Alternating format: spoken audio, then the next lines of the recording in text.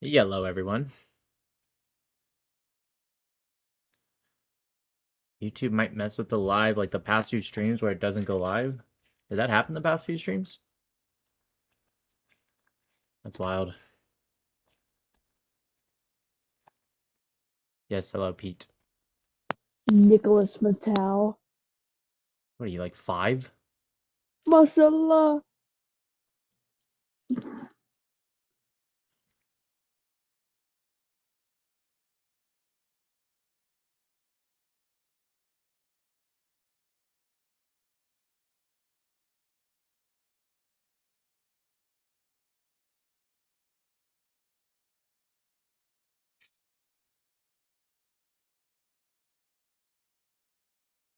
Ah!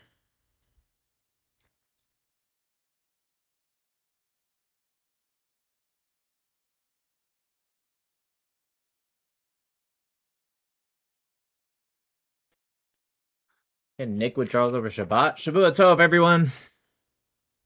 I asked you something before you started the live, if you can just check. Okay.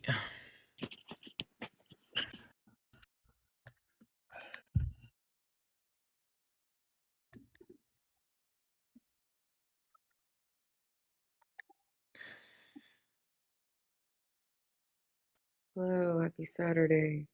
Yes, Shabbat Tov, everyone. I am slightly sick, so Me excuse.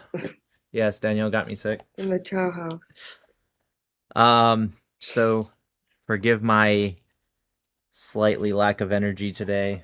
Maybe not. I don't know. I guess we'll see. Maybe us together will equal one normal person's awareness. Go ahead. Anyways, related. What's up?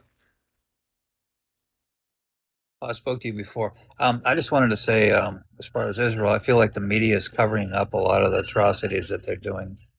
Like what? As far as the state invading Lebanon, which is I understand, the T groups, but also citizens. Wait, hold on. That are actually, hold on. Let's just go one point at a time, okay? So, I said like what? Your first thing you said, I believe, was the media's not, or sorry, the media's covering up them going into Lebanon. Not covering up, but not actually fully making aware of what they're actually doing. Like what? Unaliving a lot of the citizens that are, by weaponry and whatever. Why would the citizens be unalive? They've already evacuated months ago. Well, I don't believe all of them have. Okay, how many? Okay, 1 second. Just relax, dude. I feel like what happens is you're not sure, so you're trying to like speak fast instead of just like I'm giving you the opportunity to provide some information. I could just drop you, right? But you have to like calm down just a little bit, okay?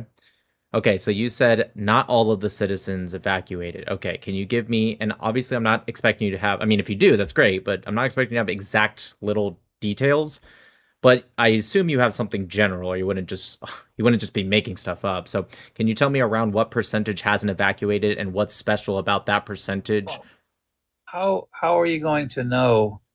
Okay. Because they hide, there's two groups. Just real quick. It's yes or no. So you do have it or you don't, right? I'm not asking for like, it better be down to, can you stop real quick?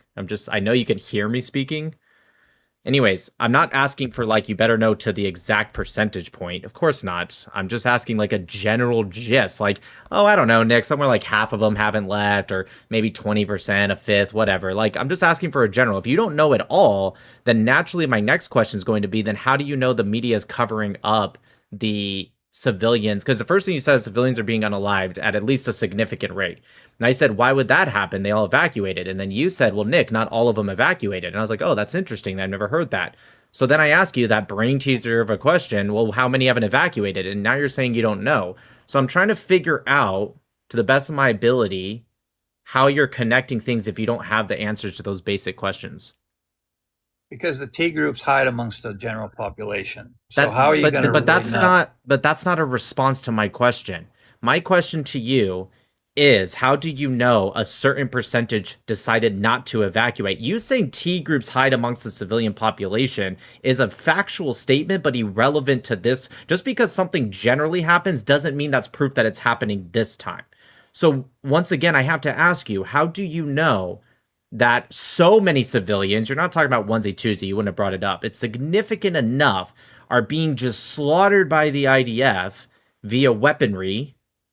I'm asking you, how do you know that? And take it one step further, that the media, who's mostly anti-Israel, is deciding to hide that from the general population, including Al Jazeera, Middle Eastern news. There's even Hezbollah news stations. Why would they all hide that? Who knows? What do you mean, who knows? You know, you're the one that came up with, you're the one that made the claim. Yeah, what do you know, right? I'm sure you wouldn't just make a claim for no reason whatsoever. I'm sure you wouldn't just completely make something up and just lie, right? Well, because I believe that Israel's being covered up. I understand, even by the but that's once again, you're trying to answer a question by deflecting. I understand you believe that, but generally speaking, at least non-schizo human beings, they believe stuff based off of evidence, information, statistics, more or less, all the way up to proof. I'm not even asking for proof here. I'm asking for just the bare minimum speculation evidence at this point, and you're telling me you don't have any of that. So where did you get this information from? Is it just because you feel that way? It's your feelings? Like, how did you get it? No, because Israel's a shit country. Well, okay, even if that's true or not, that's still irrelevant to the specific claim that you made. Dude, if you don't know, just say, Nick, I don't know. I just want it to be true. Okay, thank you. Do you have anything else you want to talk about? Hopefully something that you at least kind of know, because that was fucking embarrassing, dude. No, I think. Do you have anything else? Do you have anything else? Yeah. It's yes or no. We should start pulling. Stop, great. Do you have anything else? It's yes or no. Yes. Okay, okay, next question before you answer that. Do you have actual evidence for your next claim, at least? Maybe start with something that you can actually provide at least some speculatory evidence at minimum. Do you have that? Well, we have a shitty president. Do you have speculatory evidence all the way up to proof for the next? Dude, it's very simple. Yeah, I do. It's yes or no, okay? Yes. Okay, yes. Oh, that's awesome. How old are you, but if I may ask? 52. You're 52 and a 34-year-old, aka me, has to teach you how to act like just a normal human being. How did you make it to the age of 52 before you had to learn how conversations work? I'm not answering that question. I wanted to get to the next statement. Okay. If you guys come up here, you're an adult. You don't have to answer any question, but you also don't have to be up here. Mr. Holy, hopefully you're better than the last guest that made it to 52 years old. And I think our focus is actually in the wrong place. What do you mean our focus? Who's our? You're talking about like America? You're talking about me and you? Mine. I think the world, like the populace at the moment. Okay, gotcha. So where is our focus and where does it need to be? I think China is our biggest threat, actually. Okay, I'll try asking the question one more time. Sorry, 1 second. Where is our focus and where does it need to be? Well, I think our focus is on everyone else and not ourselves first. And then, like, I think that our focus as a threat goes, as far as a threat goes, Islam is a threat. But you have to understand that China is our biggest threat because they're actually the ones poisoning us. Poisoning with what? Drugs. They're the ones supplying the Mexican cartel with drugs. Have you ever heard of Operation Cassandra?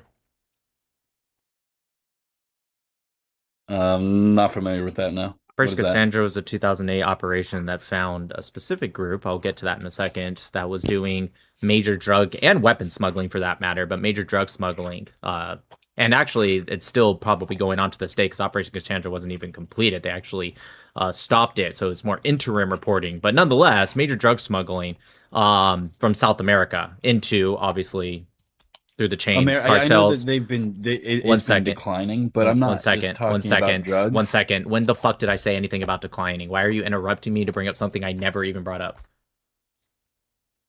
Did I say anything about declining?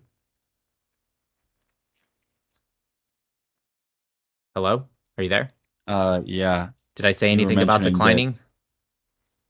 you were mentioning that since the southern border has been tightened up a I little never bit. said that. Those words never came out of my mouth. I have no fucking idea where you even got those words from. It makes me feel like you're not listening at all because I never even said those. I didn't even say anything that sounded like those words.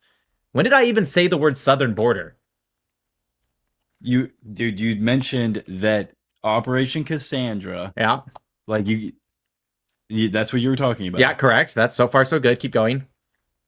We said that they had done some work towards making the decline of drugs coming through the Mexican border, right? Nope. Never said anything about that. Oh, I'm sorry. You're talking so fast that nobody can fucking actually understand you because you're actually a dick. Nobody can understand me. There's actually you could talk to some people like a fucking mature here adult. Here comes the fucking emotions. Dude, here comes the crybaby emotions. And a hypocrite. You yeah, talk to because you're people an idiot. Like you're a fucking adult. I talk to you guys like you're an idiot. I talk to you like you're an idiot. You act like a child, prick. Yeah. Okay. Can you cry? I hear if you cry more, it actually helps. Anyways, it's funny how he said nobody could hear me, but everyone in the comment section was like, "Yep, Nick said this. Nick said this." It's interesting how you're the only one that couldn't hear me. Also, I'm talking too fast. What, does your brain not comprehend words if it's a certain speed? Oh, apologize. I didn't realize I was talking to somebody that was that slow. Anyways, that being said, yes, I am a dick. That is true. I have a low tolerance, high patience, clearly, or I wouldn't be doing this anymore, but low tolerance for idiots. Okay? Doesn't mean I won't speak with idiots. But yes, I have a low tolerance for it. But I'll tell you what, just for you, I'll go ahead and speak at this speed. See, I'm speaking a little slower. That's my fault. I should have realized you guys were idiots. Okay, so let's go on to the next person. Thank you.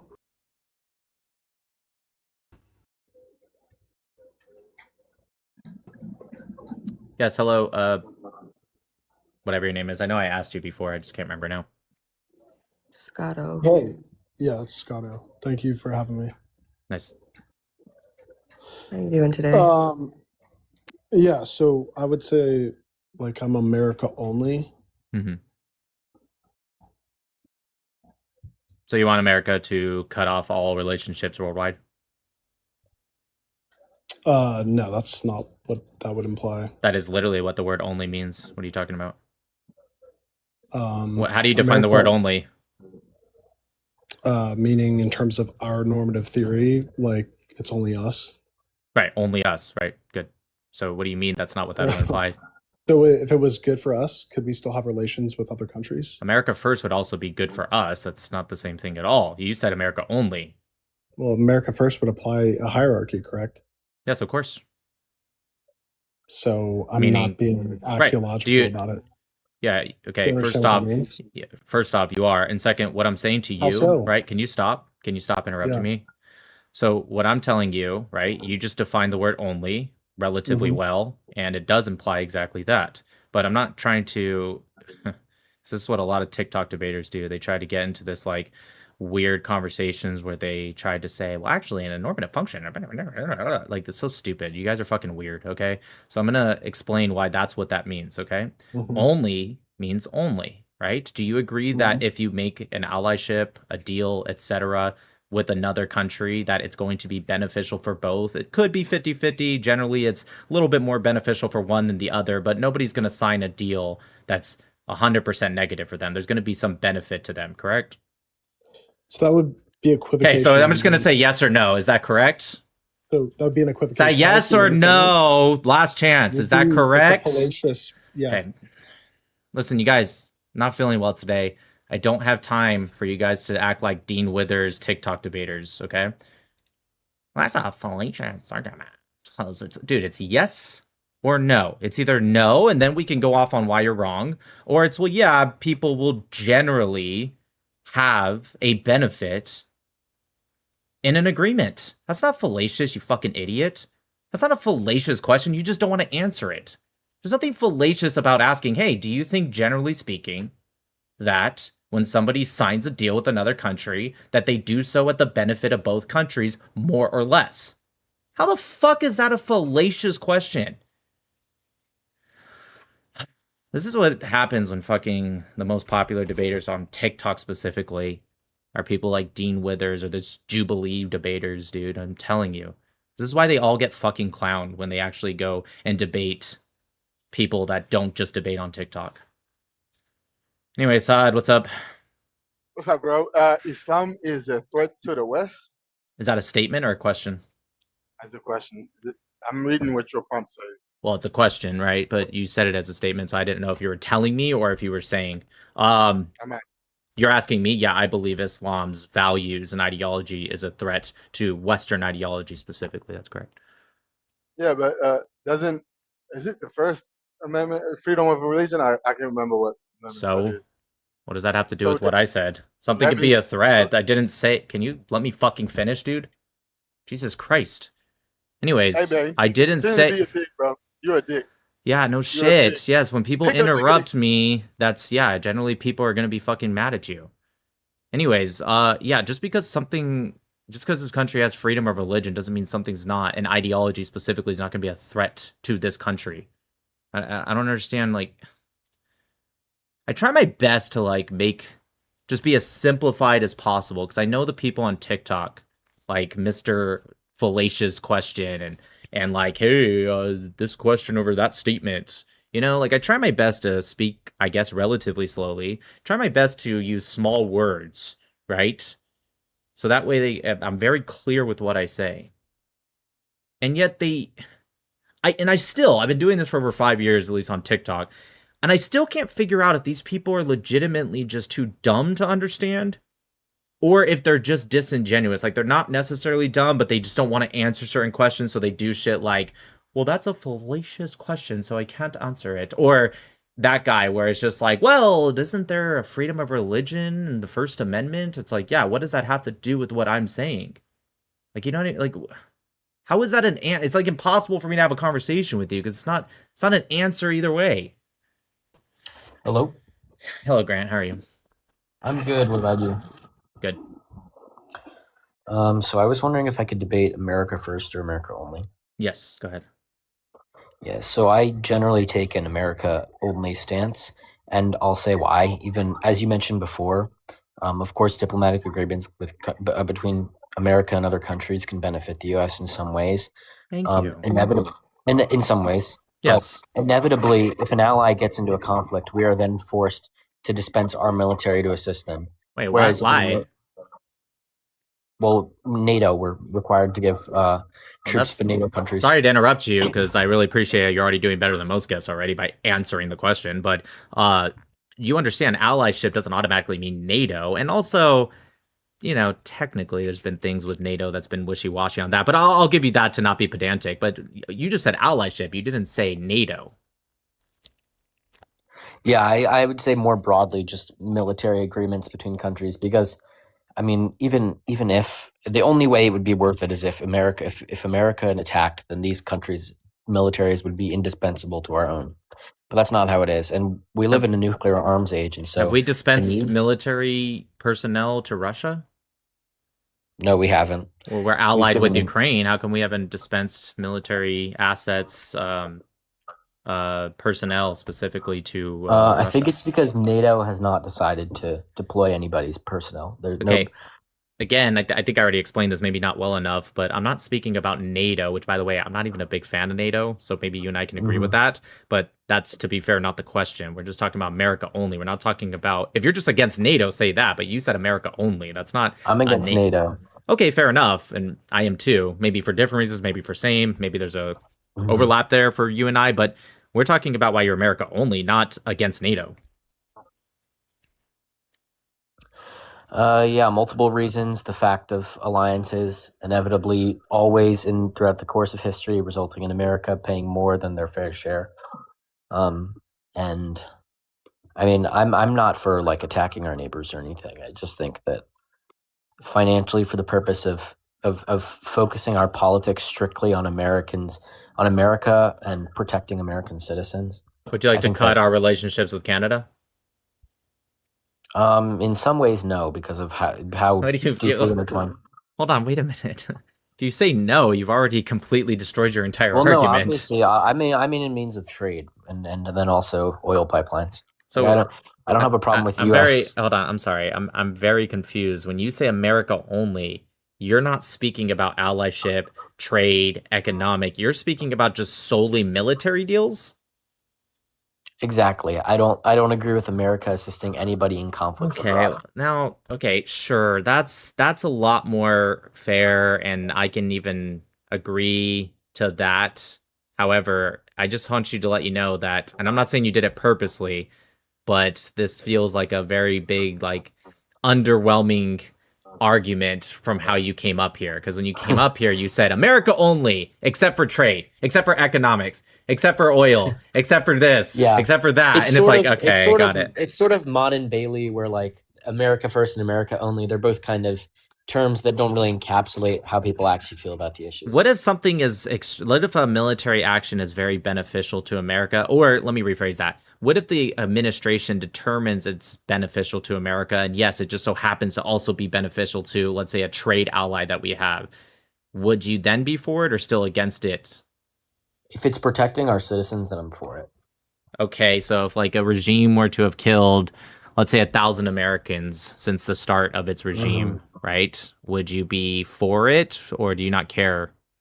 No, I care. I'd be for it because they're harming Americans. Okay, so the Iran war, do you think that war is for Israel, or do you think it's for us? Or both? Both. Okay, so you're not necessarily against that. So can you give me an example of what you are against that we purposely like sent troops over to fight solely for another country? I'd say Venezuela. You mean the thing that took 20 seconds? Yeah, but just the idea of sending. What country did we do it for? Really for the Venezuelans, I guess. No, we didn't. I mean, I'm sure it benefited the Venezuelans, but in no way, shape, or form did any justification or official memo come out saying we're doing this because those poor Venezuelans are hurting. So I have no idea where you got that from. It was the idea of Maduro's drug narcotics. Well, he was a wanted individual by American standards. So how did we do it for Venezuelans? I'm pretty sure we did that for us, 100%. I mean, I just think it was a decision that we didn't need to make. I don't. Why not? It was 100% beneficial and had zero risk. We lost 0 people. We barely spent any money, and we got an incredible upside to it. So exactly what would you be against that? No, that's a fair point. Okay. So can you give me another example then? Gaza. When did we send troops to Gaza? No, we never sent troops. That's what you said. Sending bombs. So they bought those bombs from us. We don't send them for free. They buy it from us. No, of course. Only 3 billion of the 3.5 billion in the budget is through weapon sales to American companies. But there's also 3.3 billion of the 3.8 billion, and it's a credit system, and they spend by far significantly more back into our economy. In fact, Israel spends, I think, about $25 billion per year into our economy, give or take. A lot of that obviously being military purposes. So how is that bad for us? I mean, it's just the idea of getting ourselves intertwined with another people's that isn't necessarily beneficial directly to the American people. They literally slaughtered American citizens and kidnapped American citizens. Yeah, but what we did didn't necessarily. I think that our focus should be on when that happens, help the American citizens get out instead of. So you would have supported us sending military men in there for the American citizens, at least. Yeah, get helicopters, get them out. That's what they did. So you would actually want to get even more involved than what America did. America stayed relatively out, other than just giving weapons to people that bought weapons from us. I don't really understand why that's a problem. They're literally buying it from us. What do you want to not give it to them? But you're saying if you were president, you would have went even deeper than just giving weapons. You would have sent people boots on the ground. Which, by the way, I'm for. I think we should have gotten the fuck in there and blown our fucking way through Gaza and told them, get the fuck out of the way. America's here, bitch. Get the fuck out of the way. We're blowing this. Even Israel, you guys get the fuck out of the way. Oh, 100%. If we have American citizens that are being kidnapped and held for years and years inside of fucking tunnels and apartment buildings where these innocent civilians are holding them, if I was the American president, I'd be like, fuck you guys. We're going in there and we will be getting our people back. You either give it to us now, you have 48 hours before we have boots on the ground. That's what I would have done. But nonetheless, that's not really the point. Okay, maybe I'm a little bit more stronger than President Biden. But nonetheless, I'm just saying you're arguing that you would have gone even more into Gaza. So I'm a little confused on how Gaza was such a problem. Oh, thank you, Aaron. Yeah, I think it became a problem when the focus of Israel's military operation was to eliminate Hamas instead of That was the getting very start. American hostages That out. was the very start. That was at the very, very start when they declared war on Hamas. Yes, hostages are a part of that, of course, but it wasn't a sole objective. They said to eliminate the offensive capability of Hamas. They said that in October 2023. As opposed to America committing trade agreements in the hope that the American kidnappees were released hostages. Well, no, they weren't against that. In fact, that's what ended up happening somewhat with Trump when he came into office. But what do you want Israel to do? Just do nothing while they're waiting for Biden to, finish his nap? What do you mean? Israel wasn't against trade agreements. Israel did one in November 2023, a month after the war started. And they got back a lot of hostages. But while you're waiting for those agreements, dude, every single hostage, every single one was returned due to military operations, even the ones that were returned from trade agreements, because military operations is what weakens Hamas to the point that they want to come to the table. That's a good point. Yeah. Ugh, felt like shit. Anyways, you have anything else? Nah, you have a good one. Thanks, brother. Have a good one. Really does. Like, I don't know what we got, but it sucks. I don't even know what's It happening. sucks because it's like I don't feel super duper sick, but I feel enough sick, so it's like I was so sick last night. Oh my god. it's like tricking me. Mazzy, what's up? What's going on, Nick? How you doing? Yeah, You got sick? yeah, not feeling too good, but it's okay. All right. Hope you get better, brother. Thanks. Appreciate it. So, what do you think is going to happen with the war in Iran? Is it just going to continue being a trade war, or you think it's going to escalate soon? I think Trump is going to weaken them economically more and more up until the midterm elections, which is going to be really starting here up in the next weeks. And he's going to continue the blockade. We have full control of the blockade. Zero ships are getting through that we don't want. And we're going to economically suppress Iran. So that way, when we get back into the war after the midterms, which is what I assume to be, Iran's going to be significantly weaker than they already were when we started the war. All right. I just enjoyed listening to you and wanted to say much love. Watch a lot of your videos. I'm a big fan. I appreciate you. Thank you. All right. Thanks, everybody. It's really nice.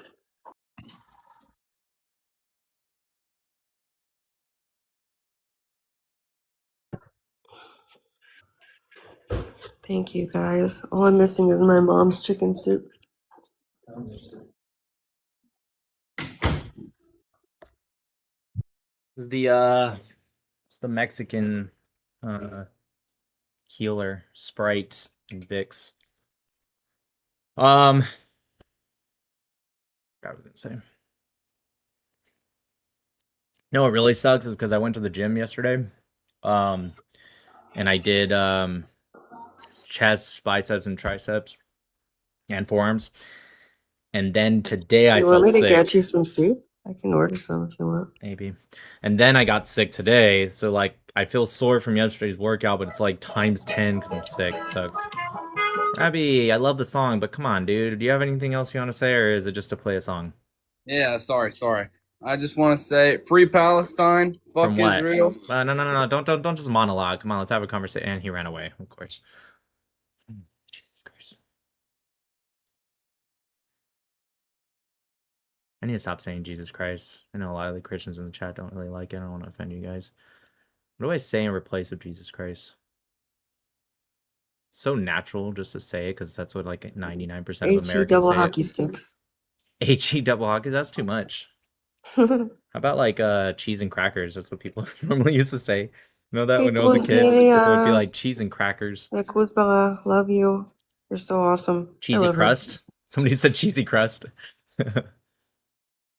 I'm getting you some chicken soup because I think I want some too. Ooh, cheese and rice. It just sucks because it's so subconscious that I say it. So it's like, how do you subconsciously change something? Cheese and rice. Fucking A. Fucking A. I do say fucking A a lot. Maybe that would be easier to switch to.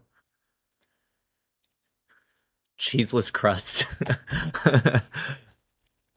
JC. You know when people say Jesus H Christ? Where did the H come from? Am I being dumb? Is that like... Looking this up. What does H mean in Jesus H Christ? Someone said Hamas. Holy? Oh, holy. That actually kind of makes sense. The H in Jesus H Christ does not stand for a middle name. Well, obviously. It comes from a historical misinterpretation of a sacred Greek monogram for Jesus. Early Christians abbreviated the name of Jesus using the first 3 letters of his Greek name, Iota, Eta, Sigma. Okay, I'm already learning a lot more than I thought. Oh, I get it. And written in Greek capital letters, it looks like an IH and that kind of like the Sigma sign that looks like an E. So people over time would call it Jesus H Christ. That's funny. I got some soup for us, so on the way. I'm a Christian and I don't care that you say it. No big deal. Yeah, no, I know most people don't get offended by it, but still, it's just kind of like a... It's not like a big deal, you know what I mean? It's just kind of like if I can naturally train my subconscious to say something else, why wouldn't I? It's 0 risk. Even if it's a small gain, it's worth it. Maybe I should just start saying Muhammad. It just doesn't have the same ring to it, you know what I mean? Imagine just stubbing your toe and being like, fucking Muhammad!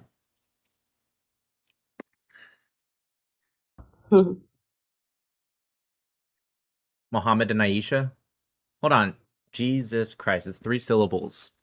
Mohammed is also 3 syllables, but it doesn't feel the same, you know? Because when you say to Jesus Christ, you put the emphasis on the Christ part, whereas Muhammad is like one, you know, Muhammad. Like, what are you gonna like?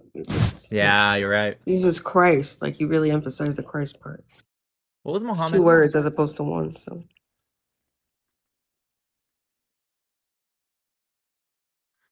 you can't like I mean, you can retrain yourself, but it's just a phrase at this point. Muhammad's full name was Muhammad ibn Abdullah ibn Abdul Muttalib. Muhammad ibn Abdullah ibn Abdul Muttalib. So he has 2 sons? Is that what it tells you?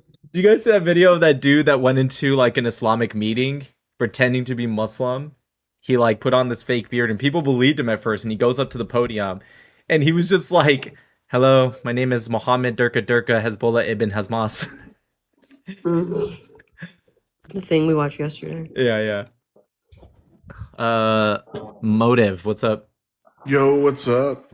What is your opinion on Jared Kushner making a deal with Hamas to demilitarize? I am against Sarah, people negotiating with terrorists, period. Oh, okay. My thought, whether it's America or Israel or whatever, if I was in charge, I would just make a timeline, say you have till this day, very short timeline, like, you know, give them a week tops. Even that I think is being nice. You have to this day to disarm, or at least like make a formal agreement and push towards disarmament. Right. Okay. And if you don't, we're going to bomb you every single day until you do. And even if while we're bombing you, let's say after a week, you're like, no deal, and I start bombing you. Who's we, by the way? I'm just saying it doesn't matter who we is. I'm just saying in general, that's what I think should be done to a terrorist organization. In this case, yes, we're talking about Hamas. I'm just saying in general, you know what I mean? So then I'm going to bomb you. And then even while I'm bombing you, right? If you say, wait, okay, I see you're not bluffing, we'll do it. I'm like, okay, that's fine, but I'm still going to continue to bomb you until... Because I think what a lot of these terrorist organizations do is they try to, and they do it a lot with Trump. They call his bluff. If he decides to, you know, play it out, then they say, okay. And then he's like, all right, we'll stop again. And then they do the same shit. Starts, baby, 1 second, please. They start bombing, and then they stop again. I wouldn't stop. I'd give you that time period. And I'd be like, this is all you have. That's it. Bombing's expensive. Why don't you just... You know what's more expensive? Endless wars. You know what's more expensive? Endless wars. I agree. Yeah, I don't like endless wars. I'd much rather... But, I mean, be precise, you know? When did I say don't be precise? You can be precise with bombs. What are you talking about? How do you think bombs work, dude? There's bombs are, How do you think bombs work? not so How do you precise. think? Yes, they are. Yes, they are. They can hit a no. troops Yes, to they get are. in Yes, they there. are. Yes, they are. You can hit a dime with a bomb. Okay, buddy. I'm trying to tell you. Yes, they are. You're incorrect. You can hit a dime with a bomb. What are you talking about? Do you have any? You have like any military experience at all? Have you ever studied this stuff? No, are you? Yes, I'm a veteran of 12 years. But that being said, Okay. why? If you don't know, then why are you making the claim that they're not precise? How would you know? What I'm saying is, How would you can know? use How the would you troops know? to If get you could just in answer my there question, that'd be great. How would you know? and be more precise Great. instead of How would you know? civilian casualties. Can you just like answer the question? I feel like you're acting like I'm not actually asking you a question right now. It's kind of rude. How would you know if you don't know? I know why, because the IDFs are a bunch of pussies. What does the IDF have to do with anything? You said bombs. What, you think a bomb, if it's in the hands of the IDF, it somehow like doesn't work the same? What do you it's a bomb. They're American bombs, dude. You know what a GBU-39 is? How much does a GBU-39 cost? I don't know. So then how do you know it's more expensive? It's more expensive than bullets. Okay, but why would you risk the lives of your own people?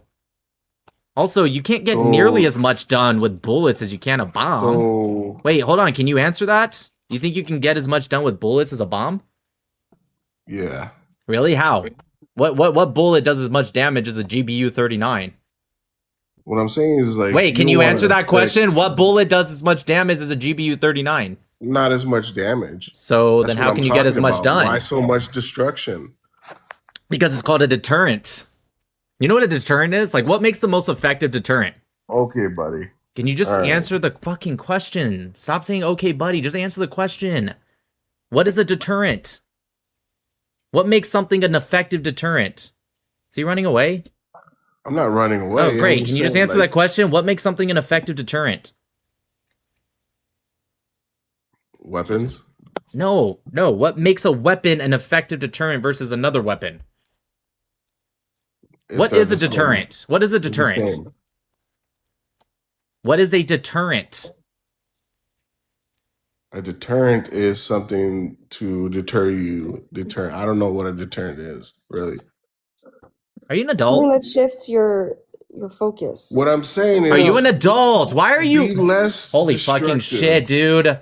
What is it with people hearing the question and then they just answer a different question? I'm asking you, are you an adult? Yes, I'm over Okay. 18. Jeez, you made it this far and you don't... Okay, great. All right. A deterrent, right? What makes something an effective deterrent is the increase of what you don't want to happen to you, right? In this case, the enemy.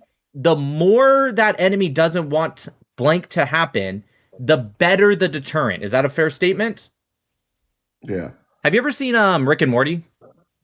No. Oh, great show. You should watch it. At least the early seasons. Anyways, this is one part where he's in the White House, okay? And they were like, you know, hey, go grab him and arrest Rick, right? And Rick's like, hey, son, if you touch me, you're going to die, right? And he's like, and the dude's just like, okay. And then he touches him and immediately falls down. And one of the other secret agents is like, what the fuck happened? He's like, death? He's like, but it was so fast. He's like, yeah, it was instant. He's like, couldn't you have just knocked him out? And he said, everyone wants to be knocked out. Nobody wants to die. That's what makes it a deterrent, right? Which I know it's a cartoon, but it's a good point in this situation because that's true. Everyone probably wants maybe the IDF to go in, Hamas ambushes, kill some IDF soldiers. Obviously, IDF will still win because they're better trained, but still, they would take some with them and you'll have way less damage. When you say, why all the destruction? I gave them a week in my hypothetical. I said, you have lost the war. We got all of our hostages back. Gaza's pretty much destroyed. At this point, you're just fighting for pride. I don't know. Well, I'm going to give you a week. If someone after a week, this terrorist organization still says, fuck you, then that's their fault. I'm going to destroy every last standing fucking building and I'm going to go in a fucking line and I'm going to destroy every single one. I'm going to tell the civilians to get the fuck out of the way. If they don't, I'm going to destroy them. Okay? That's what a deterrent is. That's going to make them go, holy shit, this Nick Mattel guy is insane. Okay, we give up. Here you go. That's the point. They don't do it. They don't do it. So yes, it has worked in the past. They don't do it anymore. Yes, you're correct. No, stop crying. Okay? If you want to know, has it worked? Yes. Have you ever heard of Dresden? No. You've never heard of the bombing of Dresden, really? No. Why is everyone such a fucking idiot, dude? I just like, why are you talking about war and stuff if you don't know? What I'm saying is like, no, I don't care what you're saying. I don't give a shit. I don't, shut the fuck up, dude. I just like, it's just like the gall to like talk about this topic specifically when you actually don't have the basic bombing knowledge. does not work. You don't have the basic knowledge. Bob. Anyways, to answer your question, yes, we did do it. It was called Dresden. In fact, what we did to Dresden would have made Gaza look like fucking Disneyland. And guess what? Yes, it worked. We also did it in Hiroshima and Nagasaki. And guess what? Yes, it did work. To the person in the chat saying we can hear you clicking. Yes, that's because I'm on live studio and I have to click to let people up. Look, I click this and guess what? Someone gets brought up. Spicy, what's up? Hey, how's it going? Yeah, good, man. I mean, not that good. I'm sick, but other than that. Well, what happened after Dresden? What about it? Well, I'm asking what happened after Dresden, after the United We did States airdrops. We did airdrops and humanitarian stuff. They indiscriminately destroyed the lives, homes of innocent civilians in Germany. They did the same thing in Japan twice. They dropped 2 nuclear bombs. I wouldn't say it was indiscriminate. I would say it was discriminate, actually. The opposite. It was indiscriminate. No, it wasn't. It was discriminate. They were not targeting military forces. Really? Why did we hit Hiroshima? What was the purpose of Hiroshima? Why didn't they drop it on any city? There's an argument to be made that we didn't even. Well, there was an entire meeting. There was an entire meeting where they decided it was. And we did not need to do it. 1 second. It doesn't. That's irrelevant to the conversation. I disagree with you. No, it's not. What's the conversation we're having right now? I'll tell you. Great. Tell me. What's the conversation we're having right now? All of that happened. Stop. I'm not asking you what happened. I'm asking you. Stop. You're changing the subject. I'm asking you a very simple question. What conversation are we having right now? Because you said it's relevant, and I'm telling you why it's irrelevant. The reason why it's relevant. Why are you? I'm asking you what conversation are. Am I like muted? What conversation are we having right now? No, incorrect. No, wrong. Wrong. Wrong. Right? Hiroshima, Nagasaki. Okay, dude. I'm just gonna have to mute you. Okay. No, you're wrong about all of that. The conversation we're having right now, right? Specifically, when you said it's relevant and I said it's irrelevant, is specifically if it was discriminate or indiscriminate. Okay. The fact that you forgot the conversation we're having, and even though it was like 5 seconds ago, is insane. But just relax, okay?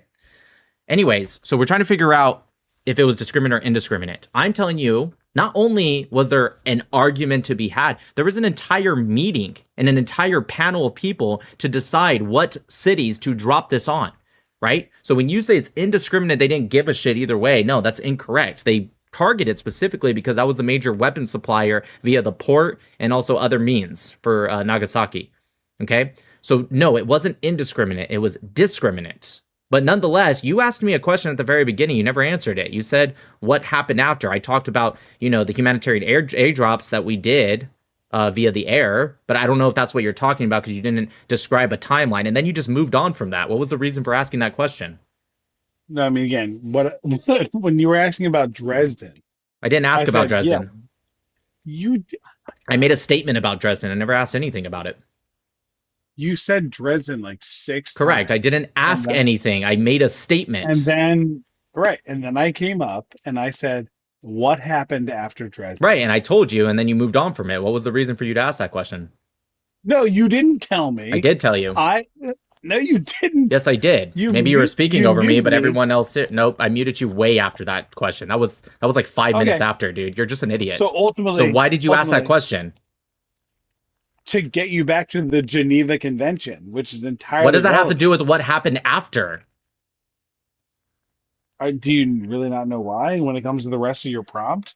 Are you talking about like after in terms of like any... No. 1 second, I'm relax. genuinely curious, like, are you on purpose being this ignorant? Or are a lot of things happen after the bombing...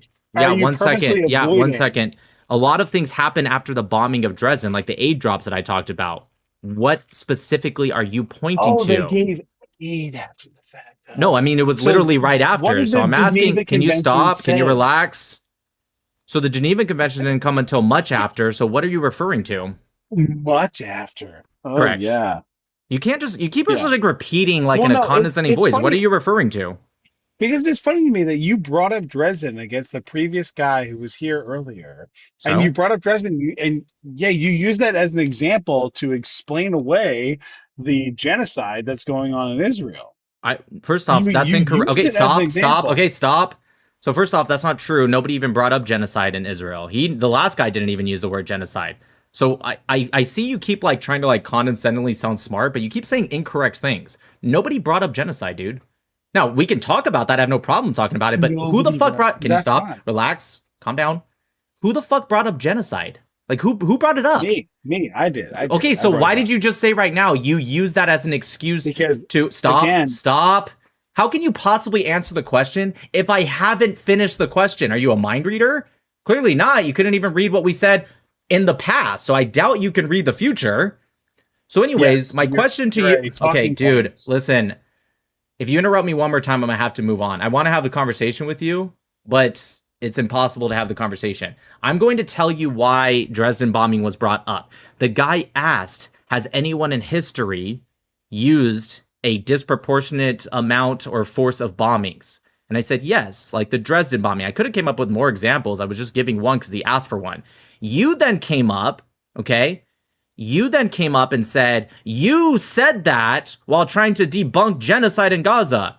But that's literally incorrect. Nobody brought that up. So I'm trying to figure out why you think you're so intelligent, why you think that you could just keep ignoring every single question I ask when you yourself don't even know what happened 10 minutes ago. I will answer that. Based on everything in your prompt, it led me to believe that the reason why you brought up Dresden in a defense So you were assuming. response Got it. You're to a assuming. person.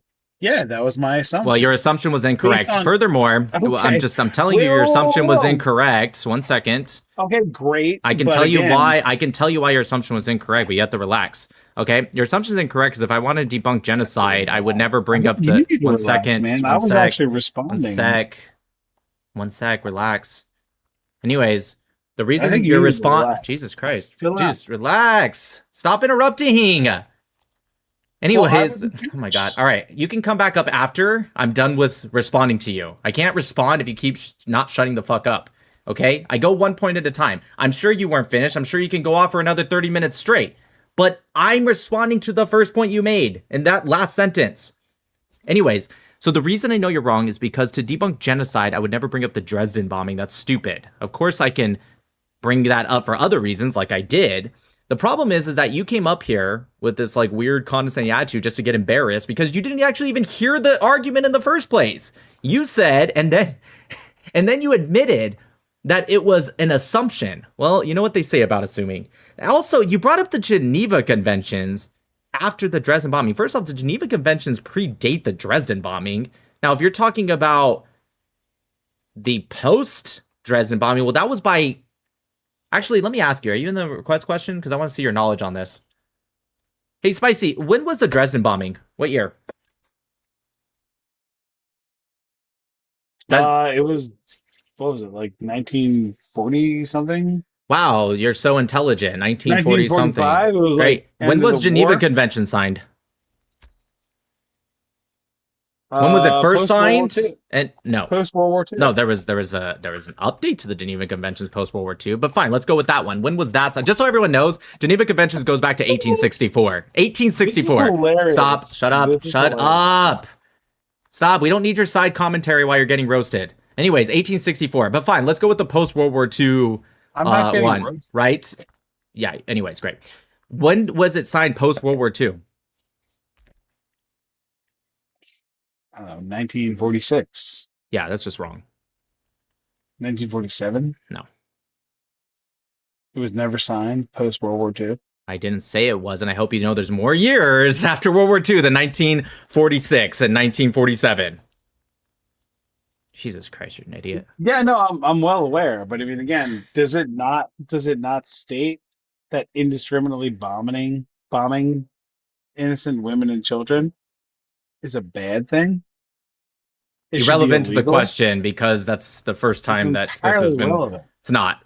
But anyways, so my point is when you come up and you laugh at me because you say, well, what happened after the Dresden bombing? And I start naming something that happened literally right after, and you don't label something until something that happened 4 years later. By the way, that's the answer, just in case you didn't know that, which you didn't.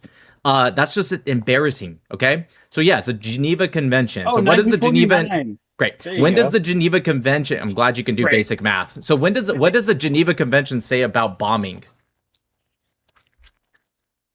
When it comes to what? The relevance of indiscriminately bombing innocent women and children, that you should not innocently Right. slaughter them in So their you're saying... homes Right, so in you're an saying... attempt to- Can you stop? as an You're not answering the excuse- question. I don't need your side commentary. I don't need your emotional appeal. I'm asking you very specific questions. If you don't know, just say, I don't fucking know, dude.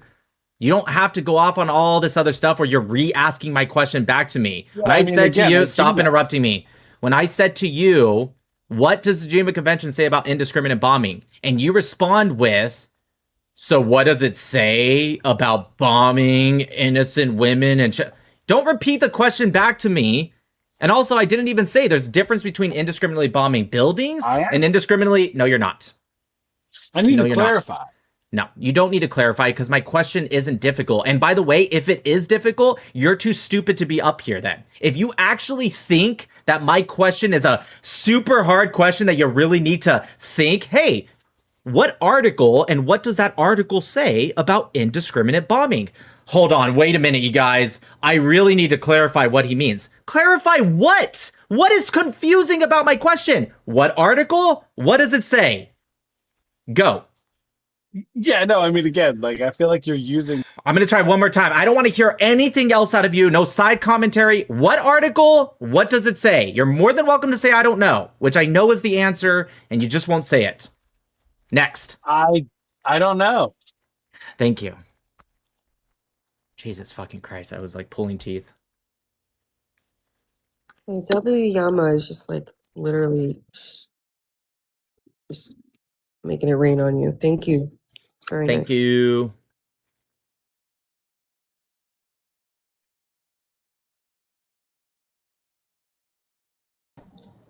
Fireside, go ahead. From my understanding of your argument, is that the reason why these attacks like Hiroshima and Dresden were brought up was to justify how Israel is conducting itself in Nope. Gaza. Incorrect. You said it works.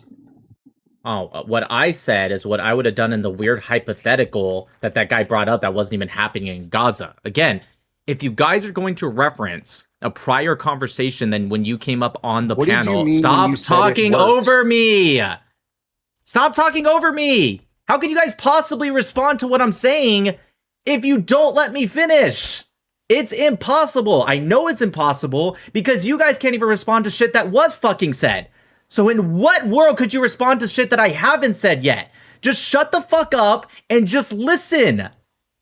Okay, anyways, in this extreme hypothetical that this guy brought up that had nothing, that isn't even happening in Gaza. By the way, we weren't even talking about Gaza. It was actually a rabbit hole down from what was happening with Hezbollah, but nonetheless, it's irrelevant. If you guys are going to reference a conversation from before you were on the panel, that's totally okay. But you guys you have to be able to remember what was said, because then I end up spending more time trying to teach you guys basic fucking English than I do actually having the debates when there's 5 other people waiting in the request. It's not even fair to them to have morons like you come up and say stupid shit. So if you don't remember what was said, you can also do another option. You can just have the debate from your own point of view without pretending you were referencing a prior conversation. Why did you say that it works when you're referring to Hiroshima? What did I say it works for? What did I say? Let's see if you remember. Well, you alluded to what something did working, I and I'm say? asking- Great, tell me, what did I say I'm that it asking you to works? clarify. Great, what did I say that it works for? What did I I'm say? asking you to clarify. I'm You not have the going to floor. clarify something I was already talking about 20 minutes ago. If you don't remember, then you don't remember. I'm not going to re-go over the entire conversation and give you the context of why I said what I said. If you remember, great. If you guys want to come up and say, hey, Nick, I'm pretty sure you said that. And I'd be like, yep, that's what I said. Okay, can we continue the conversation from there? Yes, no problem. But I'm not going to spend already more time than I already am yelling at you right now to go over the 15-minute conversation I have to provide all the context. If you don't remember, you don't remember. Do you have something else you'd like to talk about? Or would you like to continue with this? Again, okay, fine. We can take it in a new lane. Mashallah. What's your new lane? Well, my thesis here is that I think Israel is conducting this conflict incorrectly, and they're walking the same path that we walked as the United States, like what we did in Afghanistan and Iraq. We made the wrong moves. We right. killed, like what? We unalived like what? Too many civilians. Like what? We didn't have a plan. Oh my God, does he not hear me? Hello, like what? I'm listing things. Okay, so like you think too many civilians. Okay, how many civilians have died in Gaza? We don't know yet. Okay, they're currently bulldozing my God, bodies. Dude, I mean, then if you don't know, then how do you know it's too many? I said we unalived too many. I got that. You said great. Let's go ahead and because now I'm gonna do what you couldn't do earlier. I'm gonna tell you what you said instead of pretending you said something you didn't. Take a fucking Shut the fuck up. I don't need your extra guys' commentary. I get it. You don't like me. You think I'm a dick. I don't care. You don't need to say it. Yeah, you're an adult. Wrong with you, dude. You're an adult. If you want to be up here, I don't care. I do not care. If you guys want to come up here knowing that I'm a big, bad, mean guy, that's your choice. I don't need to hear your fucking crybaby attitude about it. Go to your fucking therapist and go cry to them. Hey, Nick Mattel, he butt raped me on the live. I don't care, dude. I'm not your therapist. Anyways, so what you said, right? Because I said to you, how many civilians have died in Gaza? Well, we don't know. Okay, then how do you know it's too many? Well, I never said it was too many. I said Afghanistan and Iraq were too many. Except here's the problem. You started off by saying they're making the same mistakes, Israel is, as we did as America. And I said, like what? And your first thing was too many civilian deaths. So by that, moron, you're saying that Israel has done too many civilian deaths because you started off by saying they're doing the same thing. So why would you then answer and said, I never said that about Israel. I said it about America. You did say that about Israel because that was your starting thesis. I'm gonna fucking rip my fucking hair out with these people. Seriously, if you guys want to come up, just try your hardest not to be so dumb. I remember everything, even when I'm fucking sick right now. I remember what you guys say. That's the whole point, because I'm listening. All I ask for you guys to do is listen to me and also listen to you yourself.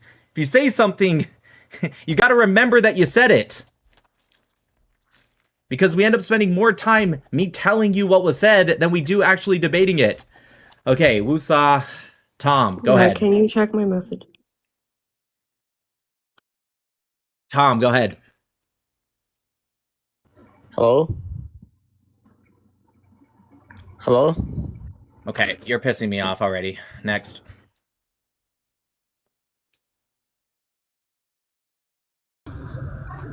Hey, Nick, how are you? Good, Corn Dogs, how are you? Good. It's a beautiful night in SoCal. I was going to ask you, I haven't heard you talk about this. What are your thoughts on the IDF starting to investigate into Rajab? I don't know. I only read what BBC said, and it all seemed not conclusive. So I can't really answer more until, the end of the investigation. My understanding is I thought I heard you say on one of your lives that, and I could be wrong, that you thought the whole Hind Rajab case was in bad faith. Like there was I still think that it happened. Well, no, not that there was no evidence, that there was conflicting evidence and things that didn't make sense. Like, for example, the fact that there was no blood in the car at all, except she got shot with 355 bullets, according to them. Now, again, not every single bullet's going to hit her or her family members, but even if only half of them hit, even if only 10% of them hit, how the fuck is there no blood? I find that to be weird. If anything, maybe this investigation will be a good thing. Maybe it'll uncover some of this information. Okay, and Is it true that they never even found a body? A body was never produced. That is true. So, wait. Well, you got to understand to be fair to the Palestinian side, Israel never went in to go retrieve any body or not. It was the Palestinian whatever Red Crescent, excuse me, or somebody. I don't remember exactly who. They went to go quote unquote retrieve the bodies. So how is this turned into the poster child of the Gaza war then? Because it's a little 5-year-old girl, and there was a nice little sad phone call that people. I mean, that's their whole game is emotional appeal. So how can it get much more emotional? Listen, let's say everything 100% is true about Hind Rajab. I think there's some conflicting information, but let's say hypothetically there was pictures with blood in the car. Let's say we did see a body. Let's say all of it's true. Yeah, it's 100% sad, and she shouldn't have died. And I put the blame 100% on Hamas and her parents, because it's not like, even if we go with the Palestinian narrative, it's not like anyone's claiming that the IDF was going around looking for this 5-year-old. Like, where the fuck's that Hind girl? Like, nobody thinks that, even if you're a pro-Palestinian. What they say is that they shot at a car, which we know Hamas uses these same exact cars. It's not a secret. They themselves show it. They drove out with these cars and civilian trucks during the ceasefire. It's all on video. Hamas uses this stuff. And it's a red zone. The Tal al-Khawa neighborhood where Hind Rajab supposedly was killed, it was a red zone for over 2 months at that point, I believe. Let me see. It was January 29th she died. So October, November, December, yeah, actually over 3 months, excuse me. At that point, it was it's not like, this is Gaza City. It's not like it was some outskirts where it wasn't really a red zone. Yeah, that was like the start of the battles. That was like the start of the fight. And so why would an IDF soldier... Right now, the claim is that they were in a tank kind of driving around, and they were already fighting Hamas soldiers in different areas, neighborhoods nearby.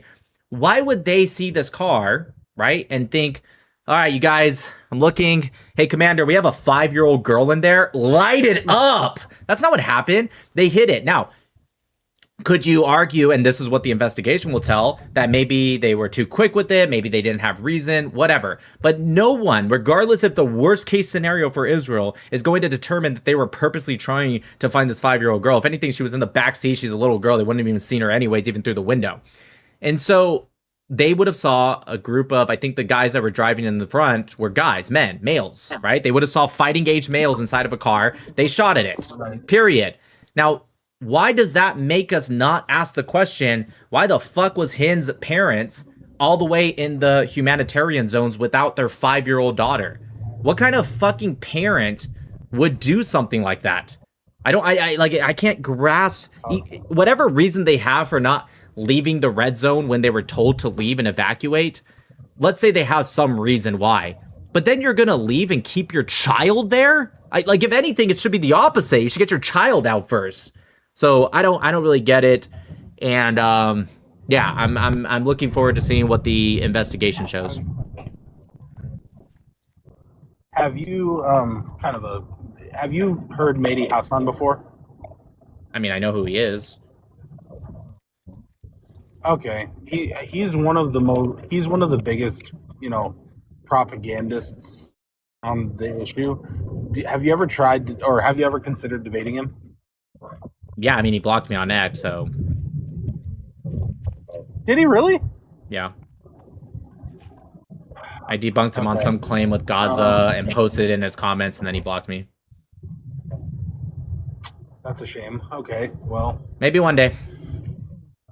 And then the last thing I was going to ask was, in regards to this disarmament plan that's allegedly sort of kind of progressing, maybe... after that disarmament is fully complete, do you think that's when Netanyahu will declare victory? I have no idea. Or what else is there to do at that point? I mean, I would say that's a victory. But the conflict's still going on. Well, the conflict's going to continue to go on. Conflict's not going to end because the Palestinians are terrorists and they have a shitload of terrorist organizations they prop up. It's not just Hamas, PIJ, PFLP, DFLP, the PA, in my opinion, Fatah. the Lions Den Brigade. Yeah, go ahead. Do you think there's any way to get these, with great respect to them, these white college Westerners that think the Palestinians want to live equally with the Jews, to understand that the only solution that's okay for them is unaliving every Jew? What? What's your question? Or how how do we get Westerners to realize that these guys are evil? Dude, good luck getting leftists to understand anything. I know that's kind of a stupid question, but it's right, really. I'm gonna move on to some opposition, but yeah, it is frustrating. That's a good question. I don't have that. I don't have that answer. All right, bye. Bye. Slim K, what's up? Hey, how are you doing, Nick? Good. How are you? I'm very well, thank you for asking. Hey, just a quick, just the only thing that I disagreed with you on was the fact that when you stated that it was the parents' fault of. Are you a parent? Yeah. I'm a parent. Yes, sir. Okay, let me ask you something. Do you live in America? No, I don't. I live in Europe. Okay, let's say you live on a coast somewhere, just hypothetically, even if you don't. And let's say to remove all man-made aspects out of the way, keep it extremely neutral, unbiased, okay? You get on the news, you see that your neighborhood is a red zone and it's about to be, in the next, let's say, days, a hurricane's coming and it's going to hit specifically your neighborhood and surrounding areas. Okay, you with me? Right. Okay, and you said you're a parent, right? So you have a child or children. Would you, even though it's your house, you want to stay, would you get your children out of there, or at minimum, get you and your children out of there? Yeah. Okay, let's say your parent, or sorry, your neighbor is also the parent. Let's say they go to you, Slim K, I don't give a shit. This is my house, okay? I ain't leaving for some stupid red zone thing. And they keep them and their children there. Would you call that parent a bad parent? I see where you're going. Okay, can you answer yes or no? Because I have one more question. Yes. Okay, yes. Yeah. Now, let me say the next door neighbor, right, on the other side of you, they say, hey, Slim, I'm going to leave to the humanitarian zone, but I'm keeping my kids here with their cousin. So let me know how it works out for them. And they leave. And they keep their kid there with, like, let's say their cousin or aunt or something. I don't know. Would you call that an even... One second. Would you call that even worse of a parent? No, I get where you're going. Would you call that even worse of a parent? It's a yes or no, because I don't know you. I don't know your humanity. Okay, yes. So why would that change just because it's a war zone? Okay, but sir... What do you mean, but? I asked you a question. Why would that change just because it's a war zone? No, you're right. Okay. To a certain extent. Now you can respond now that you got that out of the way. I appreciate that. Thank you so much. Thank you. The fact that they kept firing for over 45 minutes into the car, knowing that there was a child inside. It wasn't 45 minutes straight. You know that, right? It wasn't 45 minutes straight. The gun would have melted at that point. No. You know what I mean. Like, no, I don't know what you meant. You said they shot for over 45 minutes. That's not true. I mean, like, you know exactly what I'm talking about. They kept firing. Yeah, right? Okay. I don't see how that's irrelevant. If it was 45 minutes straight, then I'd understand your point, but it wasn't. But all right, keep going. No. But she was on the phone with the Red Cross. Okay, that was later. Okay, just so you know, that was later. That wasn't at the start. She answered a phone call. Hold on 1 second. She answered a phone call, and also on top of that, when the Red Crescent supposedly was on the phone later with the IDF to get people through, they didn't give any of this information, from my understanding. Does it matter, sir? Yes, it does. Of course it does. It adds context. You can't just ignore context and say it doesn't matter. Of course it does. I mean, once. No, do you agree context matters? What do you mean it doesn't matter? No, you're right. Okay, But that's good. Can I say? Even after the ambulance came, and they even fired on the ambulance. Okay. That's a clear violation of international law. Am I correct by saying that, sir? I mean, no, not necessarily. Ambulances have been used by Hamas multiple times. In fact, Egypt themselves did a report on Hamas using ambulances trying to sneak into Egypt. Okay. I'm not saying that it's not a fucked up situation, but that's the whole point. One second. That's the whole point. Why people like you, pro-Palestinians, you guys are the reason shit like this happens. And I'll tell you why. Because you guys spend so much time demonizing the Jews in Israel that you give Hamas and groups like them a free pass. I'm going to mute you real quick because you got this loud background noise. And it's, oh, maybe it's not you. Wait, Hammer, are you on the panel? Yeah, I just wanted to know if you got a package today. I did, but it keeps, I didn't know you were on the panel because it shows you loading in. Maybe it's just me. Oh. Okay. Can you mute for just? I did, and I'll go over in a second. But can you mute real quick? Because yeah, thank you. Sorry, Slim. I thought it was you. That's all right. That's all right. Anyways, so you guys, what you guys keep doing is, you guys are how do I say this? You guys are enabling people like Hamas to do whatever they want.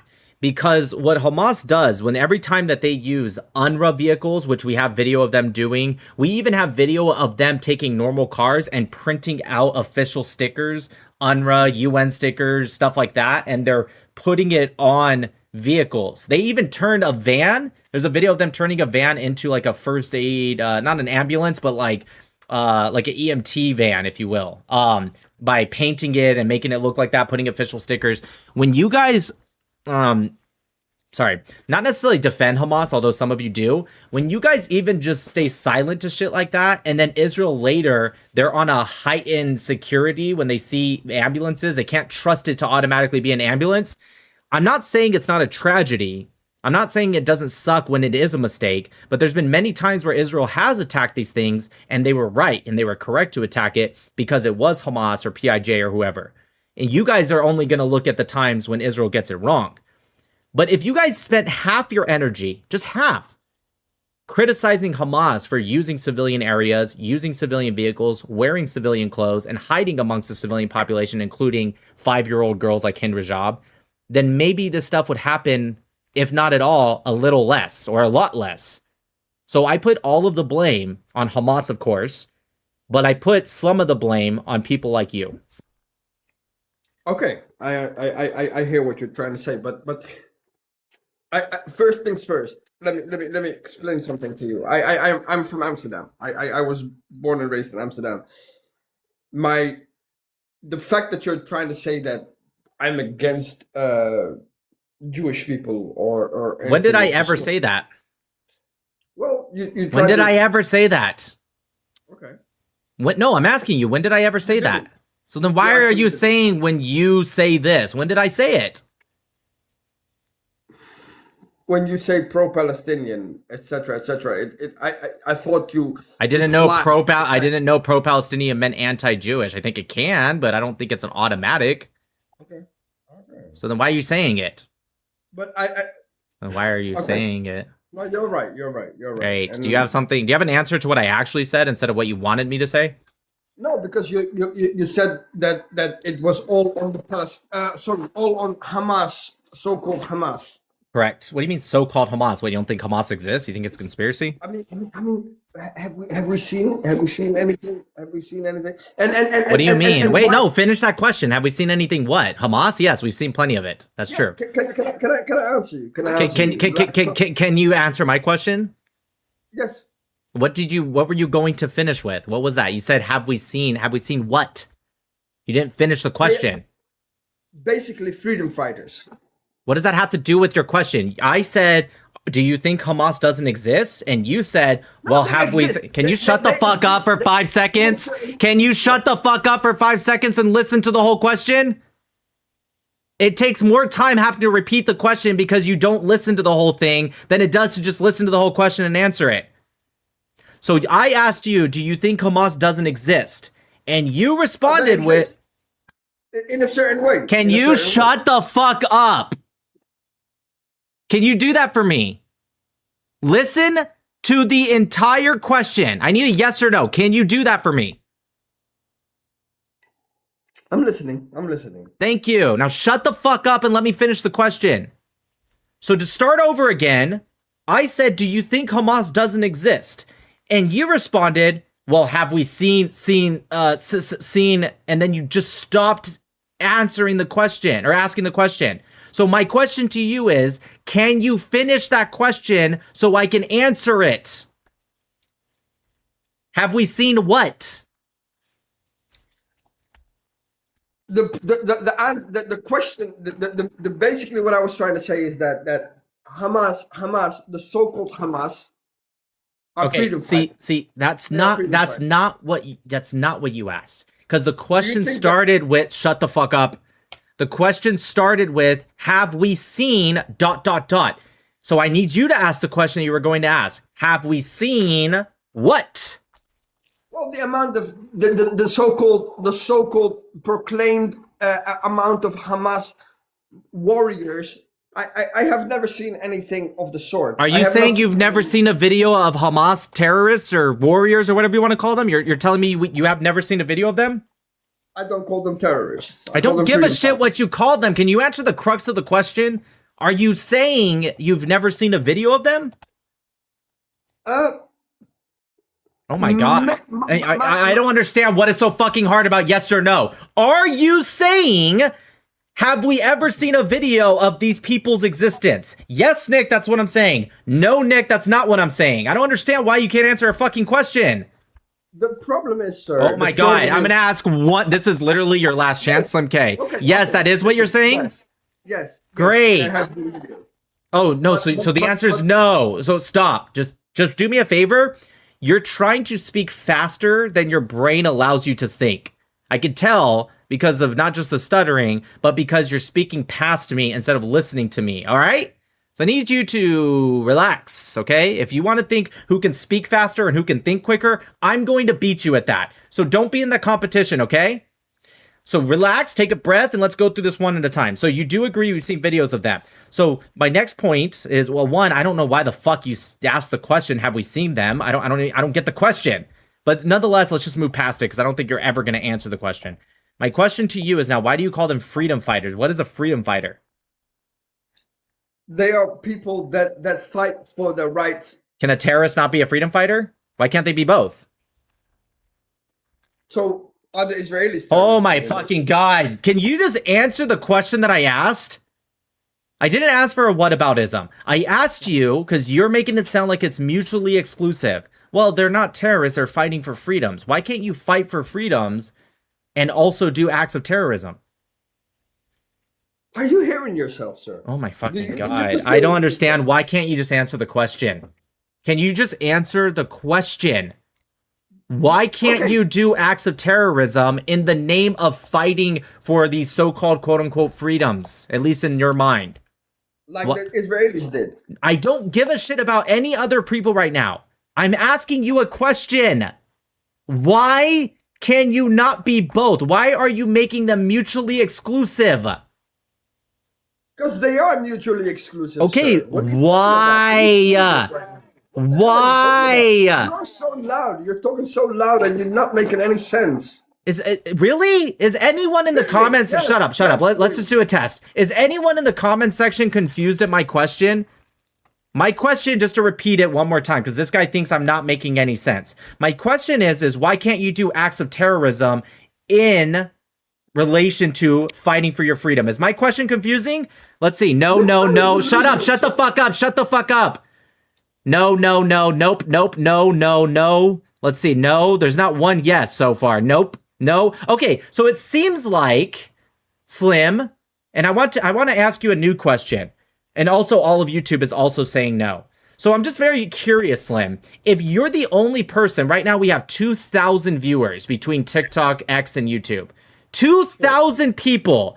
If you're the only one that thinks it's confusing and you're the common denominator, what does that say about you? Should I ask the question again? Because I already know you're not going to answer, so I'll ask it again. Great. I'm going to ask it again because I know I have to ask you a question like 3 times to get you to answer it. If 2,000 people have all commented effectively no, and I'm being very clear, and you're the only person that is confused, what do you think that says about you? Bro, That's not. That's. Okay, can you just kick him? I don't understand. Why we're even wasting I time? have no idea what you're talking. Listen to me. What I was trying to Yeah, say. sure, to no you, problem. Go ahead. All right, you guys stay in the requests. I'm going to go grab the stuff that Hammer got because I do need a small break. Wait, you real didn't quick. need to stop the show. You didn't need to stop the show for that. I was just curious. You need to, I mean, I didn't mean for you to. No, yeah, derail I your. didn't. I did not kick him because you asked the question. I kicked him because that guy was an idiot. Well, that too, but I'm just saying. I've been driving. I'm driving to LA, so I didn't get to check and see if it was delivered. I did get it. Long story short, it got me more jerky and more little squish things. I did not open the dumpling things though, the mini dumplings. So, all right, we'll do that after. I am gonna go change my shirt though. 1 second.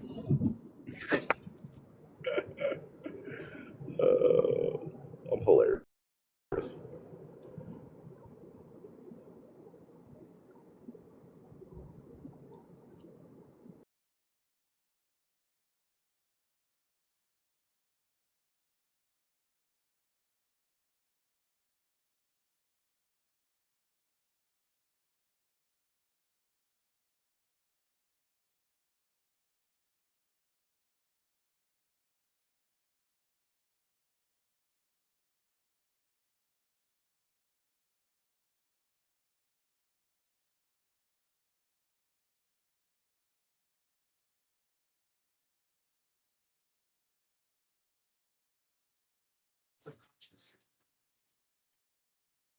Huh.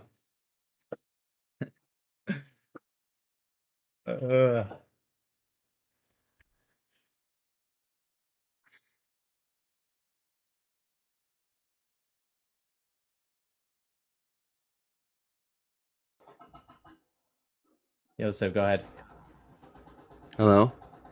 Wow. Hello?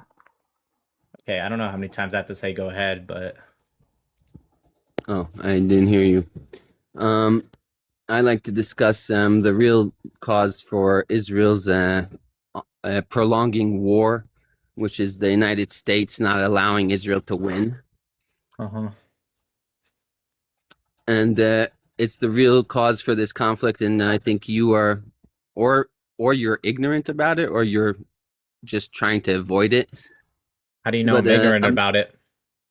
I didn't. I said either you're ignorant about it, Yeah, but or you're trying to avoid it. Why are those the only two options when they're both wrong? I've brought that up multiple times in my lives. Like many times I've said this. I've never seen you speak about American Do you watch treachery. every single time? Do you watch every single Pretty one of my much, lives? pretty much. Clearly not. Well, I have lately. said multiple. Okay, once lately. Well, Can you answer the question? YouTube has been promoting. Can you relax? I'm answering. I'm just asking for If a you can't general relax, gist, like I'm not 1 gonna month, speak to 2 you. months. If I you're don't not give a gonna shit, dude. relax, There's 10 if you're not people gonna waiting. relax, Shut the fuck who up. I don't cares? I don't care. care. I don't care, dude. I don't care. I'm just asking a simple question. All right. You said I watch every single one of your lives, and then you added in well lately. Okay. What does well lately mean? I don't need an exact like number of hours here. I'm just asking 1 month, 5 months, 1 year, 5 years.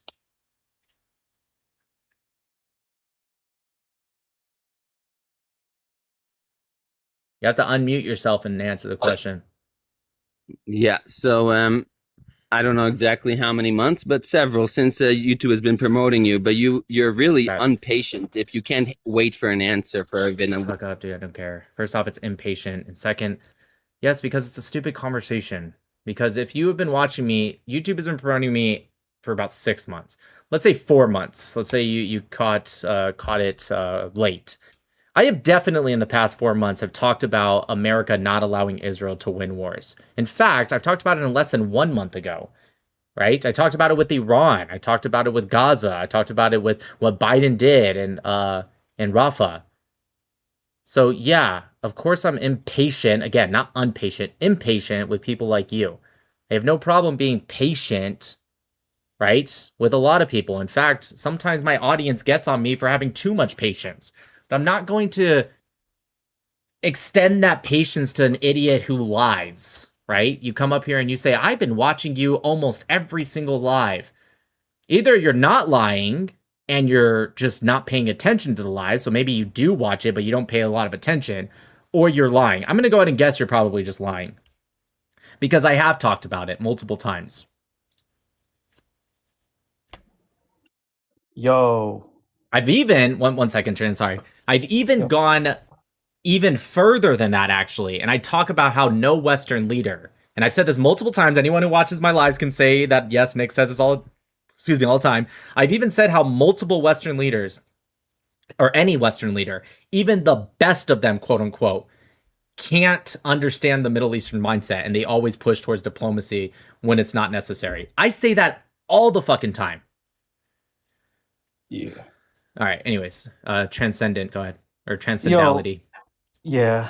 Yeah. I was talking to a couple of your viewers, and they were. I'm not arguing from like an Arab standpoint, but like in like the first century, no, second set is first. I don't remember, but you know, Syria, Palestine, people refer it to as a regional name, but yeah, as far as I know, it was a Roman province that was ruled by the Romans. So kind of. They renamed the province that was Judea, Syria, Palestina. So you're right. I just want to give that context.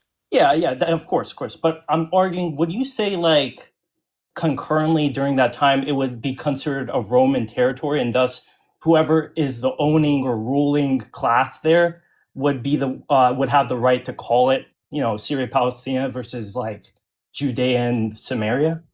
Well, a couple things. Well, it wasn't Judea, Samaria, but a couple things, right? The answer is yes, and everyone or nobody denies that. So I'm not really sure why you're asking the question, unless I'm missing something. And the second thing is that the Romans owned it also before. It was still a Roman province when it was Judea. Sure. Yeah. What I was saying is that like I feel like it would make more sense because people in your chat, I'm asking like indirectly. People in your chat say like, it was called Judea and Samaria, but it could have been indigenous. Well, Judea and Samaria, just sorry to cut you off, but Judea and Samaria is much more than that. The province of Judea during the Roman time was just the southern part. So that's Judea. Samaria is the northern part of what is today the West Bank / Judea Samaria. So it would have just been Judea, that province. Okay. Or like, yeah, okay, fine. But I'm arguing even in that case, I would say that like concurrently, if you wanted to look at it from a historical aspect and what people would call it, they would still call it Syria and Palestina, I think, unless you think that the Europeans did. That's true. Yeah, but they ruled it during that time, right? It's like no, I agree, but I'm saying nobody denies this, so I'm trying to figure out why you're saying that. Well, your chat is denying it. Nobody has ever denied that people didn't refer to it as Syria, Palestina. I promise you, nobody in my chat denies that. And if they do, I'll correct them. Nobody denies that the word Palestine isn't a word. What they're saying is the indigenous name and where it came from, not the colonizer name. Yeah, I agree. I'm saying like during Can you time, point to me anyone who denies that specific? Well, I was arguing with them. Okay, let me scroll. What was their name? My guess is you're misunderstanding the context. Okay. Well, I'm the one who started the whole convo. Let me see it. Oh yeah, elevated. Got you. So you Palestine is a European created identity, and I said, yeah, I do agree with that. And up and past that, I was saying, sorry. He asked, sorry, whose territory was it? And I said the Romans, and he kept insisting that it was still Jews who like called it that. And I said, who cares? Who cares what it's called, you know, during that time? Who ruled it is what matters. Yeah, but he's okay. Just so far, I know I had cut you off, but he's definitely correct, and you're wrong. And I'll tell you why. Wow. Because what you're doing is cherry picking a very specific date. Why are you cherry picking when Romans ruled it? Why not when the Crusaders ruled it? Why not when the Caliphates ruled it? Why not when the Persians? Why not when Alexander the Great ruled it? Why are you specifically picking one specific year and going with it? Well. To add more context, that was because he was talking about when was Palestine ever called like a regional name or something of that sort. And I said the closest. He asked when was it ever called a regional name? I'm going to go ahead and say you're full of shit. Or like something like that. Yeah, no. I don't even know who Elevated is, but I'm going to go ahead and call you straight the fuck out. There's no way he said it's never been referred to as a regional name. If he did, then Elevated, you're wrong. But I'm going to go ahead and say he never fucking said that. No, I know he never said that. You want to know how I know he didn't? Because you just said right now, Well, something like that. If he said that, you would have been confident. You wouldn't have said something like that. So I could tell you're fucking lying. Oh, okay, I don't have those good And he's memory as you. also right there saying, nope, I asked when it was a sovereign country. Yeah, he's correct. It was Well- never a sovereign country. Okay, fine. I'll retract that. But I'll say is that I don't think modern interpretation of country can be applicable to 2,000 years ago. Sure, they when was didn't it a have sovereign entity? If not When was it a country. You're right. Nation state started at the end of the French Revolution, late 1700s, early 1800s. But okay, when was a sovereign entity? Kingdom, empire, vilayet, whatever. Pick your name. When was it that? Ever? a sovereign? The Romans, I'd say. No, when was Palestine known as a sovereign Palestine. entity? The Romans would have been an empire that controlled a lot of provinces in this sovereign. case. Correct, sovereign, yes. Just say probably never. Just say never, because Never. that's the answer. So, do you agree Yeah. elevated was right? If you want to go by that logic, yeah. That's the logic I assume he's using. Elevated, can you confirm? I'm going to go ahead and say he's going to say yes, but I will let him determine. Going to go ahead and say he's correct, though. Okay. Well, that wasn't even my main topic. I just want to have one more thing. What do you think about the woman who killed her 3 kids, Lindsay Clancy? Do you think what she had to say it from her lawyer's perspective is defensible, that she had psychosis, or is that more of like a I don't know much about the case yet, which means he doesn't know anything about it. okay? I'll get into it and I'll let him. 'Cause- I'll tell I'm you. already into it. I'm just like starting. I think Yeah. I will go ahead and answer in the sense of like, let's say it's this way or that way. I'll answer both, okay? This is a let's- crazy case, though. Yeah. Sorry. Let's say if she really did have like legit, like let's say I could read her mind and everything, and I could determine without a doubt she had psychosis. Well, she still did an evil thing, but there is absolutely, let's say something that's an outlier there, in which case she should still be put in a facility. And then if they determine, if she can get help from there, whatever, she should be taken away because if she killed 3 kids, right, you need to lock her up. Now, depending on where you lock her capable up, of doing that. She right, might be exactly. capable in the future. Yeah, if she's capable of doing that, regardless of reason, then she's capable of doing that. Get her out of society. That being said, I am kind of tired of like so many people. Again, Danny's right. That's her question. She does the true crime stuff. She does all of that. That's not me. So Donnie will look into it and she can fill me in. But what I will say is that this idea of how many people, they've raised hundreds of thousands of dollars and women just coming out supporting her almost automatically, because most of the women came out even It's before, disgusting, actually. even more before we even got this information. Excuse me. Let's say it comes out and it's confirmed she has like psychosis. I'm still going to blame all those liberals and liberal men and women that were defending her. Why?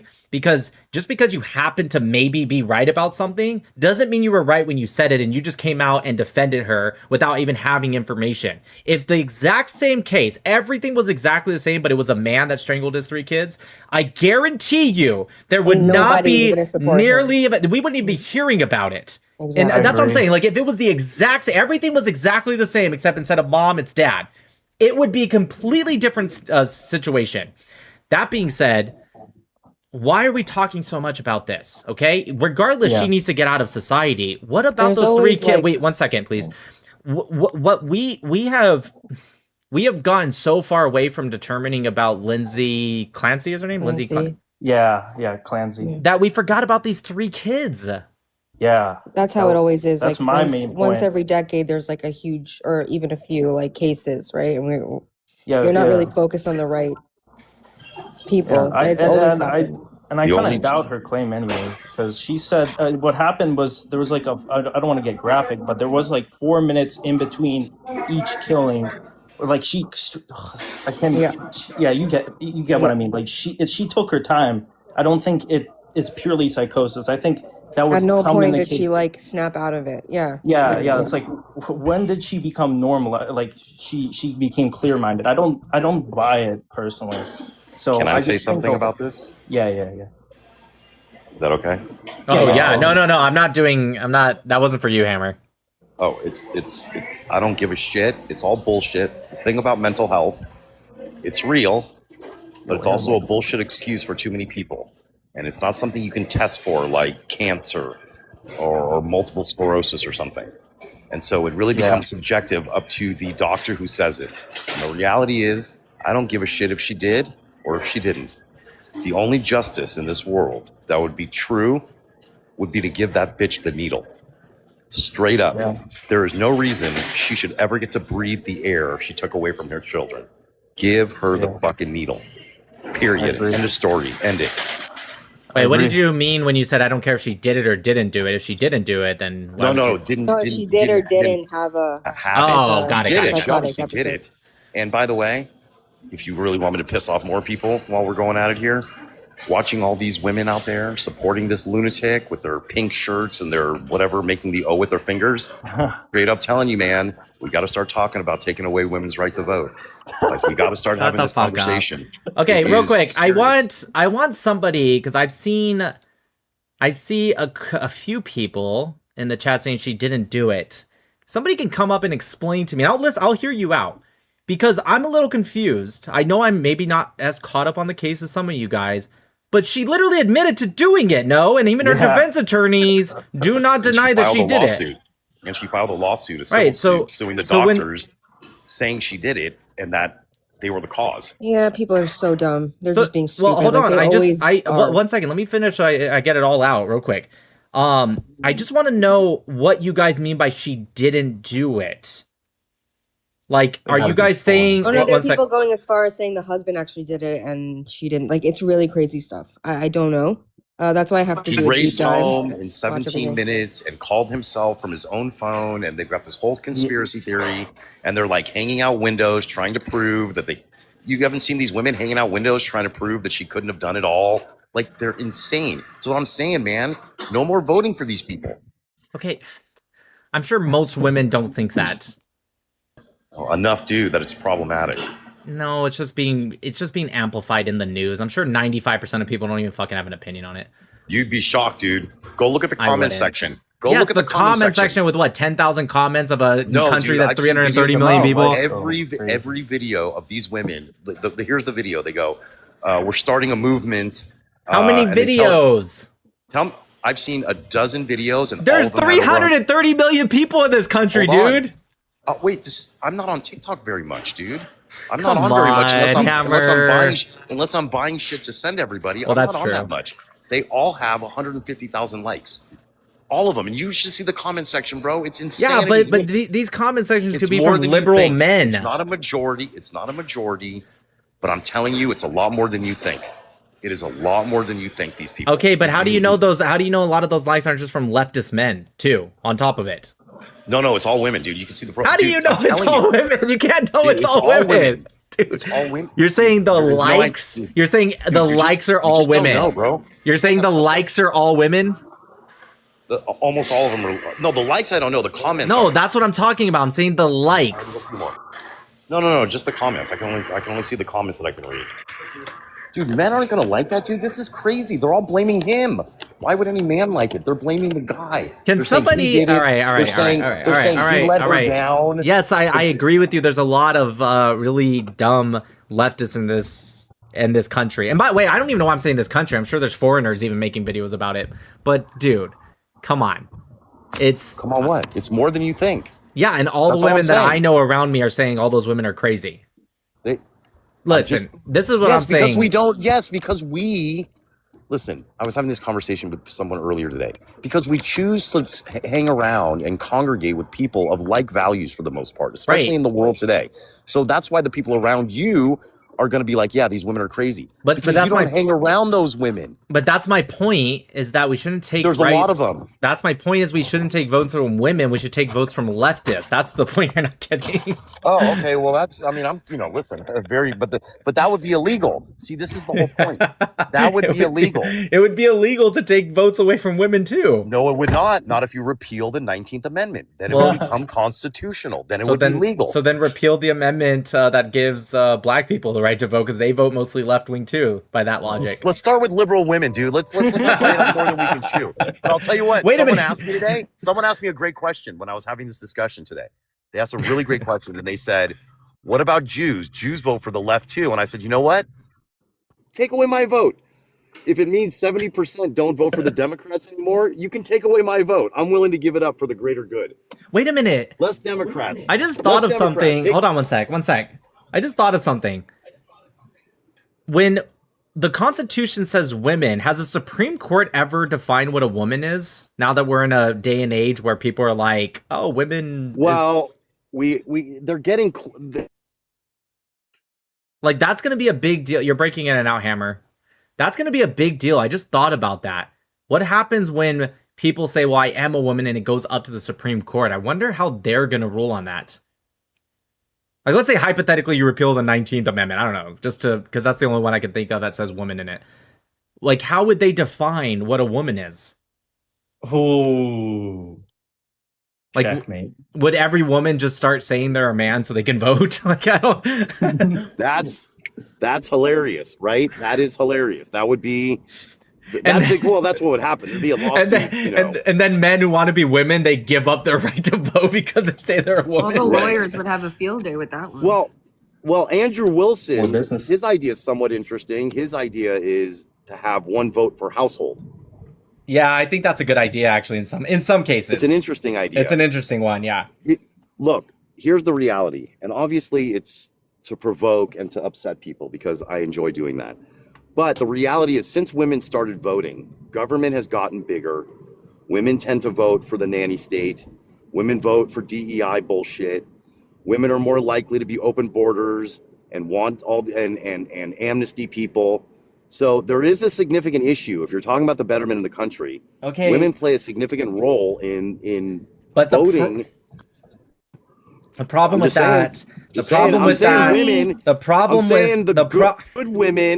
the good women need to get their game up and start talking to their sisters of the Yaya sisterhood or whatever. The problem with that is that's a slippery slope because Jews also are likely to vote that way. Blacks are also more than likely to vote that way. Take away Jews' votes.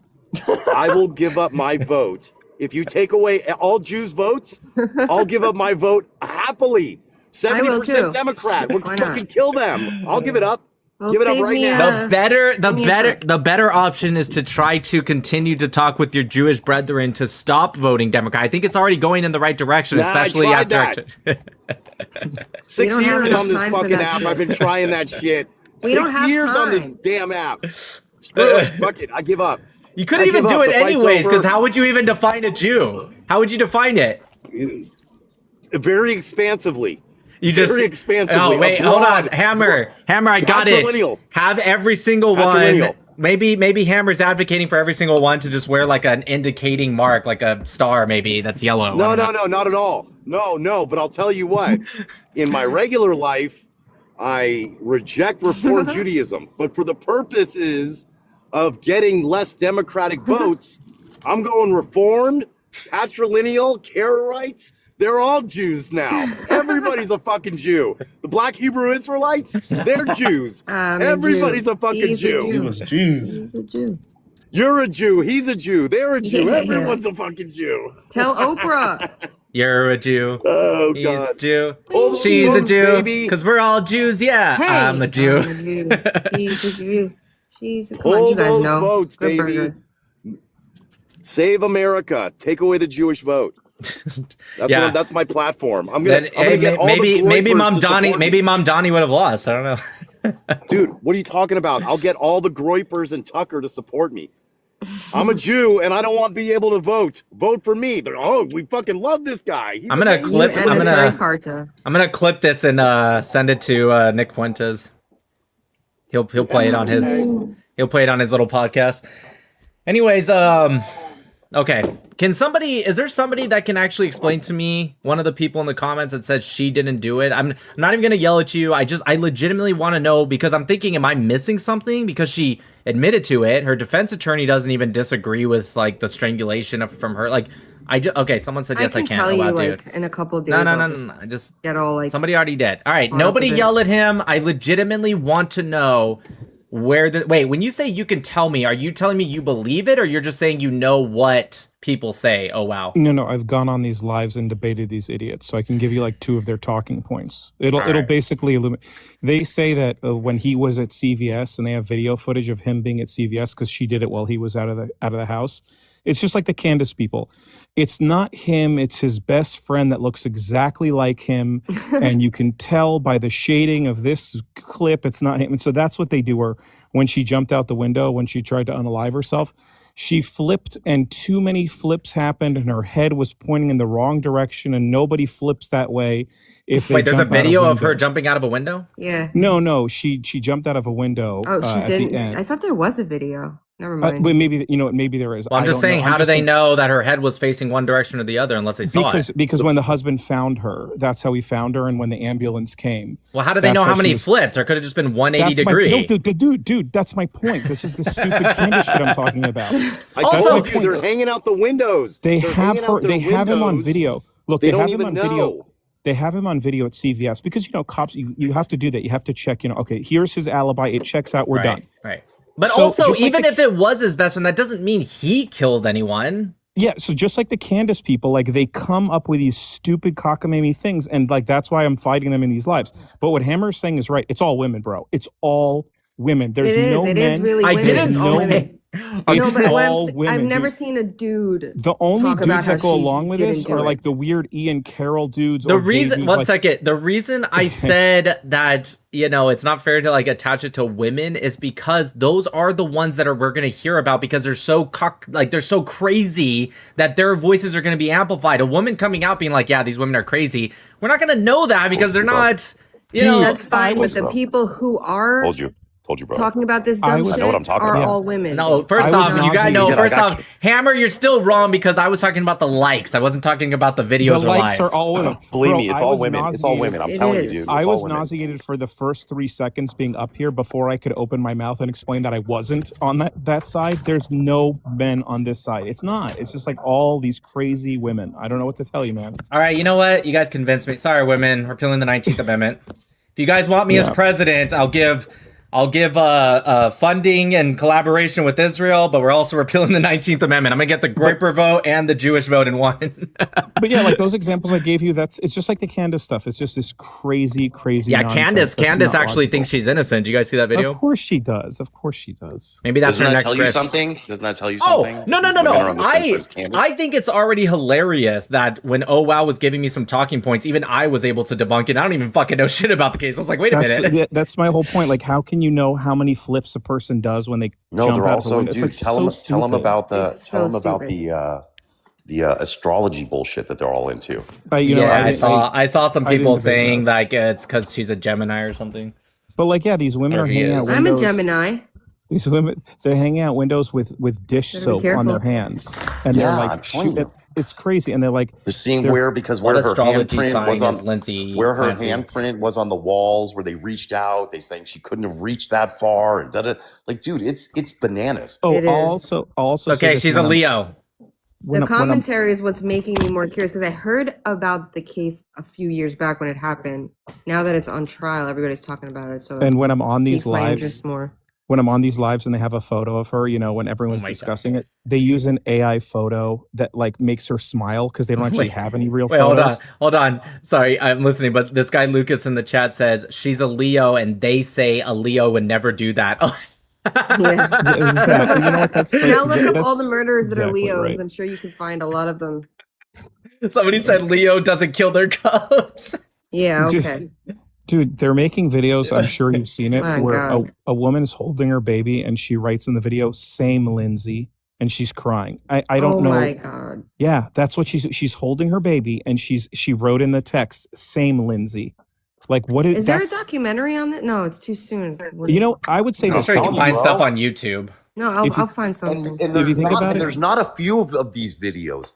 I'm No, it's just a telling you, lot. there's a lot. There's no men, by the way, Nick. thousands. It's all women. It's all women making these I know, I videos. There ain't believe no it. I men just- making these videos. I'll find one. Let's see. Go here. find one. They're all women and they're throwing ice cubes. Did you go look at the ice cube videos? It's like it's completely insane. I feel like I kind of want to watch this stuff now. Hold on. You really don't. Man defending Lindsay. I bet you he's gonna have a lisp. Guarantee that. Wait, what's because they're blaming wait, the hold on. What's husband. this? What's this? That's Yeah, their not- symbol. That's their symbol. That's what I'm Yeah. telling you, dude. Does it mean vagina? Like, I don't. It means we are insane and we are in a No, cult. no. and What's we the should actual? not- What does this mean? Why are they doing this? It means repeal the 19th. Stop. The only thing I'm thinking of is like vagina, which also, why is it that open? Are they all dilated? Like, what's going on here? Like Curb Your Enthusiasm, the big vagina. I'll say this. You remember that the was guy? funny. I forget the guy's name. The Manson. You know, there were also women who liked him, but we didn't have the internet and TikTok. It just basically put fuel on the fire. Oh my Yeah, god. how many women like that Luigi Mangione guy?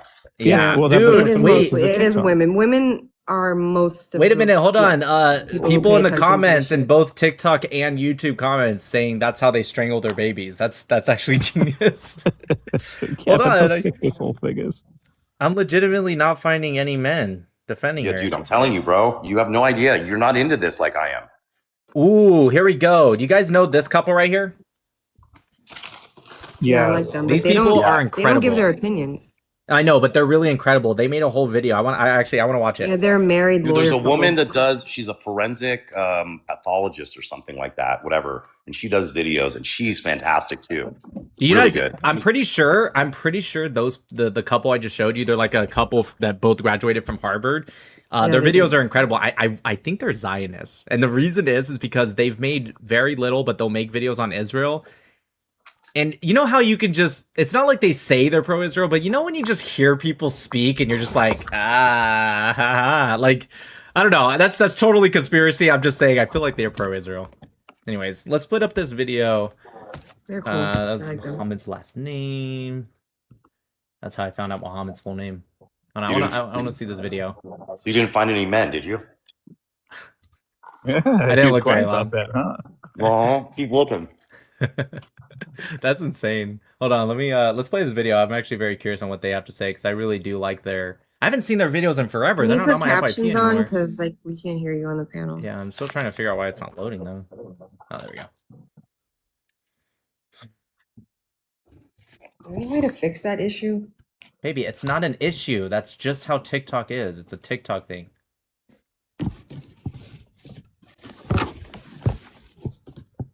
All right, hold on. All right, Hammer, you gotta mute. I'm sorry. You're good, bro. There we go.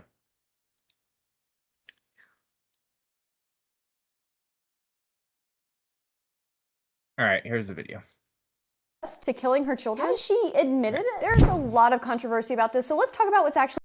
Has Lindsay Clancy actually confessed to killing her children? Has she admitted it? There's a lot of controversy about this, so let's talk about what's actually been done and said in court so far. First of all, Lindsay has pleaded not guilty. But to be clear, she pleaded not guilty due to insanity, not because she argues that she didn't actually do it. In fact, at no point during the case have Lindsay's attorneys ever disputed that she killed her children. Before the trial even started, her attorneys filed a motion stating that Lindsay was willing to admit formally to, quote, her involvement in the underlying conduct resulting in the death of her 3 young children. Her lawyer then told the court that with such an admission, the only remaining issue would be Lindsay's state of mind as it relates to the lack of criminal responsibility. The motion basically says that it's a waste of time to have a trial on whether Lindsay did it or not, and the trial should just focus on her criminal responsibility or insanity defense. This is Lindsay's lawyer team conceding that she actually committed the crime and wanting to only focus on whether she was legally insane at the time or not. And for anyone who watched the defense's opening statements, which are worth a watch, he did a great job. It's clear that the entire legal defense was not to dispute that she killed the kids, but to focus on her state of mind at the time. He even explains Lindsay was hearing voices commanding her to kill her children. And perhaps most telling of all is an admission from her civil lawsuit. Lindsay previously filed a civil lawsuit for malpractice against her various psychiatric providers. And in her filing, she literally says, quote, Lindsay proceeded to strangle each of her children. And also that she has, quote, the unbearable grief of waking up every day knowing that she killed her children. So overall, while Lindsay has never stood up at trial and outright admitted that she did this, her entire trial strategy, both criminal and civil, has been to concede that she did. Has Lindsay Clancy actually... Okay, so she did it. Got it. Yep. No, she did it. And I'll just say this. the pleading of insanity, the reason why that really doesn't make sense is if, God forbid, any of us did that, would you, and like you snapped out of the insanity, right? Because it's only for that certain time. Would you want to just continue living? Is that really what you'd want? You don't want to just go to an asylum, or would you want it to just end already? She's an evil person. Like, this is all nonsense. I mean, I just remembered while we were watching the video, like another thing they said was that the husband said that CVS was out of stock of medication. And then these like Candace sleuths were like, no, CVS is never out of that medication. So that's why she didn't do it. Like, crazy stuff, dude. Crazy stuff. Wait, hold on. What medication?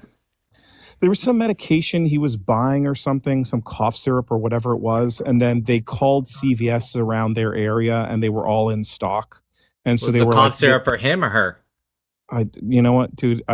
You got me. I don't know the answer. Oh, so he did it. Oh, so he did it. Yeah, Ah. so he lied. I'm saying so his lies just don't add up, you know. And so that's who I've been debating. She's a monster. She's Yeah, a monster, yeah, and she should yeah. get the needle. That's the only justice. Yeah. So these women are insane. I mean, I don't know what to tell you. The people have said, like, if your wife or girlfriend are on this bandwagon, like, be very weary of continuing that relationship. There is this it's good too. I have it here on X actually. Let me show you guys. Where is it? Okay, let's go over to X. There's like boyfriends breaking up with their girlfriends now, and I've seen a few of them. It's really, the way this guy words it in the text message was really good. I totally agree with him, obviously. Where is it? What are they doing? Breaking up with their girlfriends? Yeah, because they're defending. pro Lindsay. They're pro this woman.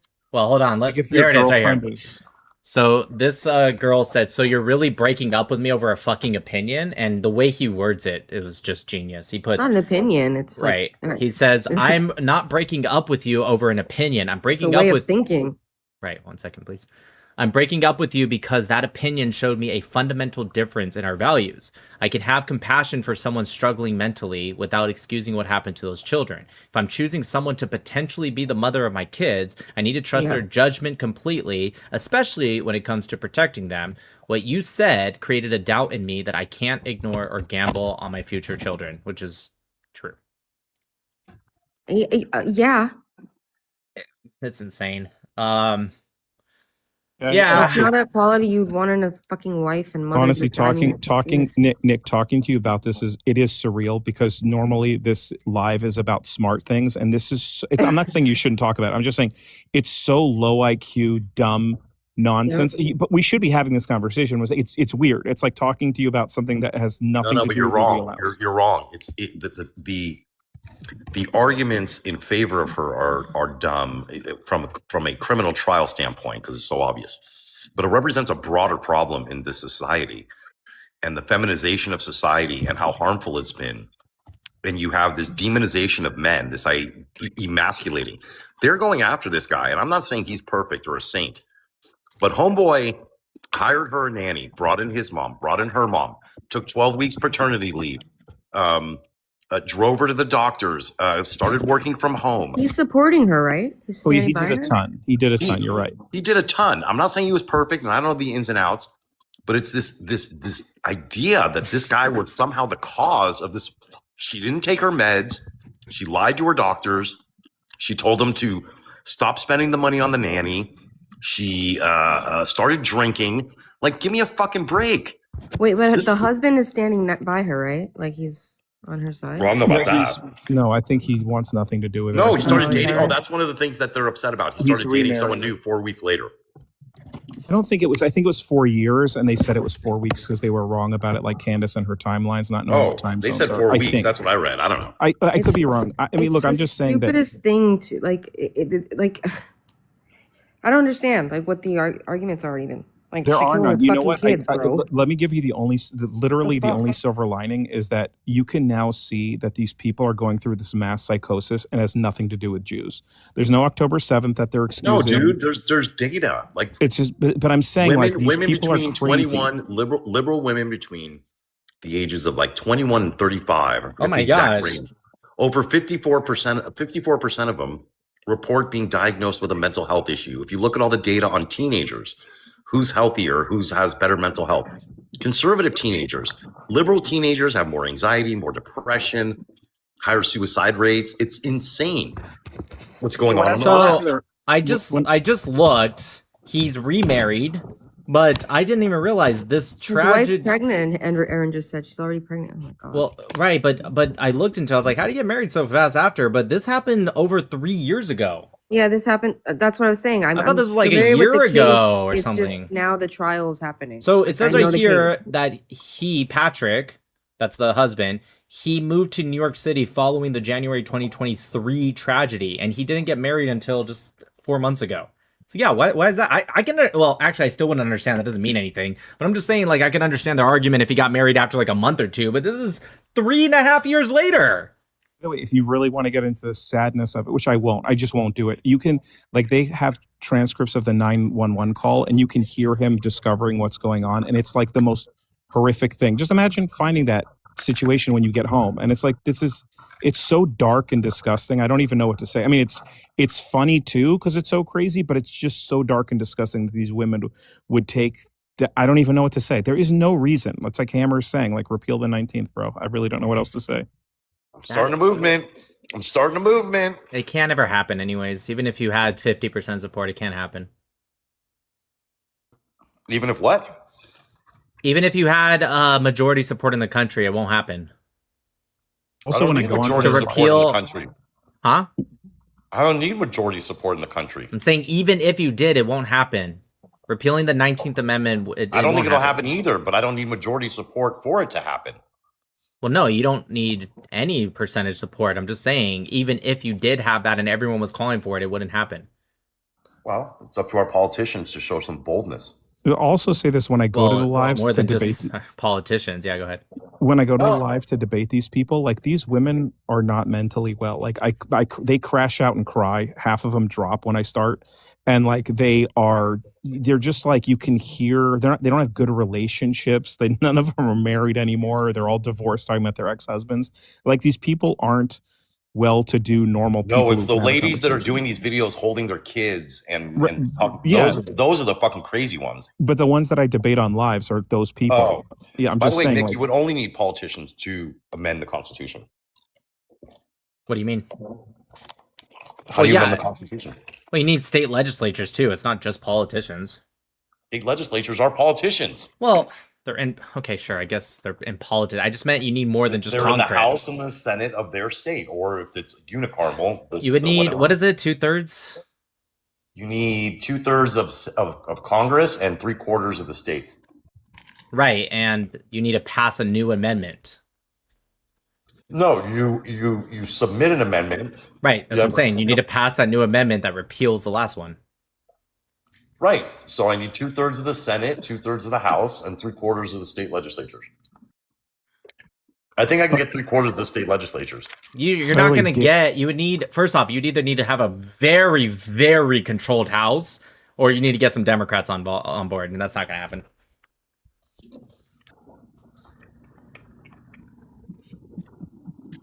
Don't doubt me. All right. Anyways.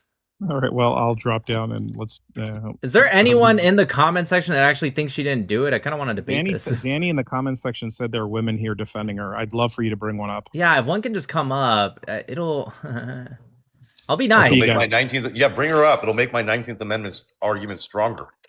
I'll have to drop you if I bring them up because you'll just crash out on them. I'm eating. Gerard says I could play Candace Owens. Wait, is this Gerard? Like my homie Gerard? Yeah, hey, what's up?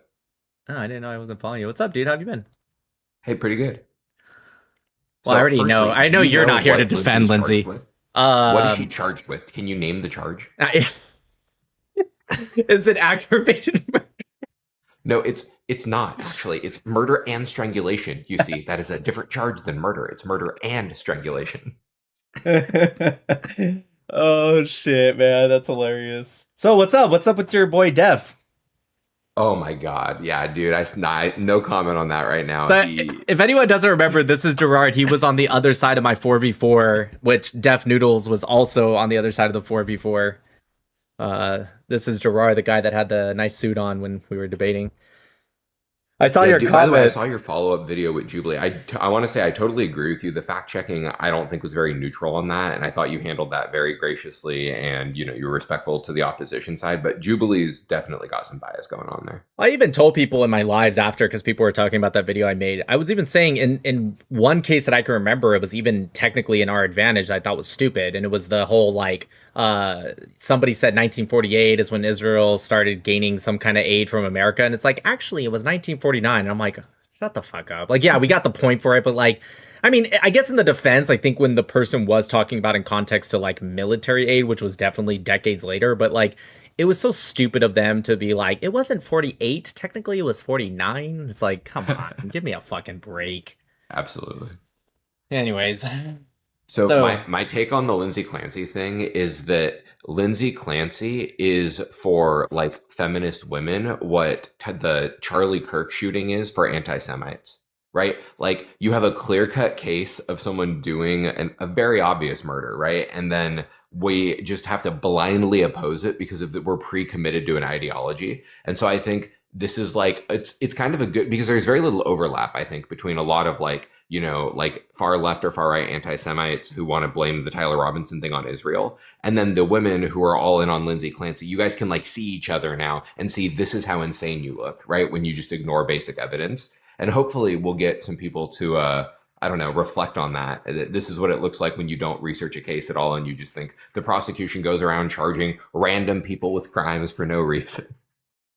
Yeah, no, for sure. I think what I'm going to do, probably on the lies, is I did watch a lot of the preliminary, but they were like, each day was like 5-6 hour videos. I didn't watch all of it. I think I actually want to watch all of it because ever since I did a few lives ago, I did a debate with someone who he wasn't full on Candace by any means, but he kind of was isk that a little bit. And I debated him. By the end, he did say, okay, you did convince me that maybe this isn't as, this is actually more clear cut, the narrative, if you will. But since I did that, there's other people that want to debate me on it, and Modern Day Debates reached out to me to debate a guy he's like Candace, but he's a lot more just like Israel. He wants to debate me specifically on Israel's involvement with Charlie Kirk's murder, which I was like, it's going to be a boring debate because that's nothing you can actually prove. So all you're going to do is you're going to like make statements on why you think certain things are weird, or he was mad at this one Jew who was a donor, blah, blah, blah. But sure, I'll debate it. But I feel like if I start debating this topic more, I need to be like very, very like clear cut. Like I started to watch day 2 again today, and I already found things that a lot of people aren't talking about. I didn't even know that one of the officers specifically came out and said that they actually saw Tyler Robinson leaving after midnight with his car, and they took down a partial plate and they ran it, and it sure enough matched Tyler Robinson. So yeah, I think I want to watch all the preliminary. Right. Well, and especially because here's what always gets me on the Tyler Robinson one. In order for it to be like Israel or not Tyler, the sheer number of people that would have to be in on this conspiracy is astronomical. And it's not just feds. I could get behind a conspiracy that it's like, 30 feds just came in and did this. But it's also local, like Utah sheriffs for that county, right? Like random government employees who have never seen or talked to a fed have to all be in on it. The local prosecutors that are prosecuting it at the state level have to be all in on it. It requires an insane amount of people across every level for no benefit, right? If I'm a local prosecutor in Utah and Israel does kill this guy, why would? Sorry, what? Don't forget the defense attorney has to be in on it too. Right, because and also Tyler Robinson's parents are in on it. Like a lot of people have to be in on it, right? There's just no motivation. Why would I, as a local prosecutor, give a shit to cover for Israel on this? It doesn't make sense. Also, if all these people were in on it, let's say you convinced me of that, why wouldn't they just take Tyler Robinson out, right? Like suicide him, and he has like a note that says, yeah, I did it, and I just didn't want to go to jail. I don't know, whatever. Like, why? It's like, if these people are really world-class assassins, French legionnaires / Mossad / CIA / everyone, like, they did it in the dumbest way possible. Like, let's do it in a way that, can have internet sleuths really like debunk us and expose us. He wouldn't have been, dude. The guy wouldn't have made it alive an hour after he did it. He would have been disappeared. He would have been disappeared. No one would ever find him. This is the Mossad we're talking about here. Right. The other argument I always hear too from a lot of people who are conspiracy on this is they or they're like, well, how did Tyler get in there? How could he get through security? Because they forget Charlie Kirk was a fucking podcaster. He's not the president. Like, there's not the Secret Service that is guarding Charlie Kirk, like, to the extent that the Secret Service does. So when people say, how could he have got up on a roof? Yeah, because it's a school. You can go on roofs on schools when the president's not there. There's also that one dude, even with the president, who's that one guy that almost killed Trump, shot his ear? Crooks, yeah. Which, a little weird how we haven't heard more about that, but that's a different topic for a different day, I guess. But, like, he got on a roof. That was with the Secret Service. That's with the president, right? Charlie Kirk doesn't have special security. He's got, like, a couple guys he's hired. They're not, like, cops that he can just, like, tell people they can't go places. Oh, Conservative Kelly, yeah, you can come out. Conservative Kelly said Joe Kent came out and debunked Candace, saying, I never told Candace about those cell phones. I feel like it was a slip by Candace. She probably did get it from Kent, and he just was like, "Oh shit!" Like, cause he was still with the DHS, right? Yeah, he was still with them, so he can get in a lot of trouble. The Center for Counterterrorism. Yeah. No, he went on a podcast, a legal podcast, and they asked him about it. And not only did he say that he didn't know where she got that information from and was kind of floored by it, but he went on to say, well, I wouldn't think that was odd because a lot of these kids that live in this area have been on missions. They have a lot of foreign exchange students. You would see a lot of different cell phones on campuses. So he absolutely embarrassed Under the bus. Wait, when was this? I didn't even see it. Was this today? He's on that. Oh, I'll have to send it to you. He's on, I wrote it down because I couldn't copy it. I mean, I could send it to myself, but I couldn't like copy it and regenerate it. But he was on a podcast. It's like a lawyer that he's been going on. And so I was watching it and I was like, oh my. I mean, I already knew that, you know, he's probably. Kelly, can I ask you a question? Sure. It's Viva Barnes Law, Nick. Viva Barnes Law.local. How long has she been up here? I haven't. She just got up here.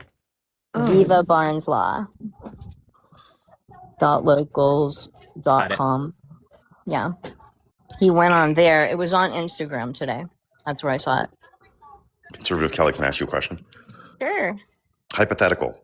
Yes. If it meant increasing the Republican Party's chances of winning elections, I mean significantly, would you give up your right to vote?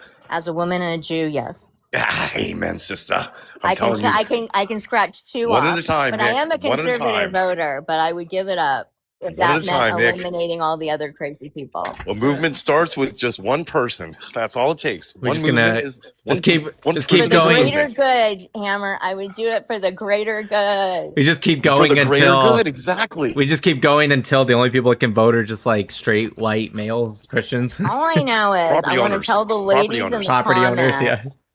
I want to tell the ladies in the comments who all feel sorry for her. Okay, I get it. But guess what? I raised 4 babies, 4 little girls while my husband was embedded in God only knows where. And I never once thought about unaliving my children over my pathetic life at that point.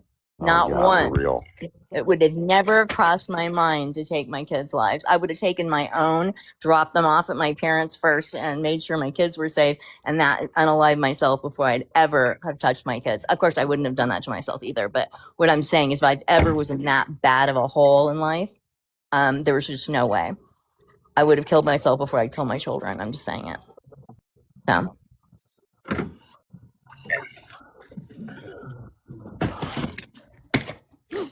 But Nick, so the hubby said if you're gonna debate, if you want to go over ballistics or anything with him, you know that's like his gig.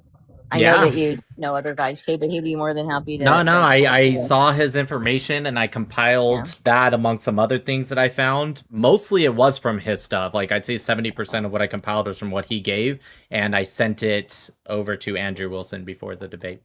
Oh, good, because I don't know if anybody knows this, but like. Springfield core locks, that's how they behave. That's how they're supposed to behave. Like, and then you're looking at velocity and, all that. Like, I don't think people understand. I don't even know why they're trying to debate this. Like, we know he took the shot. They're literally trying to get the death penalty case taken off, saying, okay, well, we're not contending that he wasn't on the campus. He didn't climb up there. He didn't have a perch. He didn't lay down. He didn't take the shot. They're just saying he only shot one shot at one person so we didn't put other people in jeopardy. So I don't Well, even know what we're doing anymore. that's just because the Mossad got to them. Right? Like, do you seriously, like my husband said, because like he was a tier 1 operator for 20 years. Like he said, do you seriously think that a professional hit would be this stupid and sloppy? Are you serious? And they would have picked this mode to do it. Never. They would have never done it this way. Also, if they get to control the entire narrative, why would they put the narrative out of something that would be quote unquote impossible? Like, if they get to say whatever they want to say because they control everyone, they control the evidence, they control every patsy, well, why wouldn't they just say it was something that was possible? It's nothing makes any sense. Like, seriously, you'd have to think everybody's morons and everybody was involved. Like, it doesn't make any sense, folks. But also, did you see? Not only that, if you just wanted to kill Charlie Kirk, there's about 1 million easier ways to do it than a sniper attack on right? a college campus. It's not like he lived in the White House. I mean, he did go out with his wife. They went to the park. I mean, like, he had a life. It would have been very easy. You could have had him crossing the street. A car runs him over. A car accident. And there's 1 million ways you could have done it. Absolutely. Oh, also, did you see? Hold on, breaking news. USA? Oh, breaking news. Oh shit. Andrew Wilson dropped the text message that he read that everyone's like, when are you going to drop that text message? You guys know what I'm talking about? Hold on, let me put it up on the screen. The one that Charlie thought that the leftist was going to kill him? Yes, that one. Remember how he read it on the... on the debate, if that's what he mean. Yeah, and Candace Owens like, when are you going to drop that text? And he said he would do it on his live. He did. So this was from 1 or 2 hours ago. I haven't even read it. I just saw it and I was like, oh, okay. So Andrew Wilson drops this photo on his stream of Charlie Kirk saying he was somewhat worried about the left trying to kill him. Dated September 9th, 2025. It says, yes, law enforcement well, hold on. First says, what's the lay of the land? Yes, law enforcement has been fully supportive and has agreed to security plan and posture. Tomorrow's events will be covered by both my team and Campus PD. If additional support is required, patrol units will be available. I have 11 on site. It looks like, I assume this would be Charlie. Okay, great. The heck does that say? Delicately remind them they are there for one person. It looks like definitely remind them. Probably. Definitely remind them they are there for one person, security only. I'm somewhat worried about the left trying to kill me. Just so you are aware, that was Charlie. The next person says, just so you are aware, I will be strict with allowing people in our bubble. I can't have distractions in there. As we spoke of earlier, we are here for one priority. And they said, I've got you. I'll do all in my power to make that extremely difficult. Well, there it is. Well, I was going to tell you, did you hear what they said on the TP USA, Charlie's podcast, that they were talking about Andrew Covette and everybody were talking about the fact that Candace reached out to them within days of Charlie, assassination and was really concerned with who was going to take over. And they thought at that time that she was referring to, because like Ben and other people were talking about finishing out his tour for him, right? And keeping the dialogue going in his memory, that they were afraid. That's what they thought at the time. They thought, does she think like Ben Shapiro's going to take over? That's not going to happen. They had no idea. I think she thought she was going to be crowned the queen of the ball. And this is all about Candace's narcissism. Can you imagine that alternate timeline where Candace Owens is running Turning Point? Oh, God, no. Stop it. That's why they threw her out to begin with. They threw her out. She was head of communications. And they threw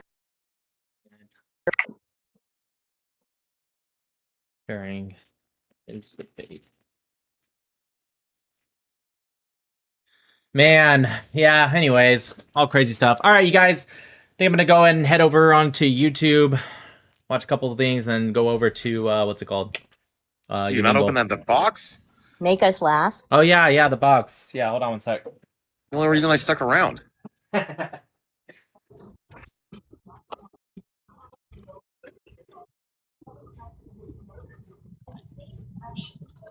If anybody wants anything from Charlie Brown's, we don't live very far. Just saying. We live out in the country, but We don't live that far. A pear blossom? Yeah, I don't live that far. I live in Antelope Acres. Jesus Christ. That's Yeah. way the hell out. Well, we're moving, so.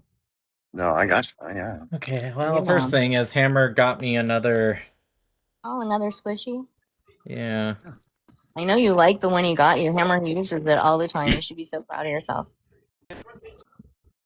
Why the fuck does this thing not open? Yeah, I he's love your obsessed with that t-shirt, big by the way, one. Nick. He likes that one. Yeah, he does. He plays with it all the time. I have to, Oh, you know? that's All the time.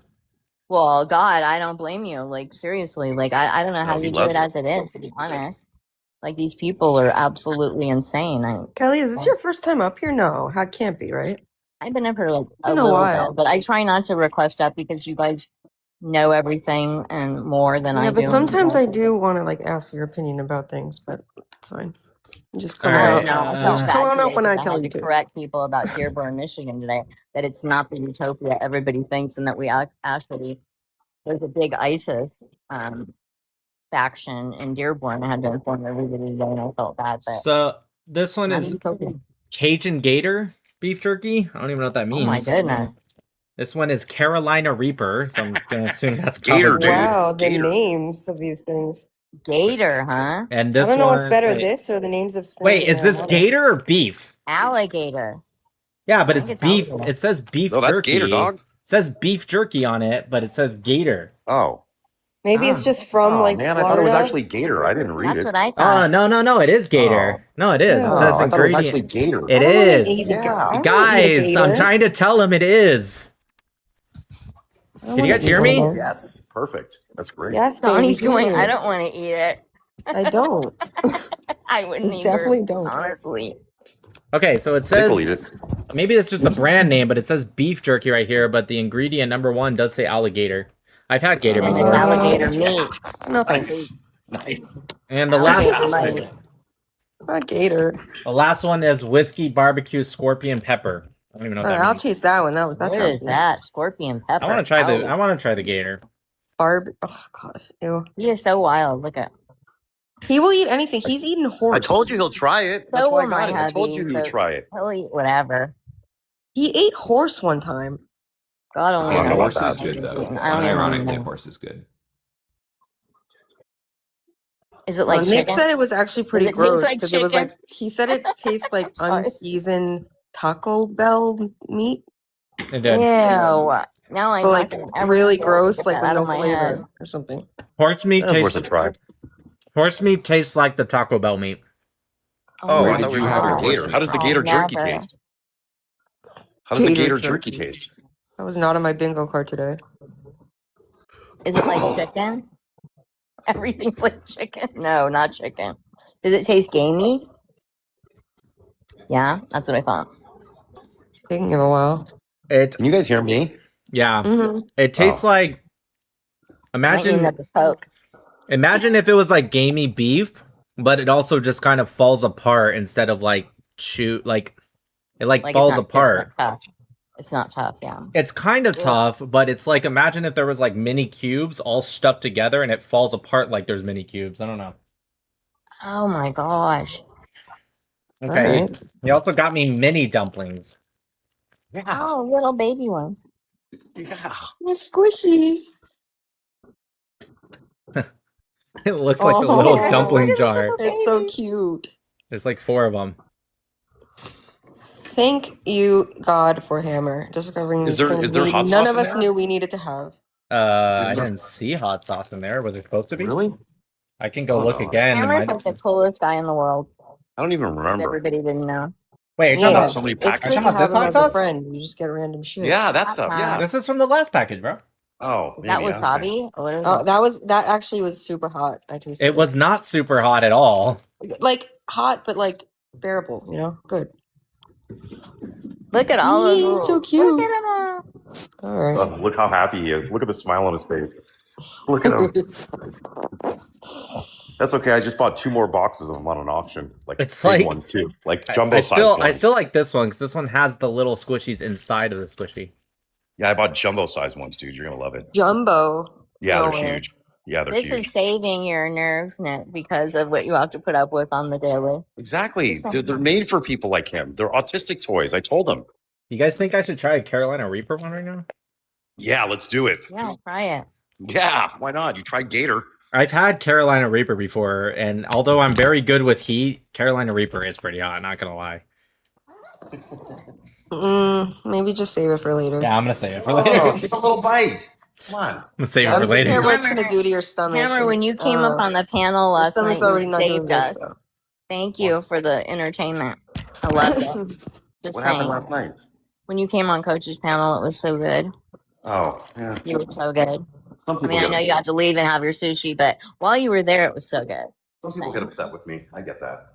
No, I loved it. That's Is it hot? It's just I'm gonna take like the littlest bite without touching it. I'm 'cause I don't wanna- extremely straightforward like you are, Hammer, so you're all good. Oh yeah. I finally got one. I finally got you a spicy one. I mean, it's the hottest pepper in the world. It's not Is it ghost actually. pepper? No, it's the Carolina Reaper. Oh my god. Oh, I thought ghost peppers were hotter. That's what I Definitely not. I will say I had Carolina Reaper once, like an Yeah, actual. don't rub your eyes, Ryan. Yeah, don't touch your eyes. Don't. Yeah. You guys, go wash your hands. I've been eating the hottest pepper since I was like a teenager. I got it. I will say I haven't had Carolina Reaper in at least 10 years. I remember it being hotter. It's hot. Don't get me wrong, I can feel it, but it's not as bad as I thought it would be. Well, you also took only a little bite. Maybe you didn't get like a spicy part. You're right. I bit the whole entire. Let me go wash my hands so I don't rub my eyes. I have to spicify all my husband's stuff. He likes stuff really spicy. Never a dull moment with a hammer.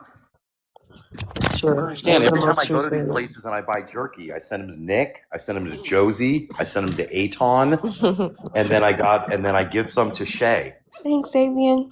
We'll have to send you something, Hammer, special. No, I'm cool. I like it. It's I enjoy it. I love gifting people. So that's Also, my hammer nature. packages are always like, what do we got here? Like, it's exciting because you never know what's coming. A hammer care package. I am intrigued. I just sent a big care package, first care package I'm sending to my daughter at college. It's awesome. Yay! Oh, she's gonna get the best package. Oh, it's like she doesn't have any spices. I sent her spices to cook You're with so and excited. sauces. I And sent she my needed a girls bunch the of same facial thing. stuff, so I bought her a whole line of Medicube stuff. Oh. Medicube, contact me. I'm ready. So the whole thing of Medicube for her, yeah, she's gonna get a huge package. That's adorable. All right, guys. All right, heading over to YouTube. See y'all later. And also, God bless the United States of America. See you guys on YouTube. Bye bye. Bye bye. See ya. Peace.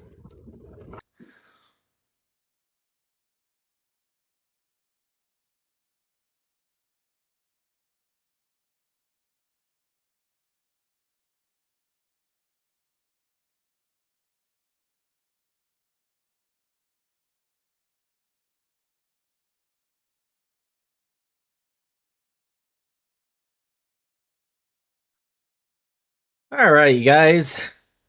Got some stains on your shirt? No, these aren't stains. I mean, technically, I guess it is.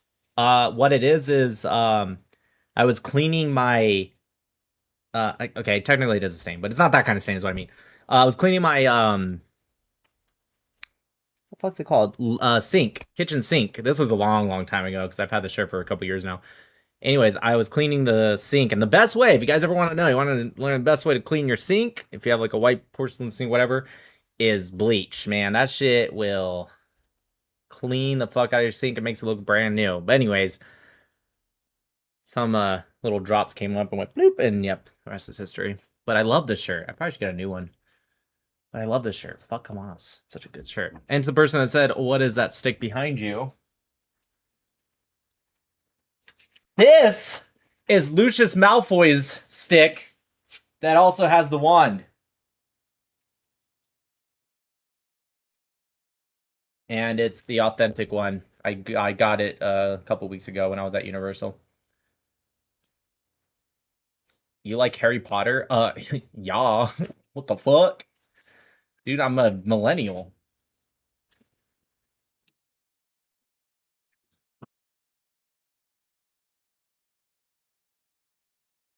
Yeah, I'm a Slytherin. You dare use my own spells against me, Potter? Nick is a nerd? Yeah, I am. It's true, I am, yeah. Not like a geek, but I am very nerdy. The books were fine, the movies meh. I think the movies were actually pretty good for the thought of making such a complicated book series into movies. I think the movies did a fine job. I'm not one of those toxic fans. I like Star Wars, I like Harry Potter, and I think nerd fans are the most toxic people in the world. You know, I hated the movies because Peeves wasn't in it. It's like, okay, like don't get me wrong, would I like to see that too? Yeah, sure, but like, I don't think it was terrible. I do think the person that said the movie based on the last book was garbage. Yeah, I think they could have done a lot better of a job with the last movie. It was cool. It was visually pleasing for the most part, seeing the final battle, but I think there could have been it could have been better. I'm Hufflepuff? I didn't even know there was Hufflepuff people. Favorite Harry Potter movie? Ooh. That's a tough one. I think when I first saw the Harry Potter movies, like as a kid, I want to say I did really enjoy Prisoner of Azkaban. But I think as an adult, my favorite one probably Half-Blood Prince. I think. Like, the problem with number 5 is it wasn't bad, and the scene between Dumbledore and Voldemort was fucking badass, and it was visually good, but like, it's the biggest book, and I think it was the shortest movie, and it's like, they could have done a lot with that. But Alan Rickman was my favorite out of all the actors. I'm specifically speaking about the actors, right? And he's just so good in Half-Blood Prince. Like, he really, even in the last one with the pensieve and all that, like, gosh, that actor, he was a hell of an actor, man. It's insane how good of an actor he was. But Prisoner of Azkaban, I'm a big fan of Sirius Black. In the books, when I read the books, Sirius Black was one of my favorites. I want to say my favorite book, maybe a tie between Order of the Phoenix and Prisoner of Azkaban. I will say Order of the Phoenix was big because when you read that Sirius Black dies, it's like, whoa, that really got me. Yeah, Gary Oldman can't miss either. That's true. Gary Oldman, probably also why they're some of my favorite. Snape in the book is much more of a fucking asshole, though. They definitely watered him down a little bit in the movies. Favorite professor? Book or movie? Movie still, I mean, I just really like Snape. Book? Okay, for everyone asking Harry Potter, Lord of the Rings, obviously it's Harry Potter. Okay, Lord of the Rings is great, but like, come on. Come on.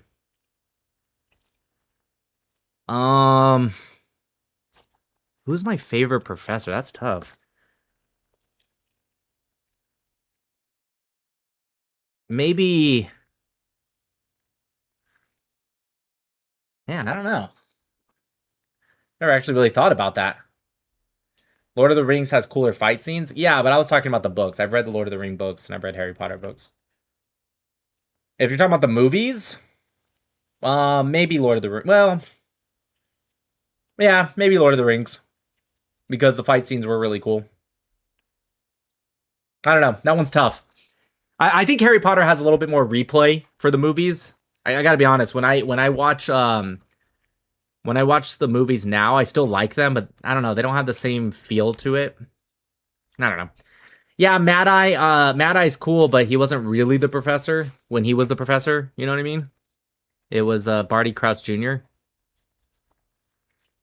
Why are we talking about this?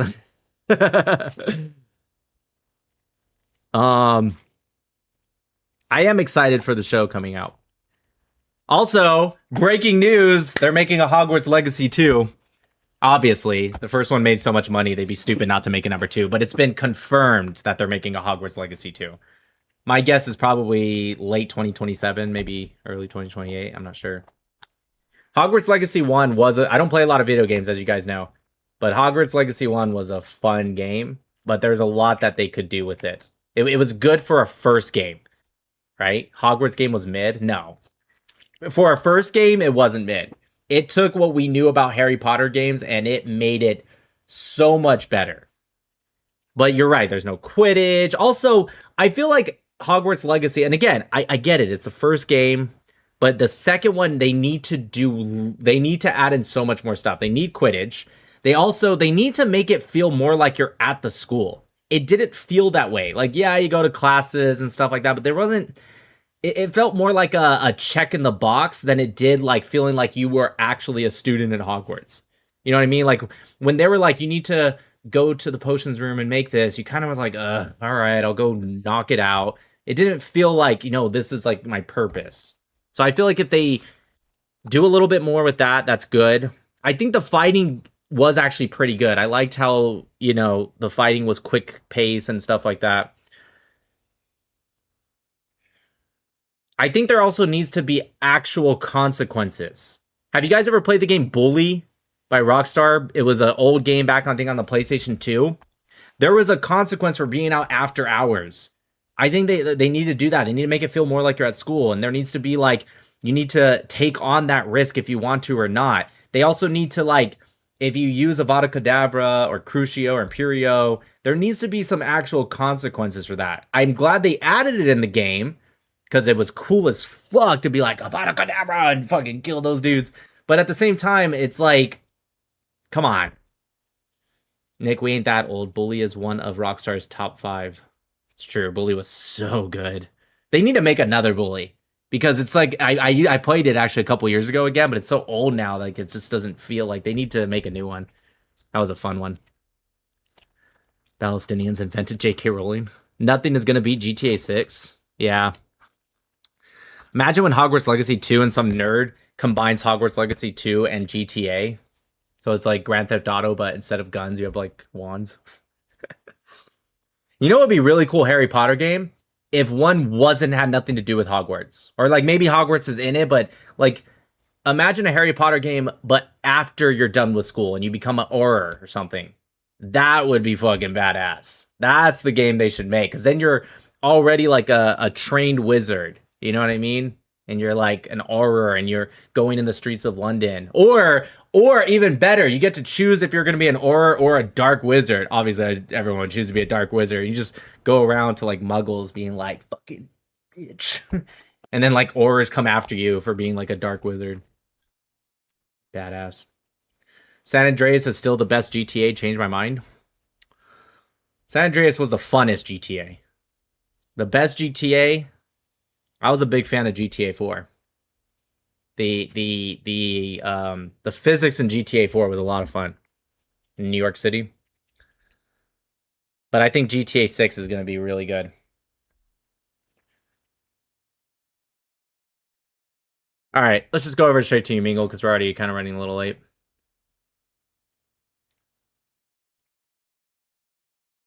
It's Omegle time, everyone! You know what that means? Arabs hanging out in a car. Nothing but Arabs hanging out in a car. Screaming and yelling while hanging out in a car. Absolutely no women, just 3 bros hanging out in a car. 1, 2, 3 Arabs hanging out in a car. Come on, everyone, sing along. From the west to the east to the north to the south. From the river to the sea. All we see is Arabs hanging out in a car. Nothing but Arabs hanging out in a car. We click next. And what do you see? No women, absolutely no women, just bros in a car. Screaming and yelling while hanging out in a car. 1, 2, 3 Arabs hanging out in a car. Omegle time! Omegle time!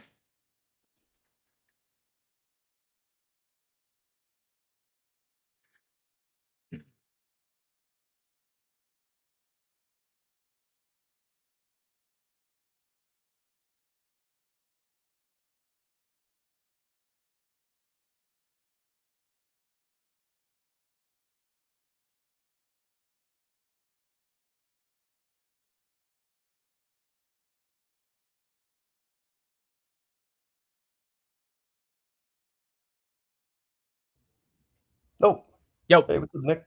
Howdy. I'll let you do what you're doing, but good to see you. Thanks, man. Appreciate it. Bye. Bye. Oh, my leg. Hello. Hello. You okay? What do you debate? Theology. Theology. Are you an atheist? No. Are you Christian? Maybe it'd just be better to ask you, what are you? I'm a pagan. Pagan. Which kind of pagan? I mostly use, I guess, the titles of like the Hellenics, the Greeks and stuff.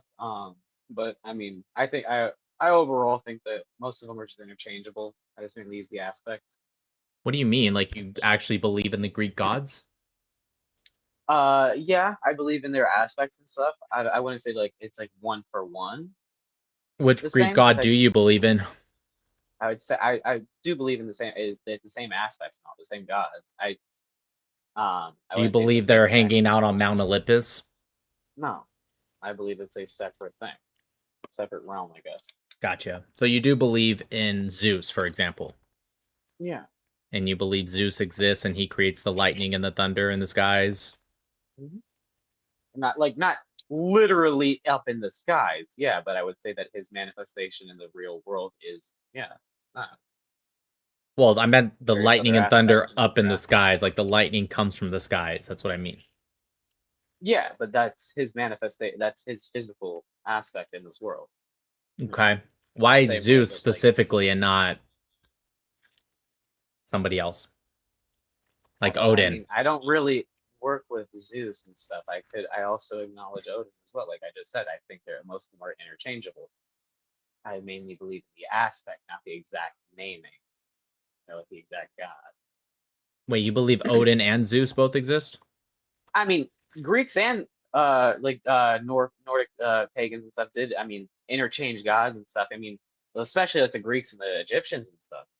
I don't You think had like Hermanubis and stuff like that, like combined gods. I mean, also the Greeks worshipped Egyptian gods, Egyptians worshipped Greek gods, Greeks worship other, like it was very interchangeable even back then.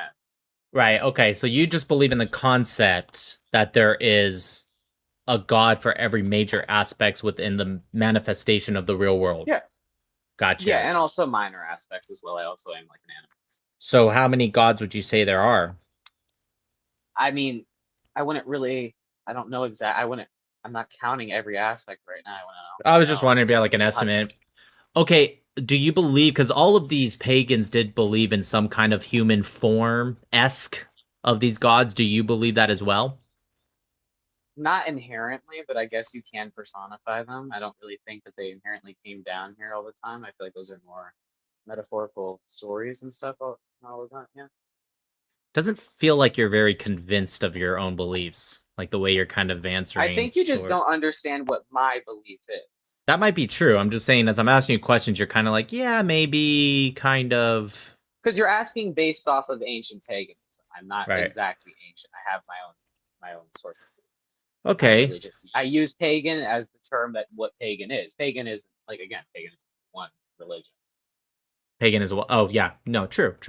Okay, so do you have like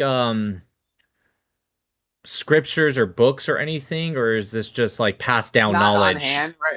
Not on hand right now. I do research a lot online. I have gone out and read like books at like libraries and stuff as well. Are these books from the gods, or are these books telling you what they believed back in the day? It's ancient stories as well. It's like ancient texts and stuff like that. I mean, I don't believe it as like a biblical thing like the Bible. No. I feel like more of my belief is more of a personal thing.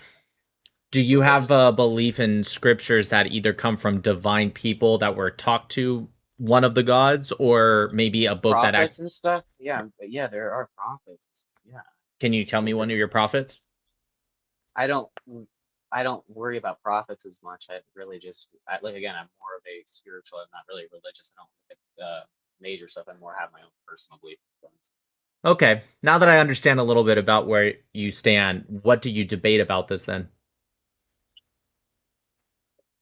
Mainly, I was just debating Christians and stuff from, I guess, an atheist perspective. But Oh, okay. most of the time, people don't. Most of the time, people don't debate against my beliefs because Fair enough. most of the time I bring it up, they skip me because they don't have a rebuttal against it. You know? No, fair enough. Okay, what do you debate against Christianity? I mainly just don't agree. I don't think if theism is a thing, I don't think that monotheism really works plausibly, especially with like I know the Bible does not state that God is only good and only does good, but a lot of Christians state that. And I think that that's just not what the Bible says. It's just not plausible. Well, why Chris? If you're debating against monotheism, why don't you debate against Judaism or Islam? Why Christianity specifically? No, I do. No, I do. Oh, gotcha. No, I do. It's just that's the main one that's there. Fair And enough. I do know a lot more, and I used to be Christian. That's why I say I'm being to do that because I know more about Christianity. I do debate Jew. I mean, there's not really a lot of Jews that I do debate. There's not a lot Sure. on there. Yeah, there's not a lot of Jews. I'm not Jewish, but I agree with you. There's not a lot of Jews. So with Christianity, does if good does exist, and let's say God, the monotheistic God of Abraham, does exist hypothetically, is something good because God does it, or does God do it because it's good in your opinion?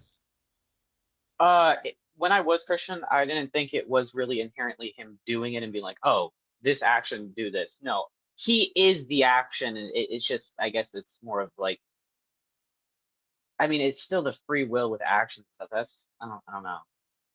So what does God do that's not good, and how can we as human beings comprehend something if it's good or bad? Can you rephrase that? Sorry. Well, where I'm coming from is like as a kid, for example, my father would do stuff that I didn't like, that I would feel was bad. However, now that I'm older and I have a more developed brain, I can understand it was still for good. Now, that was just between me as a child to my father, which was only a couple decades or 3 decades above me. Yeah. Now we have to comprehend from human being to the level of God, whether it's this God or that God. So when he does something that you, I assume, say is not good, how do you know it's not good? Yeah, exactly. But also like say like besides like but with like say like a animal in the woods that's just dying a painful, gruesome death for no apparent reason, doesn't add anything to any story, I guess, in the greater scheme of things. Like what? And all it really does is feed nature. I mean, what is the use of that useless pain? Are you talking about like when it gets eaten, like the food chain? Or just say like, I don't know, a branch falls on it, breaks its leg or something, or it gets Why do you assume that's God? Because God is the Abrahamic God is infinite. He's supposed to be all. Well, yeah, That true, would be but God doesn't do every single action, right? God has But created he's a also omnipresent. He's also omnipresent. He's Of also course. all powerful. He's Of course, all but powerful and omnipresent. So why course. should that?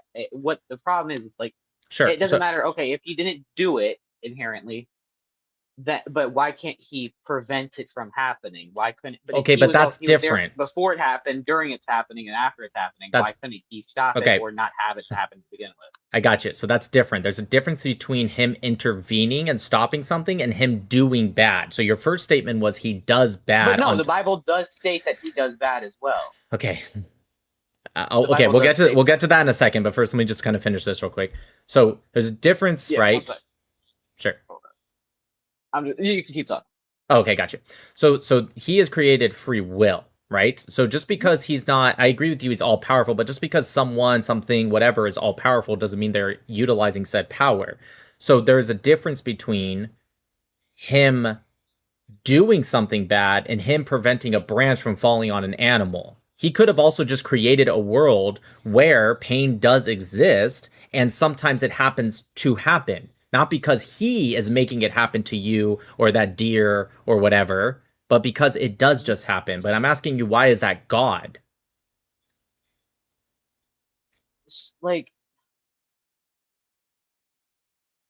wait, sorry. Can you ask the question again? Sorry, I was. Sure. So he created a world where these things do exist, like pain, for example. But how do you know that that happening isn't just happening versus God himself making that happen, like a branch falling on a deer or something, for example? I'd say it is God making it happen because he is all. So just because he is all doesn't mean he intervenes with everything, because then there wouldn't be free will, right? If he intervened with Not in every that sense. single The decision. deer doesn't have free will. The tree doesn't have free will. Mhm. We're not talking. Humans is what has free will. The angel, Right. that's all free will. They're not in this equation though. Correct. But So that free does will is not in this equation. right. So anything So can there's no point happen by talking. human beings that could have a domino effect to that tree, and then that later. Okay, but like, hold okay, on, what just let I'm me saying is, finish. in this instance, humans and stuff are not like relevant to this instance. Yes, they are. This is a natural thing. They are though. That's something a human Okay, can then do. what that- about I'm trying to 400,000 years finish ago? more than a few. Okay. So as for 400,000 years ago, I don't know because we neither nor you or Not I could even 400,000. talk. Still hominins. Okay, okay. So what I'm saying to you is that God's ability to intervene doesn't mean he does intervene, regardless if we're talking about with humans or hold on, just with humans or trees or deers or cats or whatever the case might be. My question to you, because for you to, first off, I never even made the claim that God always does good, right? I just said, what is our comprehension of good? Maybe that deer dying is a good thing in the long run. I'm not saying it is. I'm saying we don't know. We can't comprehend that. That's really where the argument I was going with. But you're trying to turn it into God does intervene with everything, whether it's a branch falling now versus later. I'm saying that's not true. It is true via the Bible. I mean, he does he creates. I make well-being. I create calamity. That's not the same thing as intervening. He has created calamity just like he created life. That doesn't mean he intervenes with our life. That doesn't mean he intervenes with calamity. I'm asking you to prove that. Again, making useless pain that is not How do you know it's useless? Okay, with the whole deer analogy, sure. The only thing that is doing is feeding the certain animals that are going to eat it, feeding detritivores, feeding the soil. That is the only thing it's ever going to do. Okay, I disagree, but keep going. You can call that good, yes, but that is also the pain is not good though. There doesn't need to be the pain there. So why not, if you were God, hypothetically, would you just make it to where nobody ever dies or feels pain, including animals? No. Yeah. Why not? Wait, what? I asked you, would you make a world where nobody dies, nobody feels pain, animals or human beings? Okay, you don't see a problem with that? I don't say no, not death, but pain. Yes. Well, why would you create death? That creates pain. Like if you were my, let's say, in an emotional sense, death doesn't have to be a physical pain thing. Well, what I'm saying is like, let's say you're, and also as an all-powerful God, you can make a world that has free will. I know that you has can't. Death that does not have pain. You can do that. That's what is God powerful. So okay, but that might lead to a different. Have you ever heard of the butterfly effect? Okay, but I'm asking you, have you ever heard of the? Is beyond logic. All powerful is beyond logic. You don't have to. I got abide it. by paradox. I got it. I'm asking you, do you know what the butterfly effect is? Yes, I understand what the butterfly. Okay, so if you created a death that had no pain, how would you know the consequences of that? How do you know that would be better or even neutral? Because I'm an omnipresent God that's from the beginning into the end, so I know everything. Right. So that's how I know. Exactly. Perfect. So if you know everything, how do you? Also, why can would I make an finish? imperfect world. If I'm also all-knowing, why would I make an imperfect world? I'm trying to get there. So if you just said because I'm omnipresent, so I'm going to know everything exactly. So how do you know that God did not determine that a life with no pain actually led to a detriment later? How do you know as a human being that this isn't for a good thing, that there is pain? Maybe pain is a good thing. It can also be for a bad thing. It could you're right, it could be. But your claim is an absolute. Right, I got it. You are infinity, you are making both. I got it. Let me just finish the question. So just like you said, repeating the same shit. No, you just said something new. I'm trying to respond to it. So just like you said, it could be also bad. You're right, but your claim requires an absolute. So just like how you said it could be, you have now just conceded your argument because we don't know which one. It could. He is both. Right? Infinity is both. Great. So he created entropy, correct? Yes. He right. created every aspect in the monotheist, yes. Right. So he created entropy. The rest would not be up to him. He pushed the first domino of a world that has entropy in it. The He is world will also play all out. and does all, He knows all, doesn't is all powerful, and intervene. is He doesn't intervene. That's the point. I'm not even Christian, by the way. I'm arguing simply because your logic is not making sense. your logic's not making sense. Of course bro. it is. You already You also admitted have to a it. fucking I'm not even debating with you. You have a I know. columnist state, He's here. He comes running. Yep. Oh That's my God, there's so many people. You support Israel? Shalom. Hello. Yes, I do. Fuck Hamas. That's true. My shirt does say that. What's going on here? You guys are just hanging out? Yeah. Who's the guy on the top right? It's my buddy. Dope. Yep. So do you guys support Israel? Do you guys all hate Israel? Or do you guys not talk about it? Who wants to open up the can of worms? Why is everyone so silent? Skip this.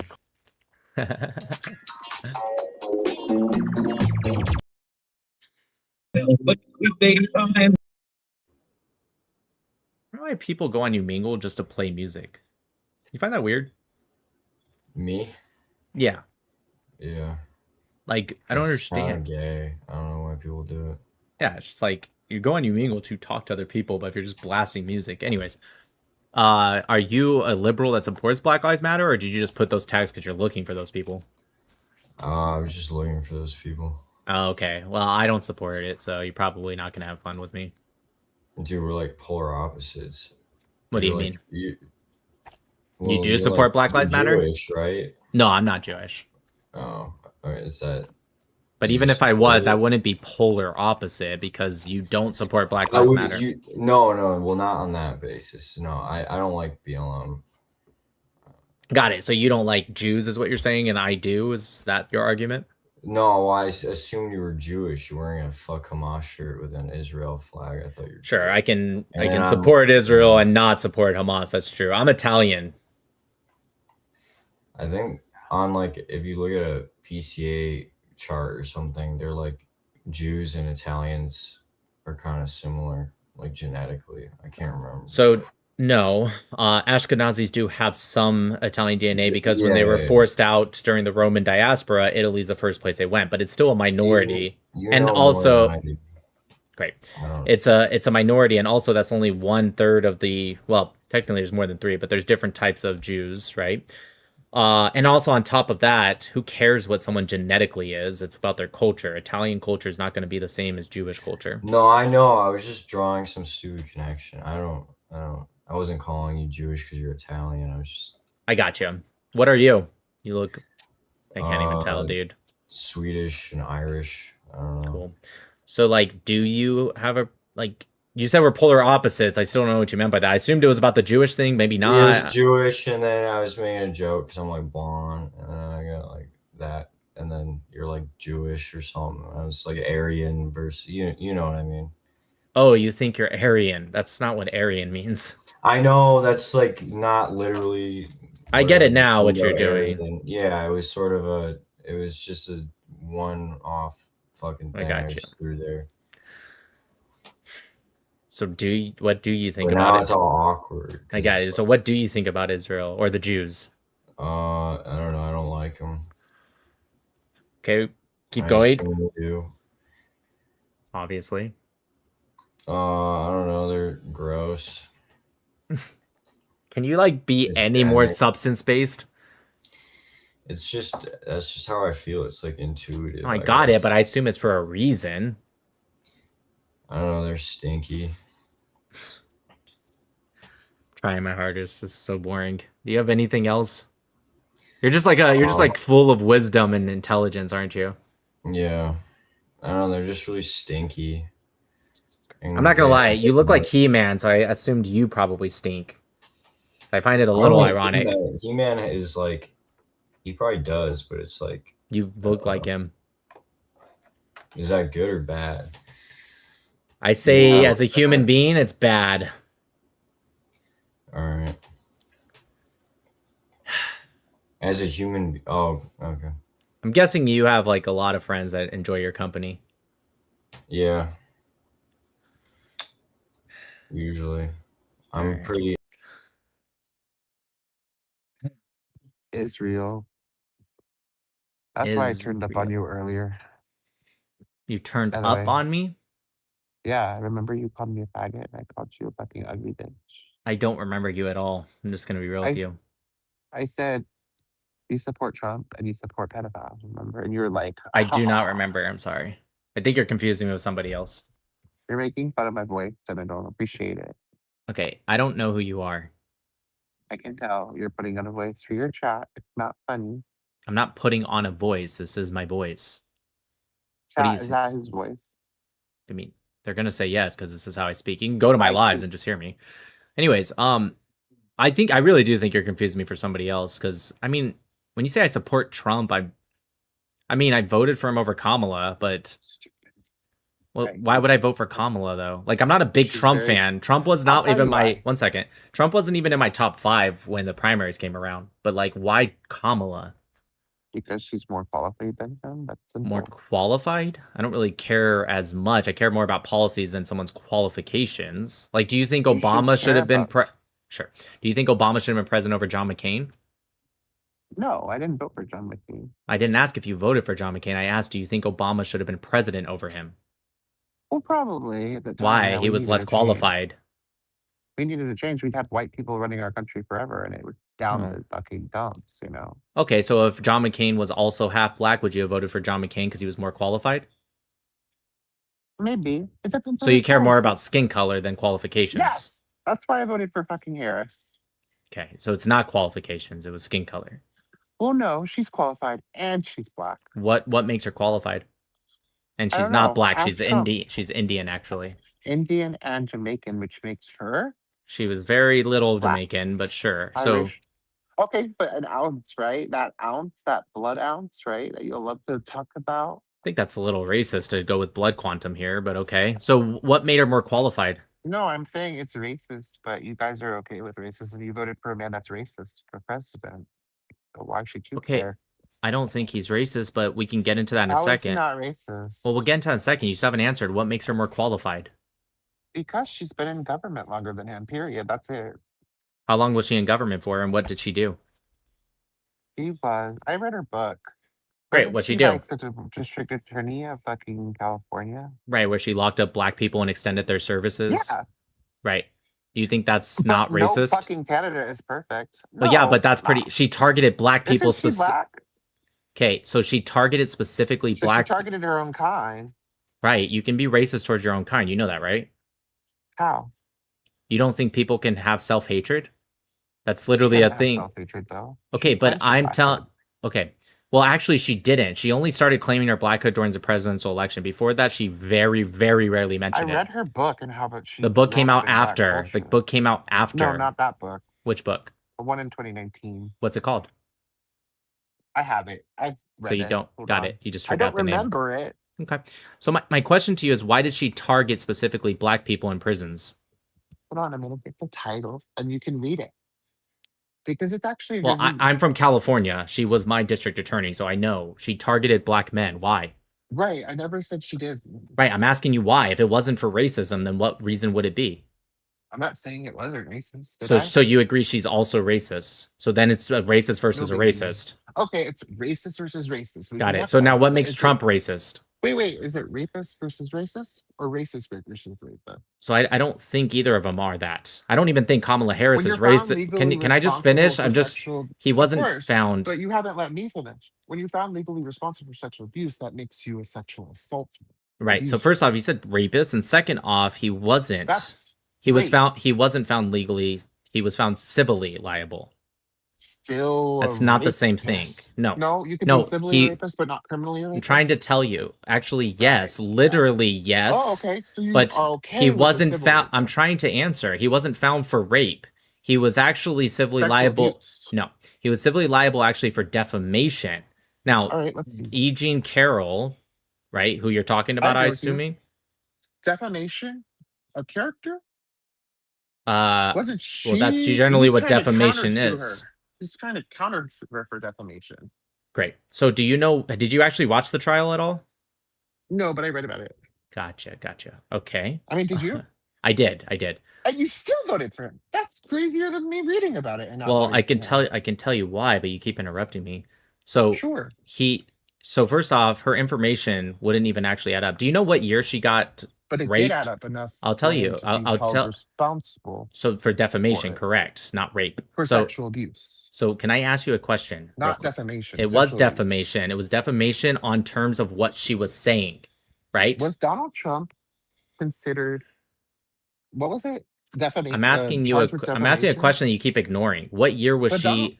You keep ignoring this because you're like 2006? scared to answer it. What year did he 1996? sexually abuse her? 1996? No, In the 90s, right? that's incorrect. When was it? We don't know. You Just- know why? we don't Because know? E. Jean Carroll couldn't remember. Wait, if she can't yeah, it's. Yep, I know you're being obtuse. I'm not. She couldn't remember. Wait, so if somebody. She's can't also the remember when they same were woman. raped, does that make them not raped? So I'm asking you a question to see how much knowledge you read about it because you said you read it. So I can already tell I you're did read lying. about it. So also, did you read when she said rape is sexy? When? Tell me that. Yeah, she came out and said that Wait, rape you can't was. say rape is sexy, but still. You be think that's a raped. normal Like, thing to you're- say? But You think that's a your normal straw man thing to argument say? doesn't- It's not a straw Is it a man. normal That's not thing what to straw say? man No, means. It is a straw man. It is. That's not what a straw man because, is. well, do you agree or not? I'm not agree that you attacking can any say of your rape is art. sexy I'm and not still be attacking raped? any of your arguments, so Wait, it can't 'cause be a people have straw rape man. Fantasies. People have rape fantasies, but Mhm. that doesn't make that him raping her fantasy. Correct? Well, Yes do or you no? do you think he? What do you think rape is? Just out of curiosity. It's non-consensual sexual contact, whether Sexual it be with your contact? penis, whether it be with your penis, or whether it be with your fingers. You're So inserting if I yourself slapped into your something ass, is that rape? non-consensual. No, it's assault Okay. because we all have an ass. We don't all have pussies that we go around raping like Donald Trump. Well, I would say he didn't, but nonetheless, He did though. He let me inserted ask his you. fucking fingers What? in her without her Gotcha. consent. But you're telling. But she couldn't remember any telling of me the. that's not true. Yeah, it's called blocking out trauma. Do you not understand how rape works for a lot of victims? Right, you don't because Gotcha. you voted for a rapist. You don't Right. care. So You so can how does that? understand, but you just don't care. Right. There's no deal breaker. Yeah, I gotcha. So why does that You mean? agree, right? There's no deal breaker. At least admit that. There's no deal breaker when it comes I'm to not rape. sure what you mean. There's no deal breaker. What do you mean by that? Well, bigotry wasn't a deal breaker. The raping women was I would probably a deal be breaker. against rape. The He difference. raped her. I gotcha. So when somebody doesn't remember any of the case whatsoever, she doesn't remember any of the details, Then how right? was he was found responsible? So he wasn't found responsible for that. The Let's see. responsibility. Okay. Let's see. You I just agree have to with go you. watch Let's the see. trial. I'll agree with you. I've watched clips. I'll tell If you that. watch it, the reason it came Was Donald up. Trump found just- legally responsible for so it's- sexual abuse? It's gonna read AI right now. No, Anyways, I'm gonna so find it about like your source. Pick it. just go Fox actually watch News, the what? trial. They were AP News, specifically great. Just See a Law. What would I'm you like me trying. to I'm look at? trying to answer you, but you keep interrupting me Okay. because you're scared to hear the answer. That sucks, So doesn't what they it? were, right?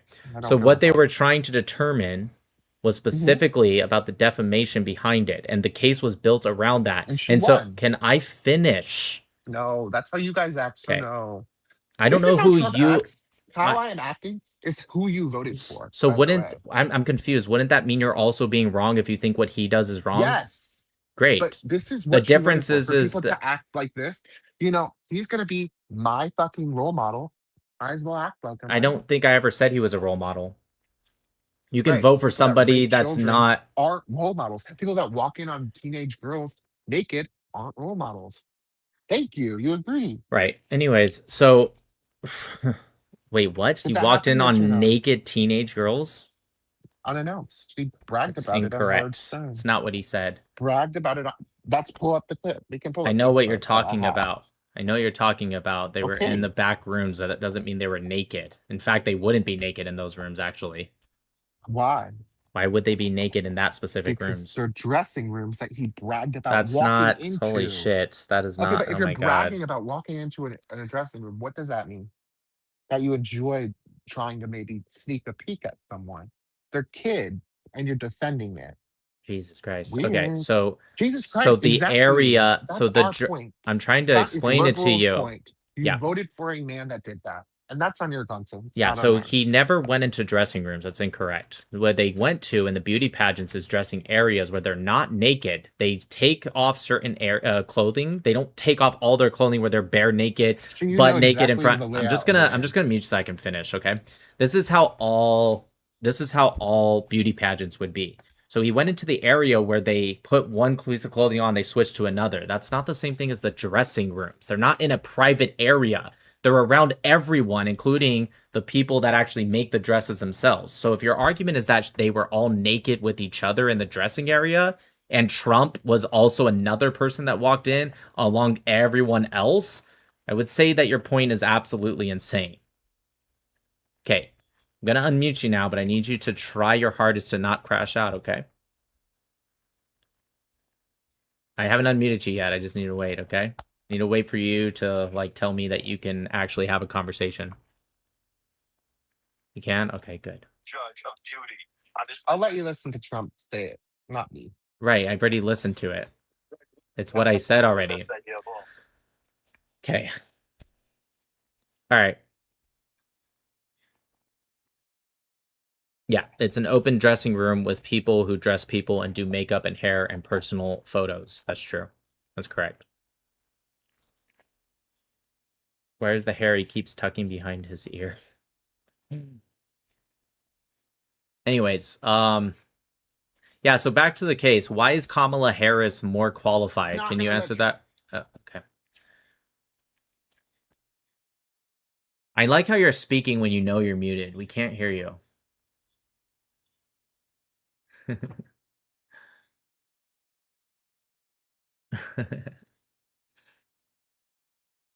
It's like, do you not understand you're muted? Like, you can speak until... Yeah, it doesn't work. I don't know what you're saying. I have no idea.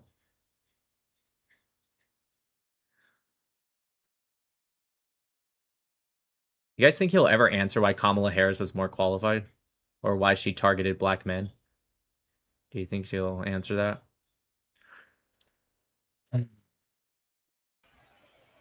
Hey. Hello. Man, what the fuck is wrong with your wall? It's like, oh, I need attention. I care about politics. I'm so educated. What? What are you talking about? How does hanging flags imply that Yeah, I'm intelligent or not? Wait. Okay, wait. Sorry. Jesus fucking Christ. Why are you crashing out, dude? I'm just drunk. I'm sorry. What does that have to do with crashing out? I get drunk. I never crashed out. I do. Are you okay? No, I'm mentally ill and I'm drunk. I can And tell. like, Let me guess. you Liberal? Are you an Iranian Jew? Left wing? What?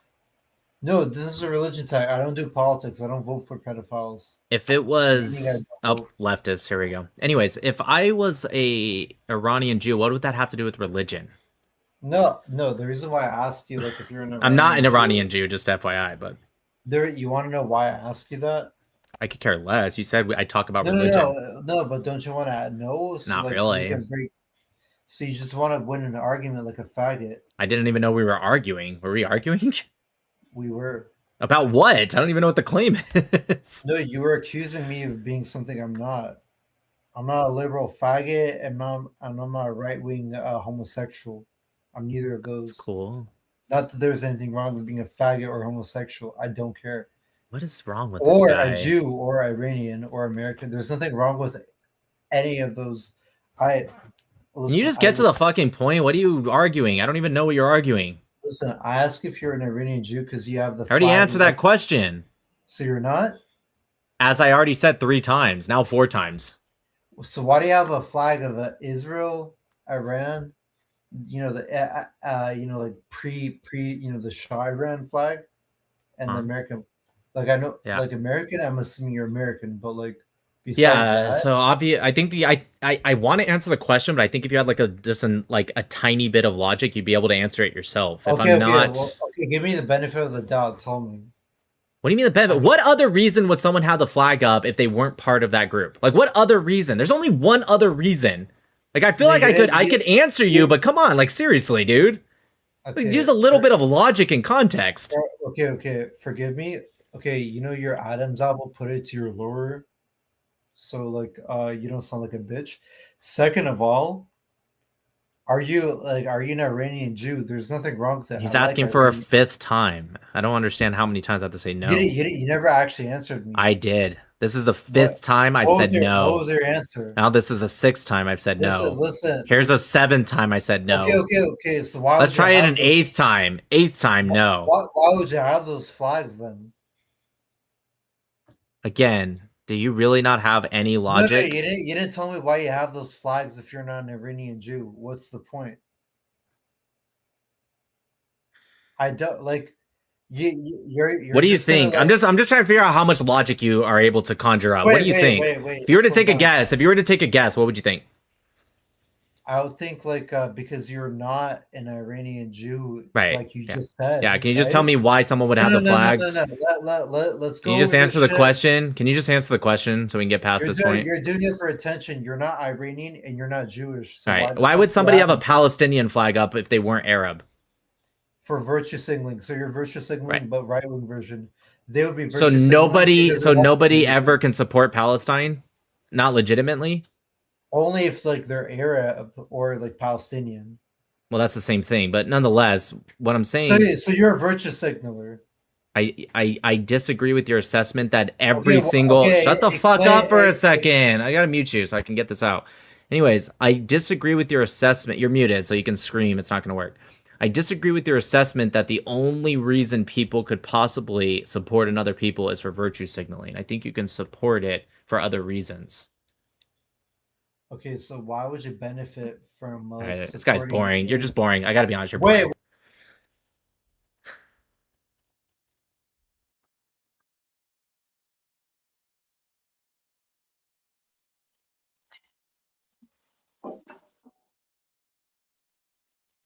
I know. Yeah. Bro, your internet's Wait, real fucked up, dude. I'm sorry. I gotta move on. I can't hear you. Wait. How old are you? What? How old are you? How old I am? Yes. You do 20? What? 20, 25? I'm asking you how old you are. Oh, what am I? I got Yes. 20, bro. You're 20. Got it. Okay, what's your question? You said wait. I love American. Mashallah. Wait, what? I'm Christian. Okay, mashallah. Mashallah. Oh my God. You're a fucking idiot, dude. Just go away. No, he's gonna skip. Go ahead, You're a skip. You always faggot. skip. You always skip. Just go. Just skip. book. Hello.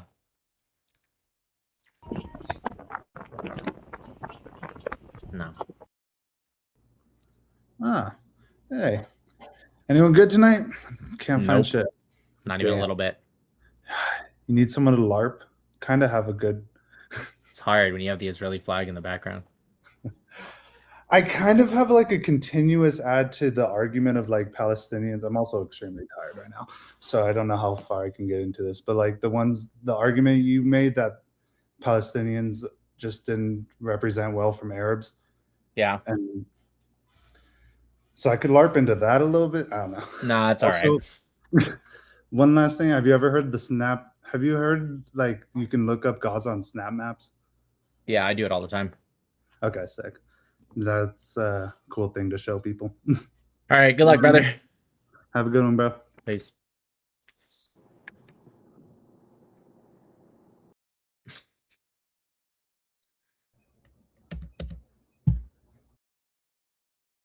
So you skip me. Hey, what's up, man? How you doing?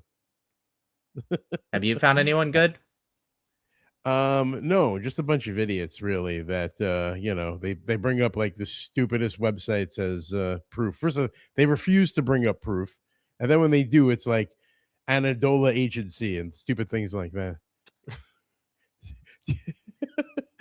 Or do you want me to give you a Saudi news site or Al Jazeera? Like, come on, guys. Yeah. Do you mind if I do a shout out for my channel? Everybody, please follow me, the Angry Zionist, and give a bunch of likes to Nick. We love you, Nick. Thanks, brother. When are you coming to Israel again? Hopefully sooner than later. All right. By the way, I heard you. I was on your TikTok earlier. You're talking about that case. All those women holding their babies and making those TikToks. CPS should go and check them all out, and then put them in mental institutions and get rid of their right to vote. I think it's insane. I didn't even know that was a thing when I heard people doing those videos. I'd lose my Crazy. mind. All right, man. I'm gonna let you go. Be All right, good. brother. God bless you. Peace. Peace.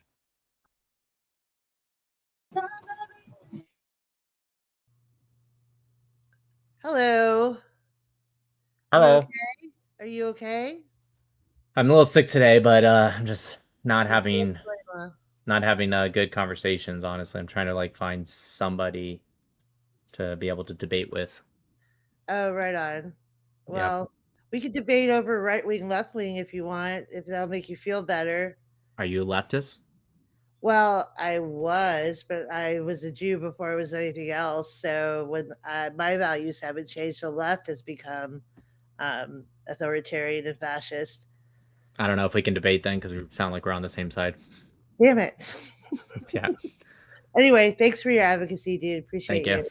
Peace. All right. Bye. We're foolish, Lema, okay? Feel better. Thank you. Get some rest. Get some rest. I will. Thanks. Hello.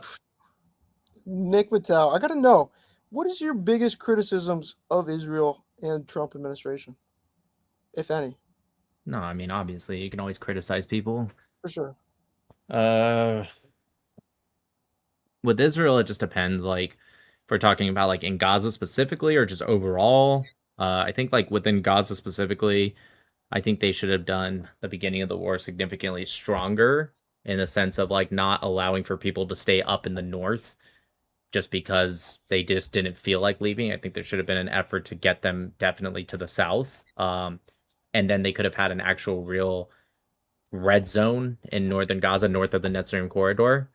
As for overall, Well, just quickly on that point, how would Israel have done that? yeah, you tell people and you work with NGOs and you say north of the Netzarim corridor, and you can even help them get south of the Netzarim corridor. You can even give escorts. You can work with NGOs, and you specifically say you will get south of this. Give them even a month. I think that's more than enough, but give them even a month. We're going to help you. We're going to work with the hospitals, all that stuff. If you're north of that at the end of this month, it's going to be shut off from all aid, all water. Everything's going to be shut off north of this corridor, right? NGOs are not going to be allowed there. Aid trucks are not going to go in there. They're all going to be in the Al-Mawasi zone, okay? And yeah, sure, some Hamas members would have found their way down south. They would have used tunnels to sneak in. It's not going to be a perfect system, but it certainly would have made it better. And then you can do all your operations in the south without worrying about ambushes, without worrying about who's a civilian and who isn't. And if there is civilians that stay up there, well, then they can die too. They can be treated as enemies. It's just, it is what it is, right? And, you know, instead, they end up having to do all these operations where they don't know who's a civilian and who isn't, and it just made it dangerous for the IDF, and it also made it dangerous for the Palestinians who aren't part of Hamas either, right? Because there's obviously going to be increases civilian casualties. That's how I would have done it. As for overall Israel, I think past Israel, my criticism of them is they gave up way too much land. I think it shows a certain sense of weakness in the Middle East, and it's led to more terrorism.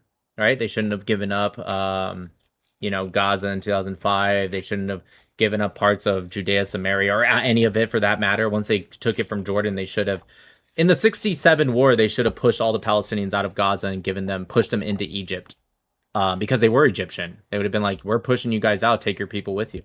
Same thing with the West Bank. Should have pushed them into Jordan, and they should have annexed the land. Instead, they thought we can trust these people to make peace with us, so we're going to give them some land. They're going to give us peace in return. But in reality, it just backfired, and it was the opposite. They took the land, and then they used it to create more terrorism. For today's Israel, my biggest criticism would be they need to figure out these, like, the settlers, quote unquote, that are actually truly just doing vigilantism. I'm not talking about those that are, like, defending themselves. I'm talking about those that just... They go into Palestinian neighborhoods and they just burn shit and burn olive trees and cars and whatnot. The reason I'm against that is because it doesn't get you any gain, and it just gives people an excuse to demonize Israel when in reality this makes up less than 1% of all the quote unquote settlers, if you will. I think Israel should be at the forefront of expanding the settlements and they should do it correctly in Area C. But I don't think that vigilantes should be at the forefront of it. How do you do it correctly in Zone C? Isn't it the UN say it's all illegal, or do you not care? I don't care about the UN, and also the UN has only released advisory opinions. They haven't released any legal, like, binding that has any teeth, because they know damn well they can't, because it's not illegal, it's disputed territory, because it was taken from Jordan. Jordan was the one that illegally annexed the West Bank in 1949, administratively in 1950.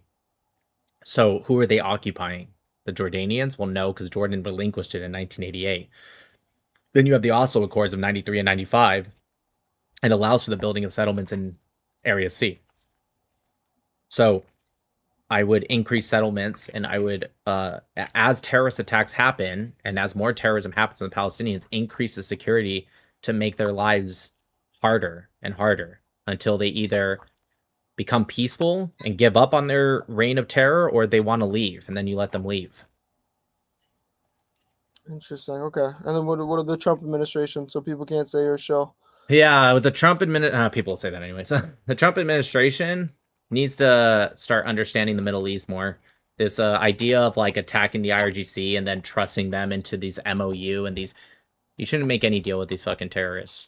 Making deals with terrorists is simply nothing more than them just buying their time. You should, if you're going to make the decision to go in and destroy them, which he did, then at that point you're in it. You should absolutely crush them and crush any hope that they have. And then when they start to beg you to stop and come to the table, you crush them even harder until they are either destroyed or you set the standards that are needed for the people of Iran to destroy them. I don't agree with this idea of like, oh yeah, we attacked them very hard and now they want to come to the table. Islamists are never going to come to the table for your benefit. They're always going to do it to trick you, whether it's they're just going to wait for another president or whatever the case might be. I don't want to have my grandchildren have to deal with Iran again, and then their grandchildren have to deal with them. How can you say this when Israel has had so much normalization with neighboring regions that they were once adversarial with? Because it's true normalization. But it's not possible with Islamists, but they were once Islamists? I don't understand. I wouldn't argue that Jordan or Egypt was Islamist. Yeah, I agree certain sects with them, yeah, but the IRGC as an entity, as the governing, controlling entity of Iran, are Islamists. In fact, they're the #1 state-sponsored terrorism in the world, and it's not even close. I wouldn't compare Jordan and Egypt to them. And so diplomacy will always fail? Yes. That's so unfortunate. What a sad world we live in. Well, it's a world with Islam, so... All right, well, you have a good night. All right, brother. Peace. Hey, what's up again, bro? How you doing? Yep. Have you blown up on YouTube yet? No. Nah, you're just lagging. I know. I donated that one day. It was $2. I didn't think you were gonna. I appreciate that. No, I really do. But I was just saying, thanks for the conversation. I appreciate it. Absolutely. I appreciate you. Yeah, absolutely. I was like deliriously tired, so I slurred my words a couple of times, and I looked back and I was like, I don't even know what I was saying, but did better than 95% of the people I talked to still. That's funny. All right, brother. Yeah, whatever. Yeah. Good luck, man. Peace. You too. Thanks. You catch up with these super chats. I haven't read them yet. Emil, thanks for the 3 months of membership. If you feel crappy, Nick, you should go to bed. We'll be here tomorrow. Nah, it's okay. I mean, I'll end somewhat soon, but it's fine. Oh, mean lady, rest in peace. Irina Zarutska, murdered 1 year ago today. Has it already been a fucking year? Oh my god. Jeez. Well, yes, rest in peace. You know you got them when they mad at you. Is that a yes or no? And meme says sick Nick like equals sick Mike 1997 NBA Finals Game 5. That's funny. Giannis Bill says, I bet these America First people are the same people who use a Chinese app every day, idolize Japan and South Korea, and not care about Qatar at all. Real Sal. Yeah. Sir Arthur Palmer. Harris is the GOAT. Like Canadian Zionists, these guests have shit for brains tonight. Yep. Hebrew name guy says, thank God for the www downfall of these idiots. The Real Sal says, you're a weak society when you're not willing to do the ugly things that comes with war. War is not a boxing match. War is about winning and destroying the will of your enemy. Dresden bombing was just. Klein says, I bet Pro Pally sent Nick a bioweapon so he would be sick and won't be live. They won't stop until Pissestein would be free and glory to the enchilada. I hope not. Canadian Zionist, thanks for the super chat. Nick is a therapist, thanks for the super chat. Tina Truly says, saying JC grates on us Christians. I changed it to Jiminy Christmas. Oh, I get it. Eventually I quit that. Exasperation causes us to misbehave with words. Love you. Ali and Alex, thanks for the super chat. The Real South says, I want every penny going to Europe to be cut, and I want the U.S. out of NATO ASAP. These Euro nuts are a lost cause. I want nothing to do with them. Elric Cart with the orange super chat. My father was court-martialed and exonerated for shooting an 8-year-old in Vietnam who ran at their vehicle with a bottle. Kids were used to Molotov soldiers. You can't second-guess split decisions. Blame the party using kids. Facts. AT1. Uzi says, good morning, patient fellas. Made me smile. Says she did it. Her defense attorney says she did it, but the feminist detectives of TikTok concluded the husband did it. Their evidence, vibes, and intuition. They support late-term abortion for any reason. Why would they stop after birth? It's the same culture. Tina says, number 1, she had the mental capacity to plan how she killed her kids. Number 2, prescription/psych problems don't take away morality. Conclusion, guilty. Loki says, there's a GoFundMe up for Lindsay Clancy's family. It's over $1 million, and all the names are women. That's crazy. Let me see this one. Did they take it down? GoFundMe Lindsay Clancy. Tina says,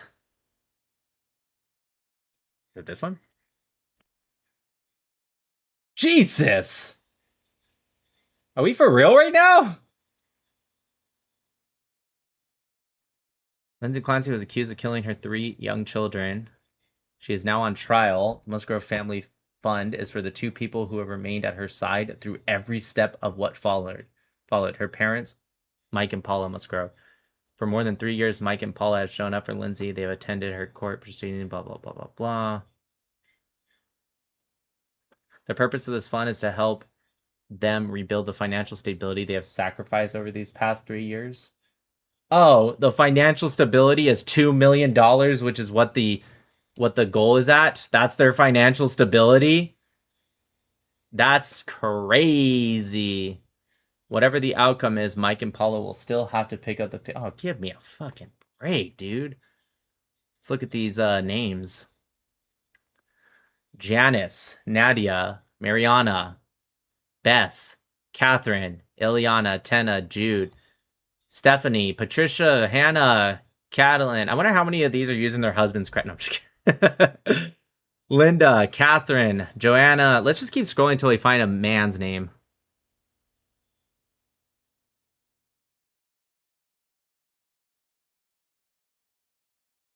$1,000, Kimberly?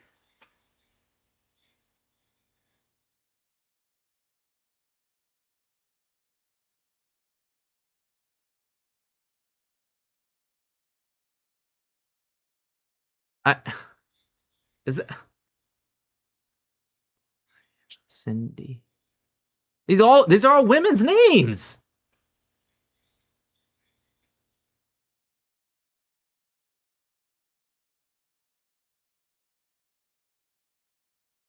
Oh my gosh. Okay, I'm stopping. I don't think we're gonna find a man's name. Oh wait. Where'd he go? Sean. Is Sean's a girl? Can that be a girl's name?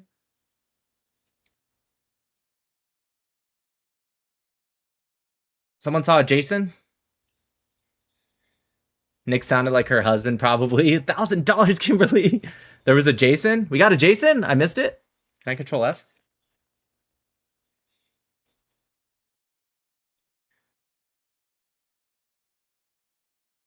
There we go.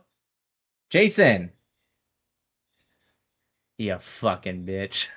It's just a woman calling herself Jason. That's crazy, dude. That's insane.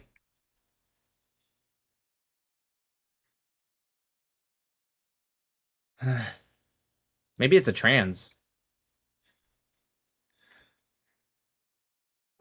Where was I? There we go. Tina says, if a man did it with similar depression, is it okay?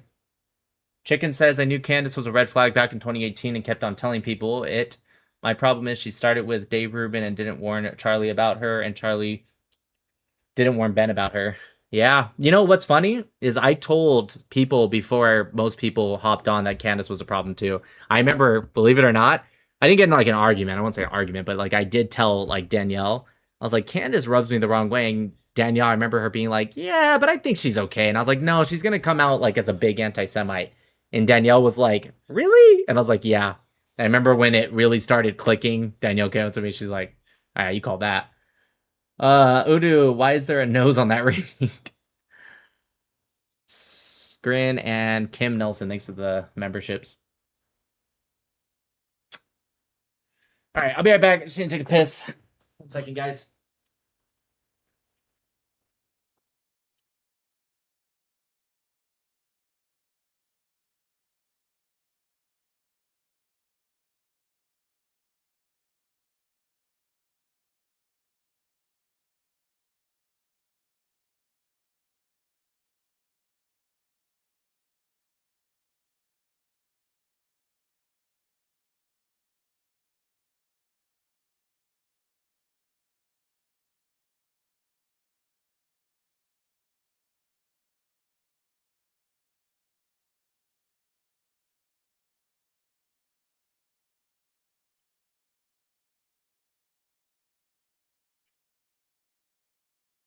Oh man.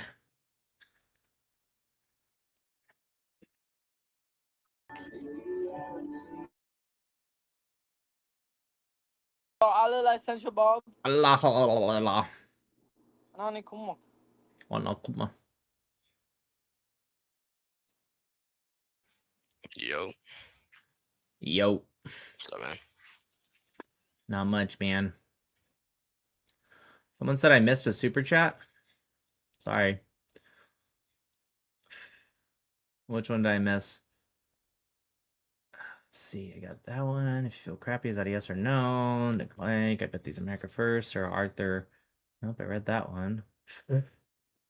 These guests have shit for brains. Thank God. You're a weak society. Yep, read that. I bet pro Palestinians. Nope, read that. Read that. Nick is a therapist. Swing JC Crane. Sally. I want every penny going to Europe. Nope, I read that one. Morning patient fellas. She says she did it. Yep. They support late term. Yep.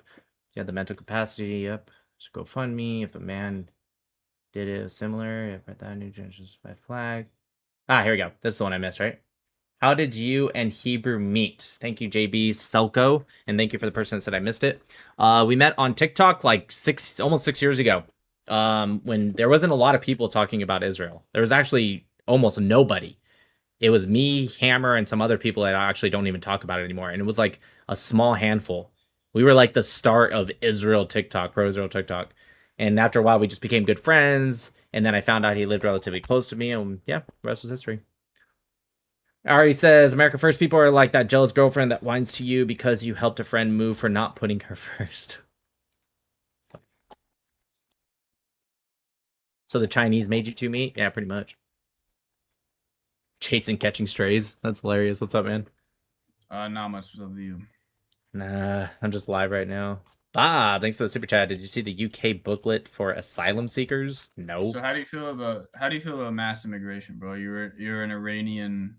I'm not Iranian or Jewish, but I am against mass immigration from What's your ethnicity? I'm Italian and Spanish mostly. Is that 100% your ethnicity? I mean, I have like 1% Greek. I have some English in me. But yeah, I mean, pretty much that makes up almost all of me. I have some Native American in me too. I feel like you may be more Middle Eastern than you're giving on here. I just told you I'm not Jewish or Persian. I just support them. You do have a map in the background of the Middle East. Yeah, because I have a degree in Middle Eastern history. It's my second degree. So you're against mass immigration? Yes. Well, yes. I'm against illegal immigration, period. I'm against mass immigration. And then even when it comes to legal immigration, they need to come from societies that can coincide with ours. Right. And they need to bring something to the table. Right. But the white people never consented to even the legal immigration policies. I'm not really sure what you mean by that. White people make up by far most of the liberal constituency. liberal. I mean, if Right. you look And at also only, on top of that, hold on. Let me respond to what you said. If you look at only white voting patterns, it would not be liberal at all. I didn't say only. I said most. Okay. I'm just correcting that. But you're not correcting because I never said only. If you look at white voting patterns specifically, it would be 100% right-wing victory. Wait, I said white people make up most of the liberal constituents. That's an accurate statement. I'm not sure that's accurate, actually. It is. Mostly because there's more white people. I'm assuming we're talking about America, right? Yeah. I don't give a shit about... Okay. It is true. But nonetheless, what I'm saying is... Go ahead. Like white women who are being brainwashed by the media. I feel like white women are still white, but yes, I agree. Yeah, but I still don't. I would question if they're the majority of the leftist voter base. Well, again, they are. It's because well, first off, there's more white people in America than there are any other demographic. But nonetheless, well, what was I going to say for you? Basically, all non-whites vote left. Okay, I mean, you mean majority is what you mean to say, correct? No, basically, like it's not even just majority; it's like an overwhelming majority of non-whites vote left. Yeah, I think there's something shifting. I see a lot of like earlier generation. Jesus Christ, go ahead. I've seen stats where even if only white women voted, it would still be right wing. That's incorrect. White women are majority liberal. I've seen opposing. It stats. does. Okay, can you tell me what stats you've seen? I promise you, white women by just far. Seen stats on it where if it was only white women voting, it would be still. No, mostly, that's very. More right wing than it is. It's now. not. It's very incorrect. White women by far are left wing. I'm not sure that's the case. It is. You could just look it up. What I said is separate from that. It's like if you looked at only telling you your last statement was incorrect. It's not even close. Maybe, but it's not maybe. It's 100%. No, I mean, from what I've seen, I'm not. You haven't seen anything at all that said white women are mostly Republican or conservative. There's not one study you've seen that says that. You're making it up right now. I don't remember off the top of my head, but I think you're making it up. You're didn't I'm not remember. making it up. I'm telling you what I think I remember. I'm not. You can't remember something that doesn't exist. Now you could be creating a false memory. Hold on. I'm not claiming it as a fact. I'm saying what I think I remember is that it's impossible to remember something that doesn't exist. What you could be is creating a false memory, or maybe you read something on like Instagram and you just took it for, But I could also be remembering something that's accurate. Okay, but it's not. So it's impossible. Well, you say that. I'm not going to take that at face value. Just look it up. You have a phone, I assume, yeah? I mean, I'm not going to look things up as we have this Omegle conversation, but so I'm not just going to concede that to you based on you saying it. Okay, well, I'm right. But regardless, back to what I was trying to say with mass immigration, Republicans were the ones that did mass immigration prior to the early to late 90s. It was Republicans that were pushing for that.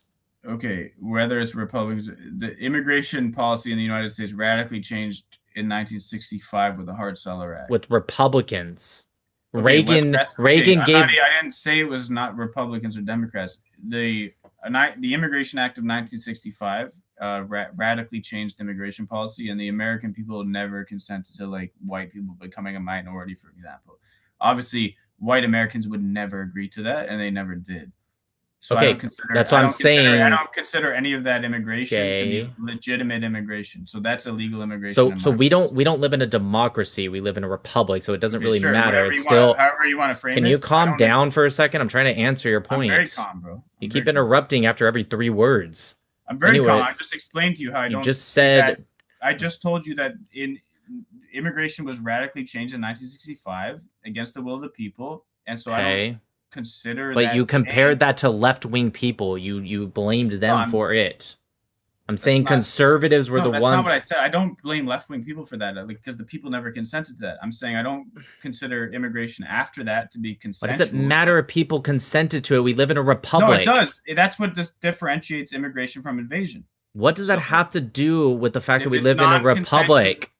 What consensual does it have to happen? When a bill gets passed, where does consent happen? I don't care whatever Jewish bill thing logic. It wasn't Jewish. It was conservatives that did it. No, you're talking like a Jew, actually. So I don't care what bill was passed. Calm and relaxed? The people never consented to the immigration, so it's not immigration, it's invasion. So I don't consider the 1965 immigration. So you're saying that people didn't vote for their representatives who passed this? Is that what your argument is? I don't care if they abided by the letter of the law and ethnically cleansed white people according to the letter of the law. That's not what ethnic cleansing means. Yeah, no, white people are being ethnically cleansed. You don't know what ethnic cleansing means. Yes, I do. What is ethnic cleansing? It's when you displace an ethnicity forcefully. Displace. Yeah. Right. That's what's so white people are being displaced? Yes. White people are being displaced in all white countries. All white countries. Great. Calm down. Relax. Anyways, Yeah. Let's stick with... Just great. So let's stick with America. Where are white people being displaced in America?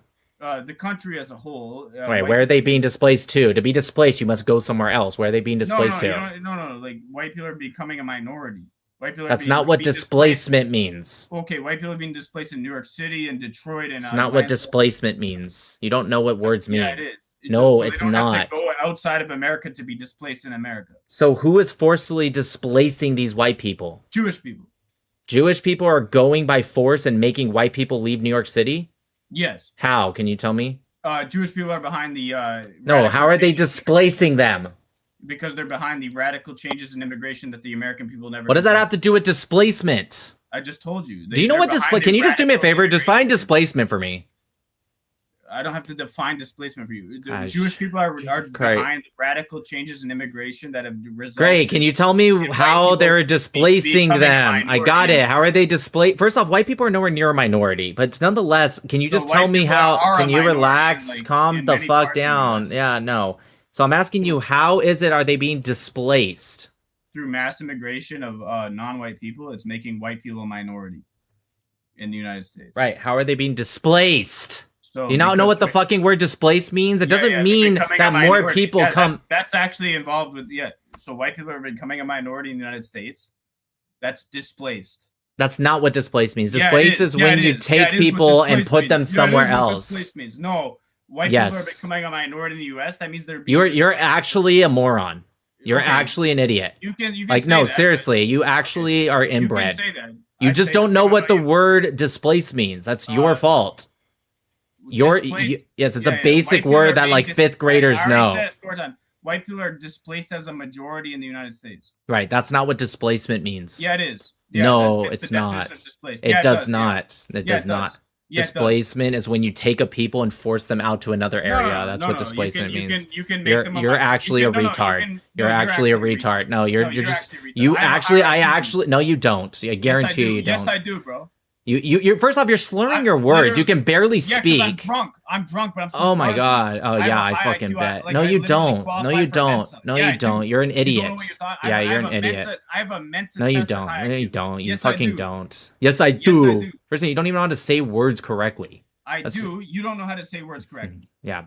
Because you're arguing about the pedantics of displacement. It's not displacement. First off, it's pronounced semantics. You don't argue about pedantics. One can be no. That's not what you said. That's not what you said. That's not what you said. That's not what you said. Yeah. So I'm gonna mute you so I can tell you what you said. You said you're arguing about pedantics. One can be pedantic. You don't argue about pedantics.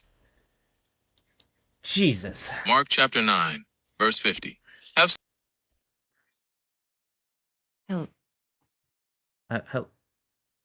Hello. What happened? Why did you pause for a second? Your face.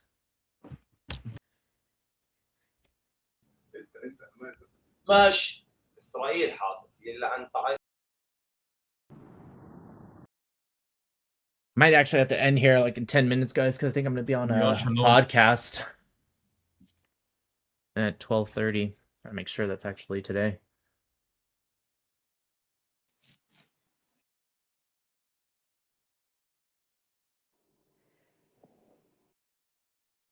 Oh, my Italian Spanish brother. What's up? Hey, Nikki. Nikki, what the fuck? I love you, Nikki.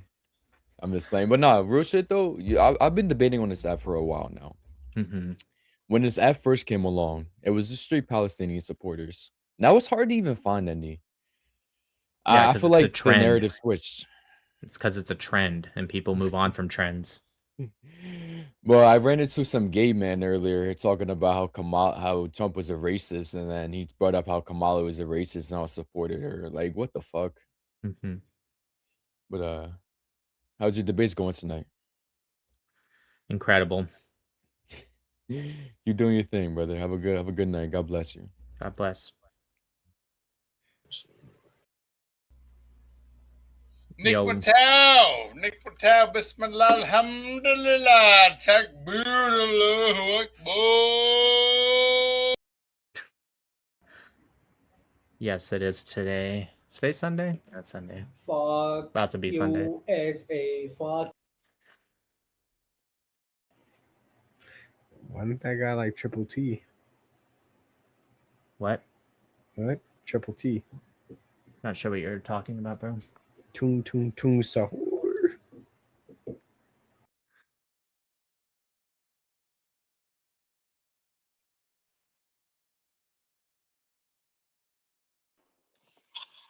Palestine.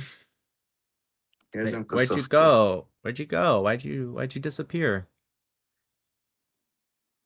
Hey, Palestine, where'd you go?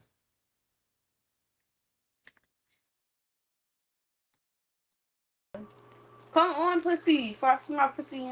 All right. I I don't know if I'm gonna be live, so I don't think you guys can rate it.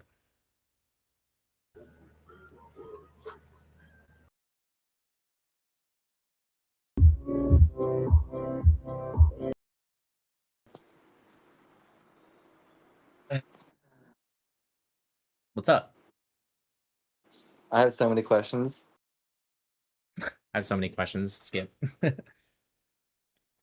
Say rate it or rate it? Raid.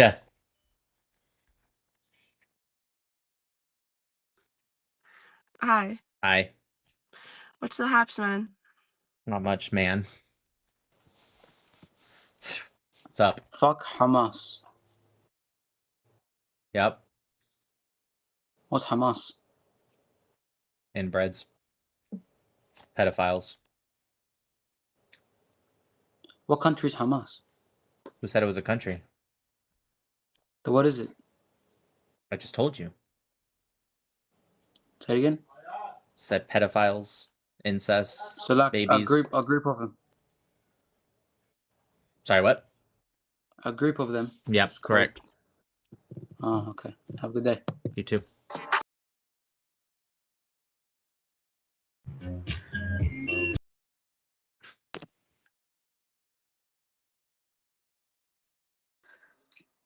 To let everyone know, hey, help me!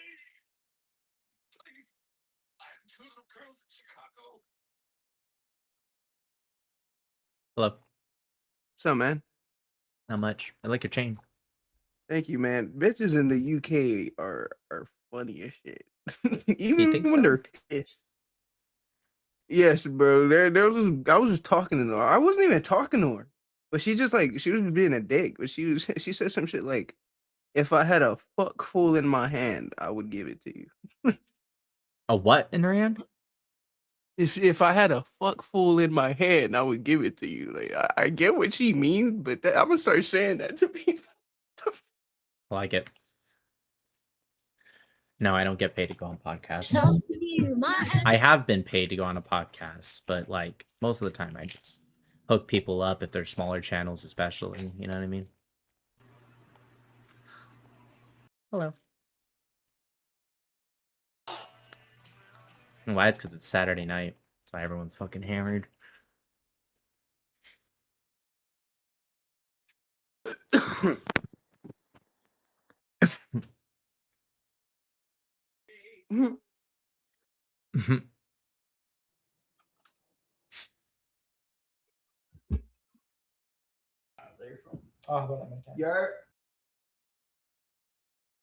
Really?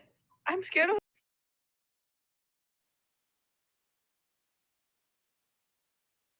You're muted. I can't hear you. Your mic's off. Your mic is off. Like, I can't hear you. I see you moving your mouth, but I can't hear you. Turn your mic on. Why is he still speaking? I can't hear you. It's not like if you speak more, I'm gonna be able to hear you.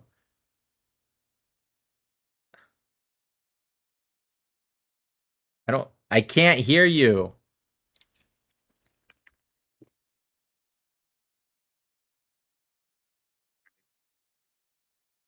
Does that tongue come with some money, nigga? Pro-Palestine. From what? You have a fucking Israel flag. Yeah, but like, what are we freeing Palestine from? Okay. Yo. Yo. So I just come across a guy before you that was high, and I was searching this guy.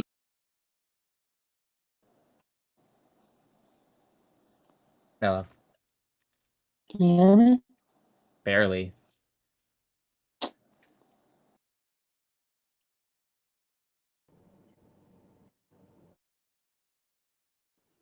Nick Matao. How Nick are you today? Tao. All good? No, I'm sick. Oh, you're sick? Also, I want to say the people today are not communicative. They suck, dude. Today, it's not. Wait, are you streaming right now or like you're recording? I'm always streaming. Oh, you're always streaming. Oh, really? If I'm on this app, yeah. I do not get Salman told me they are making lists, of the people that are speaking like pro-Israel, pro-Jewish. Mhm. They're making lists of the people, and then they are like telling them what questions to ask you. Well, I You know wish that? they would Did do you know that because they're not fucking coming. I would love for them to come to. They avoid you, They really avoid you. They have a picture of everybody and what you talk about, what your angles are, and like how to avoid them. Well, that'd be great if they would. If at least some of them would have the list and they would ask me. That'd be great. I'd love it. They don't have anything on the list because you're destroying them. AI can't make any more excuses about Jews. Any more conspiracies. I need to go undercover. I need to put up like a green screen behind me. Yes, and like buy a kafia and pretend to be a secret agent. I don't know. Yeah, what's up, baby? But anyway, bro, I'll let you have your good debates, and I will watch them later. Yeah, Wish thank you you. all the best, bro. Thank you. Bye bye. Like in 5 minutes. Hello? Hey, what's up? Are you Farsi? I'm sorry, what? Are you Farsi? I'm sorry, it's hard to hear you. What'd Are you you say? Farsi? Are you Farsi? No. Okay, why you put the flag of Faris, Iran? Oh, are you asking? I didn't put Iran. We tagged on Iranian. We tagged on Israel, Palestine, and Islam, dude. What are you talking about? I mean, Yani, the back, your back. There's Iran flag. I support them. Oh, okay, yeah, okay, good. You support your government, Israel government. I'm not Israeli. I'm American. Okay, but you support Israel government. I support Israel. Yes. Okay, fuck Hamas. But what do you think about Gaza? What about it? How about it? From 2023 to 2025, successful content in Gaza from the soldiers. Yeah, I think Gaza is a hellhole that needs to be proper operations done, which I think Israel has been doing more or less. No, I don't think so. Because 71,000 from women and children die in 2023. That's incorrect. Why all that? That's incorrect. If the search about that. I don't need to search. From the Office of Coordination of Humanitarian Affairs, which quotes the Ministry of Health of Gaza, it's 72,000 total, which would include not just women and children. That's according to the OCHA. OCHA, what means of OCHA? It's the Office of Coordination of Humanitarian Affairs. Okay, but also they said 71,000. I read that before on the same website. It's 72. It's closer to 73,000, and that's not women and 72. Yeah, 1 second, Habibi. That's not women and children. That's total. Okay, total. Okay. Also, but there are humans. Okay, but the war between Hamas and Israel. What depends of Gaza? Can you tell me? I didn't support the leadership of Gaza. Fuck the leadership. Fuck Mahmoud Abbas because he's a liar. So Mahmoud Abbas is not the leader of Gaza. You're incorrect. Mahmoud Abbas is the leader of Fatah. Why are you interrupting me? Why are you interrupting me? Trying to answer you. I didn't say the leadership of Gaza. I said the leadership of Palestine. You didn't. You said, what do you think about Gaza? And you said, I don't like the leadership of Gaza. That's what you said. Okay, the leadership of Palestine. Okay. Well, even still, they had two different leaderships. There's the leader in Fatah, which is in the West Bank, quote unquote, in area A and B, which is Mahmoud Abbas. And then there's the leadership in Gaza, which was Hamas. They got voted in January 2006. What I say to you? I say to you, fuck Hamas. I know that. But Mahmoud Abbas, he goes to the national country, so he's the real leadership.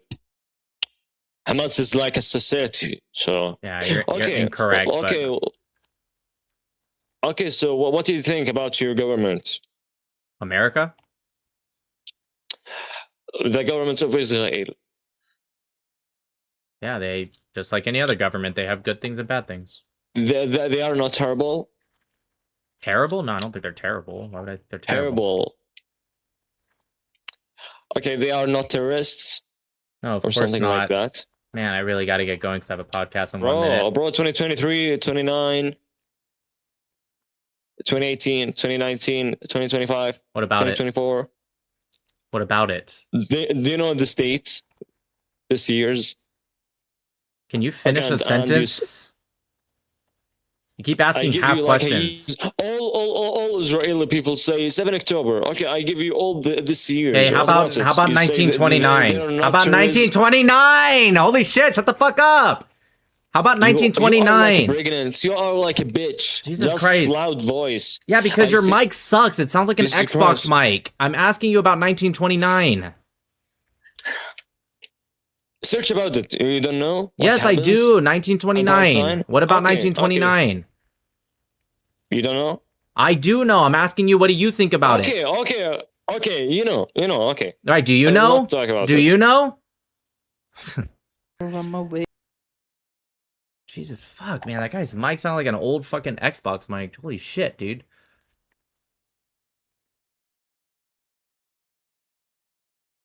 All right.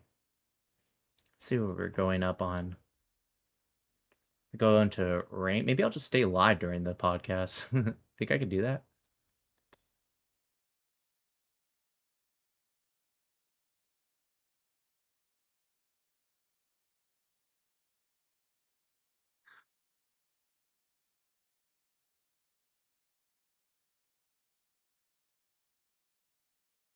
Actually, hold on one second.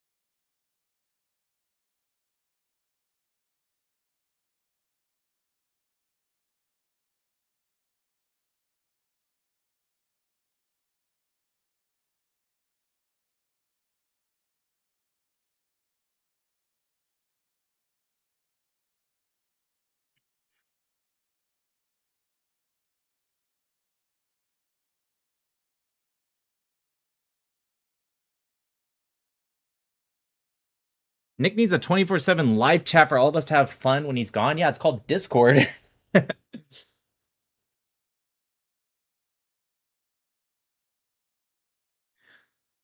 Let's see. Nick Matau, OBS, default mic in.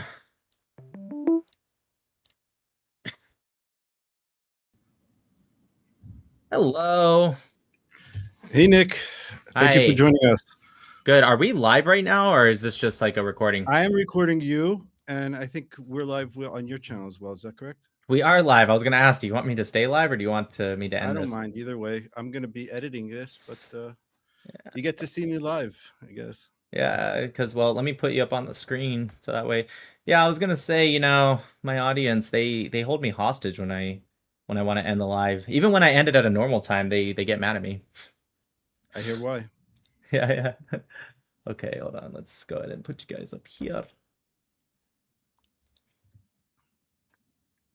Hey, there we go. Nope, that's not right. I guess you were watching the live then? Yeah, what else? It's nice. It's good. It's good. Thank you for changing your shirt. Yeah, it's almost kind of not really necessary, but one time I did a live with on a podcast, and somebody in the comments, probably an old lady maybe, she got mad because I had a shirt that said fuck on it. And I was like, now, should I care about that? Probably not. The guy that did the podcast just laughed at it, but I was like, all right, I don't want people to get upset with it. So I take it off just in case. Anyways, there we go. All right, so it's nice to meet you now virtually. Yeah, so my name is Aaron Sokol, and my podcast is called Parsha Inspired. We do weekly, or actually daily segments on the unfolding redemption, Ezekiel 38, Ezekiel 39, Gog and Magog.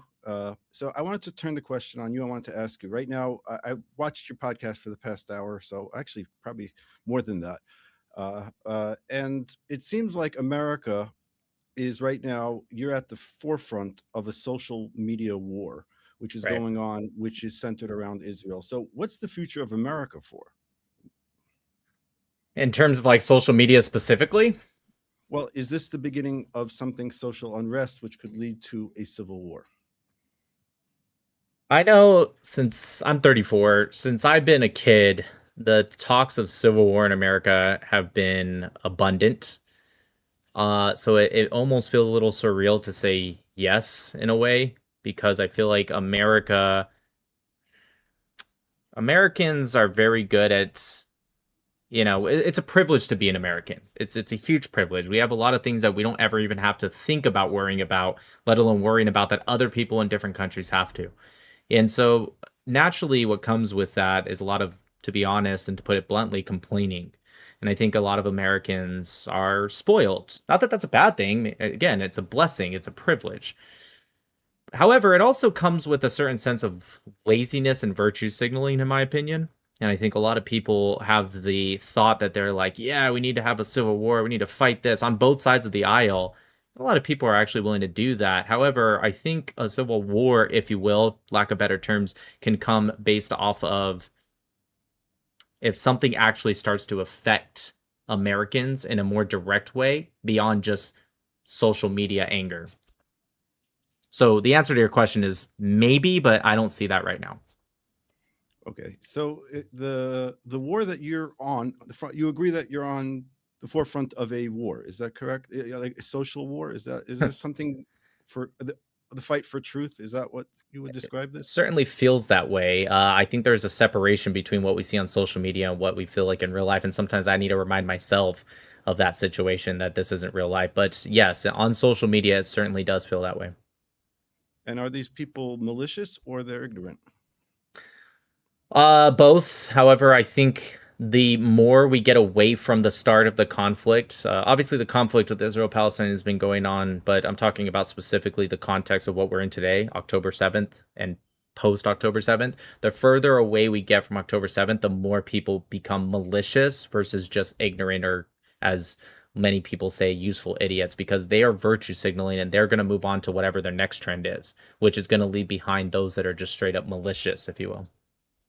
Well, it's impossible to ignore that Iran is fighting a religious war. They say that clearly, and their goal is to wipe Israel out. Because I've been saying on this channel with Rabbi Tuvia Singer that there is a theological problem with the establishment of the state of Israel and it's direct conflict of their end time prophecies, meaning that the Jews returning to the land and the land giving forth its fruit, as described in Ezekiel, and the nation state being built up is a theological problem which could motivate people like Tucker Carlson, Candace Owens, to subconsciously invent a new reality and what's your thoughts on that? So like, what? Or maybe consciously. Maybe is that really what's driving this? Are you asking from like a theological standpoint, or what people like Candace on? I believe that theologically, I think a lot of the things we see in America, and even a lot of Jews have come to me saying, I never thought that I would see this kind of stuff in even America, but also beyond America, especially what we're seeing a lot in Europe right now. One, I think that's kind of like the Jewish story for every generation. I never thought this would happen, but certainly it does. Of course, I see it from a biblical perspective as well. And of course, there is the concept, if my understanding is correct, that people will abandon Israel as a whole. And it won't be until the last second that God will intervene. I just don't know if I'm in a position to say if that's what we're seeing or if it's coincidental and something else later in the future will also come that makes this look more or less different. So I think there is a biblical understanding of that. I do believe in that. I just don't know if this is that. Well, let's break it down. The religion, the giving of the Bible to the Jewish people at Mount Sinai is an accepted premise of both Christianity and Islam. Is that correct? That's correct. Yes. So, and there's replacement theology within Christianity and in Islam as well. I don't know if it's called replacement theology, but they believe that they are the continuation of the Bible. Yeah, I believe replacement theology within Christianity. Although I'm not a Christian, I'm a Noahide, but I think it's a lot of it is actually pushed by certain. When I say the church, I mean certain denominations. I don't know if you could argue that's really okay. Let me rephrase. People can argue it's in the Bible. I disagree with them based off of just the words of Paul in the book of Romans. However, with the Quran, which I've also read a couple times. Yes, they believe that effectively the Jews have become effectively cursed, not just for their worship of the golden calf, which is in chapter 2 of the Quran, but it also talks about later kind of loopholes and abandoning of God's commandments that the Jews did later, not entering the land when God told them to, stuff like that. With Christianity, I guess it just depends on the denomination and the Christian you speak to. Well, I want to go back to the Gog Magog thing that you mentioned, that like everybody will have to come against Israel. I'm not sure if, I think there's room for other interpretations. I think that it could be that people just choose and people have this choice to say, okay, these prophecies are being fulfilled, because Tuvia Singer keeps saying, and this is, I wanted to throw it at you, not that he is, in Judaism, there's a million opinions about everything. Like we agree on the basic tenets, but there's a lot of rabbinic opinions about how things unfold, specifically with Messianic times, because there's a lot of possibilities. It's not something which is exact. And I think there's a difference between the way Jews see the redemption and other world religions see the redemption. The Jews see the redemption at the end of a process. So I guess the question that I'm trying to formulate, not very well, is that the return of the Jewish people to the land seems to be the outbreak of anti-Zionism. Would that be correct? Like, because let me even ask the question. I'm sorry to cut you off. I'm just going to ask one more time. October 7th, right? Was that a bet that Hamas and Iran made that the world would react exactly as they're reacting right now? Was that their bet? Yes and no. I think they actually overestimated, their own bet. I think it's been all but proven, although there's more investigation to come about, that Hamas specifically, and yes, of course, being a proxy of Iran, them as well, they believe that the world, including the surrounding Arab nations, would actually react differently than they did. Other than Hezbollah's launches on October 8th, they actually thought Iran was going to get involved right away. They thought the entire Arab world would get involved together. Hamas even, I think, considered occupying parts of the Negev desert for months. So I don't think October 7th went exactly the way they did. However, Sinwar, Yahya specifically, I think there was a mastermind behind him that goes all the way back to his time in prison in Israel. When they removed the tumor out of his head, he studied not just, Hebrew, not only could he speak that, he studied Jewish theology, he studied the history of Israel and how the Jewish people thought. And so I think there's an extent that I'm sure he did absolutely consider that October 7th would be a domino effect into the downfall of Israel, specifically by the international community turning their backs against Israel instead of putting the blame on Hamas. And I'd say to an extent he did nail that. I don't think he nailed it as well as he thought it would be. I do think he underestimated how much of a trend the Free Palestine movement is and how much people virtue signal when they support quote unquote Palestine. And also he underestimated how quickly, especially people in the West, move on to the next topic. That doesn't mean that they become pro-Israel again. I think it's a concern that Israel needs to look at and needs to consider for the future. But I don't see it as something that's going to actually take any fervor. Well, look what's happening in Iran they're killing their own citizen. In Sudan, I'm not a geopolitical expert, but I see that there are other things going on in the world. And like when you interviewed your famous interview with Sneeko, he was just listing a long laundry list of grievances that he had against the Jews. He started, and that process of anti-Semitism and using Zionism as an excuse for that is, to me, it didn't seem like if you just explained to him the argument that people would just say, okay, I get it, you're right. It doesn't seem like it's an argument that could be won because there's no really guardrails to this argument. You don't win over the person that you're speaking to, in which case for me it was literally Sneeko. You win over the arguments of the people that don't comment, the people that aren't, in the comment section, the people that aren't in the comment sections of later clips you see where this YouTube video, Nick Matau destroys Sneeko. There's a lot of people that don't actually end up commenting. If you can raise a certain even doubt in people's minds, then that's a win. For me, I've always said, and I've already accomplished my goal with my advocacy for Israel. I've already accomplished it years ago.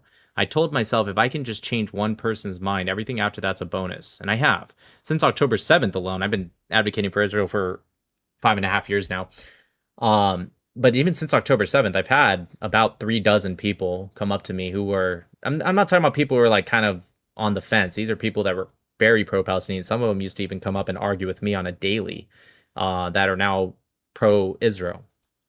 So everything after that is a bonus. So I'm not speaking to the Sneekos of the world or the Myron Gaines, who I also had a debate with. I'm speaking to the people that can use people like Sneeko, Myron Gaines, whoever, to make the argument. And I want that person who's listening to say, I've heard that argument before. And then Nick Matau comes in and I counter it and they go, huh, that's interesting. Maybe they agree with me, but if at minimum all they do is think it's a more complex situation, that's a win for me. I've heard stories locally in schools in Israel of kids who are religious kids, religious families, but are on social media and they're just taught, they have a anti-Israel mentality and they don't even realize it because they are so influenced, meaning that there seems to be a poison. And do you believe that there is a fuel to this poison, or is it just, the nature of the algorithm that seeks out, if you say it's going to be a nice day tomorrow, nobody's watching that video, Yeah, I think social media I think the algorithms are purposely made that way because I remember when I was younger, when I was like a teenager, early 20s, when Facebook was the popular social media, there was an article that came out. And I remember they said that Facebook purposely made their algorithm to have opposition to your views. The reason they did that is because they did a study and found people would be on the app or Facebook, the website, more when they were arguing than they would be if they saw things they already agreed with, which that makes sense, right? We're going to be more inclined to it's the same thing with like when someone wants to review a business. You're going to be more likely to go on to Yelp and say, hey, I had a bad time because, something bad happened, than you are to be like, hey, I had a good enough time. This was a nice restaurant. Some people might go on and take their time, but more people are going to be more likely to respond to something negative or something they don't agree with. And I think that algorithm, especially on X, but that algorithm across social media is designed to get us to stay on the app more, because in the end, it's a business. They want to make money. They want more advertisers. And how are they going to get that? They need to get the world to be in a negative downward spiral. That's why when people go and outside and actually talk with people, even those that may disagree with them. It doesn't feel like a comment section on Instagram because it's not. Now, that doesn't mean I don't think we shouldn't be worried about the obvious increase of anti-Semitism. That doesn't mean I don't think that Israel shouldn't be worried about their obvious failures in their PR. What I'm saying is that I think there's a difference between the doom we see on social media and what exists in real life. Well, do you think that if AI right now controls the algorithm, meaning, like, have you ever had interactions with AI and you felt that AI itself is biased? Yeah, of course, all the time. Okay, so an AI right now, YouTube is making a change in their policy, and they've publicly announced that AI analyzes videos. Have you ever been flagged by YouTube on content for? I'm just asking for things that they deem to be hateful. No, there's only one time I've ever gotten flagged. I don't think it was for that. I don't even remember because they ended up removing it. I did have my Instagram completely removed. This was about a month or two ago. They completely removed it. I never had a warning. Didn't Trump also have that happen to him? I'm sure that's probably true. Yeah. But yeah, I never even had a warning, nothing. All of a sudden I wake up one day and my Instagram, 230,000 followers just gone. And it took almost 3 weeks to get the whole thing back. It was insane. Like, literally no warnings, no removed videos, no strikes, nothing. Good standing account. And they just removed it at the blink of an eye. And if I didn't have some of the connections I had, because I go on my wife's account and post, and it goes viral because everyone really knows me on Instagram, and they're just like, I made a video saying, hey, if you're seeing this is on my wife's account. I've been banned. And so I had a lot of people reach out to me, people who are even friends with, like, the CEO. And even then, it still took 3 weeks to get the account back. I would not have gotten the account back if I didn't even have that. And it's kind of insane if you think about it, because, again, I never even had a warning, let alone a strike on my account. So is that fear within you? Do you think that I personally believe that it's quite possible that the control could be just left to public opinion, that if AI feels public opinion will be anti-Semitic, they will promote anti-Semitic content? Yeah, I have to say I agree with you. And for me, will it make a difference? No, I will always come back because I do feel that this is a mission that I have to fight regardless of... Now, that doesn't mean I don't take precautions, but even at the risk of, I guess, my safety, this isn't something I can just let go. I've been banned over 20 times on TikTok. I just come back. Do I like it? No, but it's not anything that's going to deter me away from, fighting for not just the Jewish people as someone who's not Jewish, or Israel as someone who's not Israeli. I think it goes beyond just the Jewish people and Israel. It goes on to Western civilization. We have an entire history, what happens to civilizations when they start to demonize and scapegoat the Jews. It never works out for the civilization. I've even done studies on, like, the Spanish Inquisition and post that, when the Spain entered its golden age. Every historian agrees that the kicking out of the Jewish people, or forcing them to conversion to Catholicism, it actually caused a domino effect that into the 1600s, now that's over 100 years later, that downfall can be traced all the way back to the 1492 decree when they kicked out the Jewish people. A lot of their professionals, economic standards, a lot of that stuff had a downfall turn. That the first domino that was pushed was that 1492 decree and the Inquisition as a whole. But that's just one example. You can look at throughout all of history, the demonizing of the Jews leads to the downfall of society. I don't want my society to have a downfall. And the Jewish people, when I'm speaking about America specifically, the Jewish people go all the way back to the founding of this country. In fact, a lot of the reasons that we are the country we are today is specifically because of prominent Jewish people. And so I think it's very clear that it's a fight that goes beyond just Jewish people. It's a fight that goes also to my society, my people, and beyond. So would you agree that American Jewry, European Jewry has pretty much been cleaned out, either technically or they've moved to other countries? There's pockets of Jews around the world, but many of the Arab countries have almost no Jews left in them, and they completely don't even have flights going in there.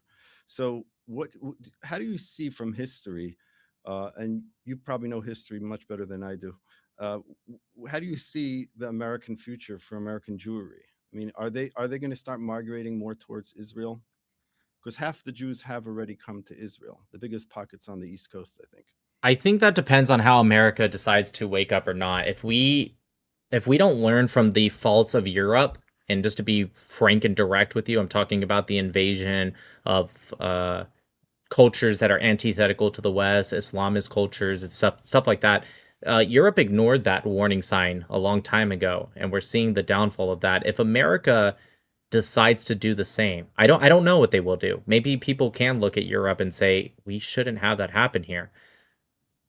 In some cases, we're not waking up when you look at certain places like Dearborn and even New York City increasingly. And so if we don't wake up from that, then yes, the exact same thing will happen to America that's happening in Europe. And of course, it's going to lead to the exodus of Jewish people in the country.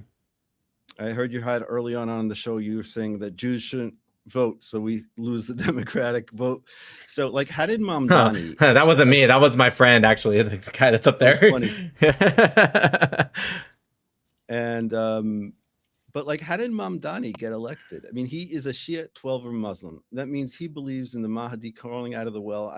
I'm pretty much sure that that's his belief. At least it was on the day that he was elected. I saw that on his wiki. Although a couple hours later, it was gone. Yeah. So so like Mamdani, Mamdani got elected.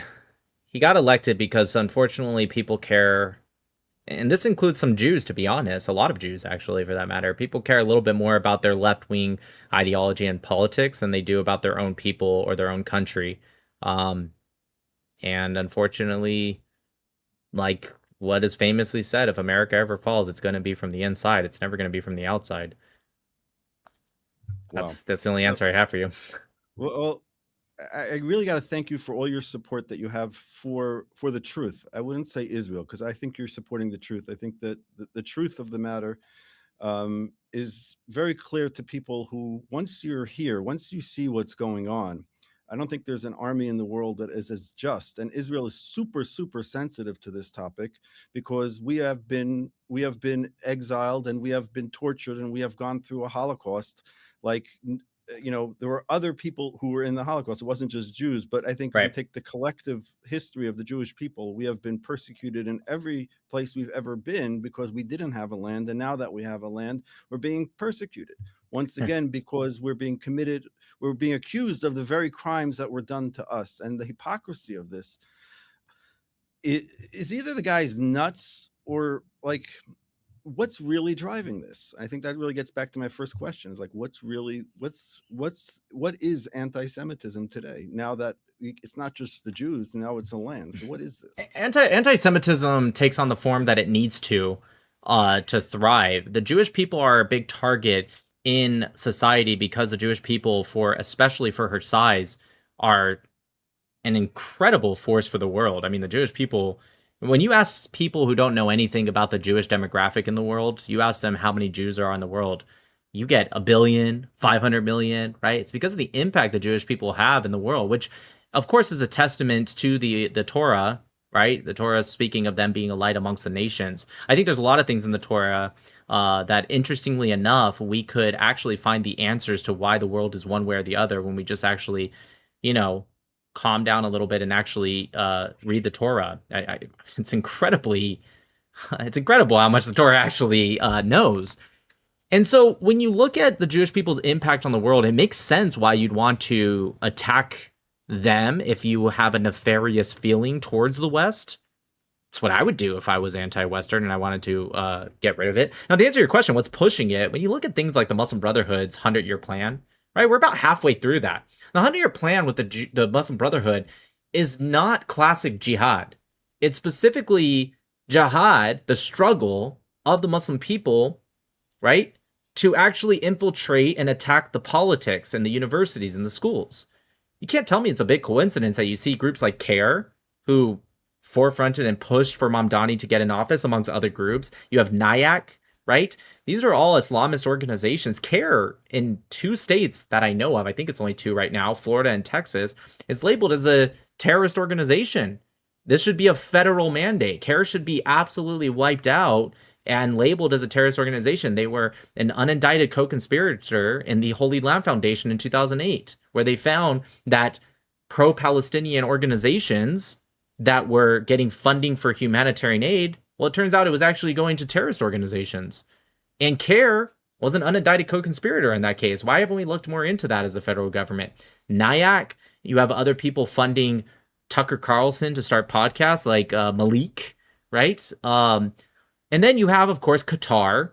Past 20 to 25 years, they have spent on average $250 million per year every single year into our university systems. Last year or 2 years ago, they spent, I think it was like $700 million into our university system. They are by far the biggest funders. And I know everyone watching this already knows that, but maybe what they don't know is this is historically what every dictator, bad leader, if you will, for lack of better terms, has done. Who do they target? They target the universities every single time. Why? Because universities are the youngest adults, which means they are also the dumbest adults. They're the most, impressionable adults because they're the youngest. So you want to attack something that still has power, aka adults, but you also want to go after the ones that are the most easy to move. They're not an unmovable force. That's the universities. And so when you mix in the algorithm of university funding, politicians, lobbyist groups like CARE, NIAC, etc., when you mix this all in, of course, the equation is going to equal anti-Semitism, anti-Western, red-green alliance, red-green-black alliance. If you really think about it, you have these Marxist communists. You got them mixing up and going with these Islamist groups who would have nothing in common with each other other than they're anti-Western. Now you have mix in some neo-Nazism and some far right-wing groups, and these are three groups that literally have nothing in common with each other, and yet they're forming an alliance. So what you mentioned previously, you're a Noahide, and what I believe what that means is that you have the faith of the Jewish people, but you haven't joined their religion. In a certain sense, I mean, yeah, okay. I mean, yeah, well, I guess that's an easy way to put it. It's I follow the 7 laws of Noah. I believe in the Torah. The Tanakh is my book, but I'm not Jewish, so I wouldn't follow the commandments, or I'm not under the covenant of the Jewish people, if you will. Right. So there is an idea, perhaps, that the Jewish people should be more proactive in teaching the Torah to the world, meaning the 7 Noahide laws, and the Jewish people have unfortunately been persecuted. That the thought of a Jew or a rabbi speaking to Christians or to Muslims in the history of Judaism's exiles for 2,000 years was absurd. That somebody would have a microphone and be able to speak to 1 million people as a Jewish rabbi, and they could agree or disagree, but at least hear his argument. So I was wondering what you thought about this idea of creating a advocacy from Israel directly from their government, meaning that there is an official department which deals with outreach, just like I guess there is a ambassador to Israel, but I'm saying, but using this as teaching Torah, as teaching the 7 Noahide laws, or teaching ethics to the world. Do you think that such a thing is absurd, or just I'm nuts? No, I think that one of the commandments is to be a light amongst the nations, and there is a lot of Jewish communities who have closed themselves off. I'm not saying I blame them, because like you said, the massive amount of persecution is apparent. However, the commandments are the commandments from God, period. The commandments aren't, take them as you feel, if you're feeling too much persecution, don't worry about this commandment.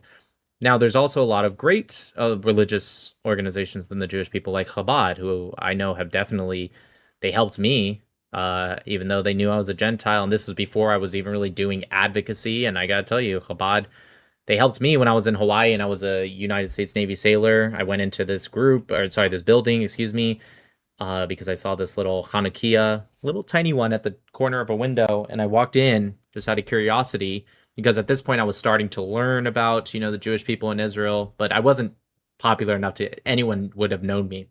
And I go in, I go in and, they were like, oh yeah, closing on Shabbat, please come in, have some food. And I was like, oh, I'm not Jewish. You guys enjoy yourself. And like, that doesn't matter. Come on in, right? And so I think that's an incredible thing. I think that plants a lot of seeds. So to answer your question, no, I think it's an incredible idea. To heal the world is more than just help people that are in literal pain or that need help in a physical way. It's also, the souls that we're talking about of the world. And I would love for everyone to follow. I mean, obviously, I'm a little biased here. I would love everyone to follow the Noahide covenant and the commands.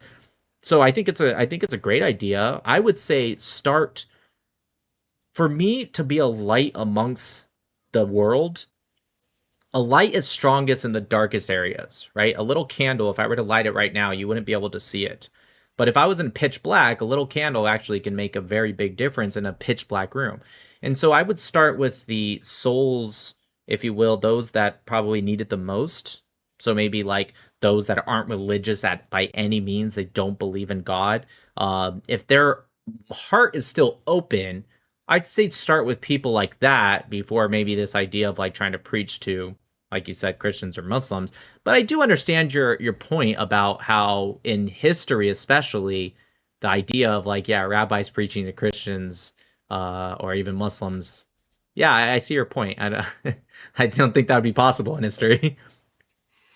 So we actually had a guy on the show who he's been studying the lost tribes, and he has traced some of the lost tribes to the Pashtun, which are in I forget where Afghanistan. Mhm. Pashtun are like 40 million people who claim Yeah. to be Bana Israel, which and there's actually a story of a traveler from Israel who got captured by them, and they were about to kill him because they thought he was a Mossad spy.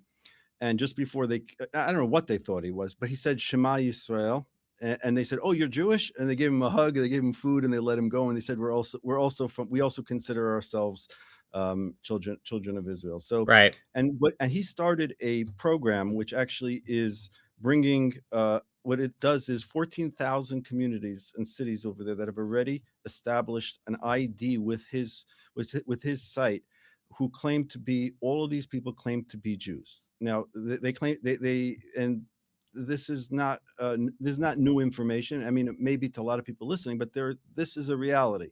And he's starting to work on getting funding towards getting these people basic needs like electricity and water and different stuff like this. So there's a lot of different people from around the world claiming to have Jewish blood. I mean, estimates are that there could be a much larger number of Jews who are just unidentified as Jews, who may not be like halachic Jews that are out there in the world.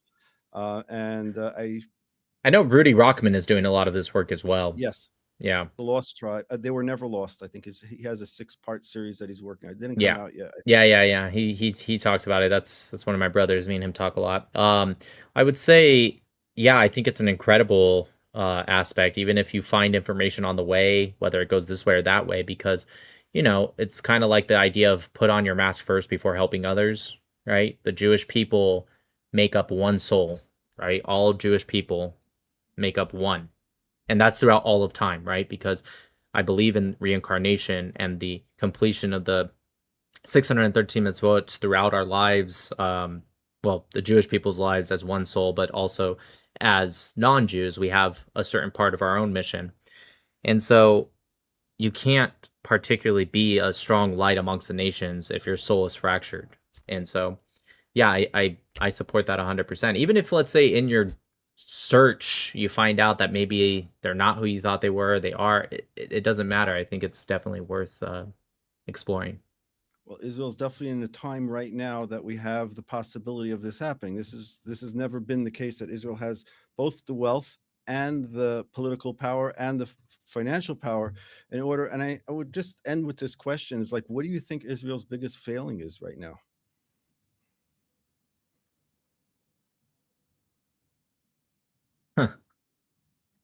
Man, that's quite the question. What is Israel's biggest failing? Do you mean I'm Israel, or do you mean the state of Israel? I meant the state of Israel, but I think both are true. Both are good questions. The state of Israel's biggest failing. Man, that's really tough to answer, actually. I would say Israel needs to start to be a little bit more proactive, or a lot a bit more proactive. I think there's a lot of problems that are boiling over. We've mentioned some in this podcast. PR, for example, they need to get more ahead of stuff and not be so reactive. And then you also have what's going on with the religious communities and the draft, military service. You have a lot of arguments from both sides. One side saying we're not going to have a country if you don't fight for it. The other side saying we are fighting for it, but in our own way, and that's not military service. I'm not here to determine. I'm not here to say that I have any say in that battle. What I am here to say, though, is that there's a very clear detriment happening. When I was in Israel just a couple months ago, I see Jerusalem, which is my favorite city in the world. When I'm in Jerusalem, there's something that happens to me that I just become so calm. My wife literally says, every time we're in Jerusalem, your entire shoulders and everything relax. And it's impossible to not feel calm in Jerusalem. And I always make it a point when I get into Israel, I feel something every time I land in Israel. And I'm in that Ben Gurion airport and I see that ramp. But there's something that pulls me to Jerusalem so much stronger when I'm in Israel than where I'm at right now, like California. Because I feel like it's because I'm so close that there's something really just like, I need to get to Jerusalem. I always have to go within the first day. I have to get to Jerusalem. When I see the state of Jerusalem and I see something like 30+%, I believe, the people aren't working there. A lot of it is, I think there is something that there needs to be a balance when you see that how societies have to act in today's day and age. There has to be an economy. That's the world we live in. But then you also have to balance that with what you as an individual feel is your mission in the world. I don't know the answer, so I'm sorry to be so vague. But what I do see is that there is a balance that needs to happen. And right now it feels like that balance is not happening between the economy of specifically Jerusalem, but I guess that affects Israel as a whole, and people's beliefs and what they need to do from a religious standpoint. Well, this argument, I agree, it's a difficult question. In fact, the prophet Ezekiel describes the sticks of Judah and Joseph coming together. Jerusalem and Tel Aviv have always been, it was just used to be called Jerusalem and Shomron. There was the 10 tribes were exiled from the Shomron, and there was a wicked king there who built a temple there for the Baal, and they had temple there for idol worship. And this separation within the Jews has always been Israel's biggest weakness, of the fact that we have both Jews are successful in many different things. There's a joke, a Jewish guy goes in with his Cadillac, he goes into the car wash, and the Gentiles over there say, cheap Jew, he's not going to give us a tip. He's not giving us a tip. And then at the end of the car wash, he gives them $100 to each one of the guys. He says, damn Jews got all the money in the world. I haven't heard that one before. I think with disagreement between Jews, I think it depends, actually. So in terms of the splinter between Jews is as old as the Torah itself, it's problematic, and it leads to a lot of things in Jewish history that has led to problems. However, I also think it's where, from an outsider's perspective, it's your strength. It depends on how you guys disagree, right? Because Jewish people have been able to do wonders for the world that others have not even been able to dream of, that Jews figure out. And I think a lot of that does come from the idea of disagreeing with each other, because if you disagree correctly and in a proper and good faith way, disagreement is what leads us to have way more knowledge than we are even capable of. Even the smartest person disagreeing with someone that's half their intelligence will lead the smarter person to still come up with ideas that they couldn't come up with on their own. So I think it depends. As a rabbi, I'll share with you my rabbinic idea of this, is that when the Jews sold Joseph into slavery, and the brothers came and Judah came to him, and Judah was like, we sold you into slavery. He reveals himself to them. Now he's the king of Egypt. And the brothers are so ashamed. And he says, guys, don't worry. He says, God sent me into exile for a reason. I'm here for a reason. I'm here to be able to provide for Egypt. And they started to provide for Egypt. And eventually, after 210 years, they became enslaved in that culture. until the Mashiach, or the Goel, or the Redeemer, Moses, came and redeemed them and promised them this land. And from that point until today, the Jews have never successfully returned, because when they tried to go in, there were still 2.5 tribes who said the tribe of Gad, and another tribe, and the tribe of Reuben, and half of the tribe of Manasseh said, we want our portion on the other side of the river. And from that point on, we have still not all returned. All the Jews have not returned. And that's kind of the return of the Jewish people to the land, as described in Ezekiel 36 and 37, is what fuels and starts Gog and Magog. When people see that these prophecies are being fulfilled, then, and I think the word Gog and Magog might be frightening to many people, but I think from a Jewish perspective, it just represents, it mentions Paras, which is Persia, which is modern day Iran. So it's clearly mentioned it, but it just, what it really represents is, how do people see the return of the Jewish people to their land, and how do they see this? Do they see it through the lens of genocide, or do they see this through the lens of fulfillment of prophecy? And both of those options are available out there for anybody who wants to believe either way.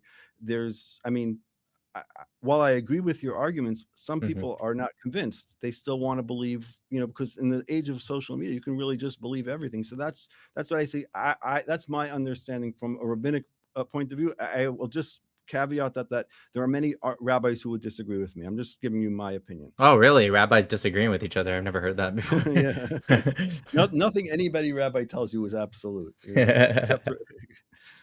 Yeah, for sure. But that's what makes Judaism so beautiful, because we want to have all these opinions, and we want to get to the truth. And unless you let people talk, I'm sorry to interrupt you. No, I'm in 100% agreement with you. I think, like, as an outsider, I think I can offer a unique perspective that to Jewish people that obviously Jewish people can't see because they're from inside the house.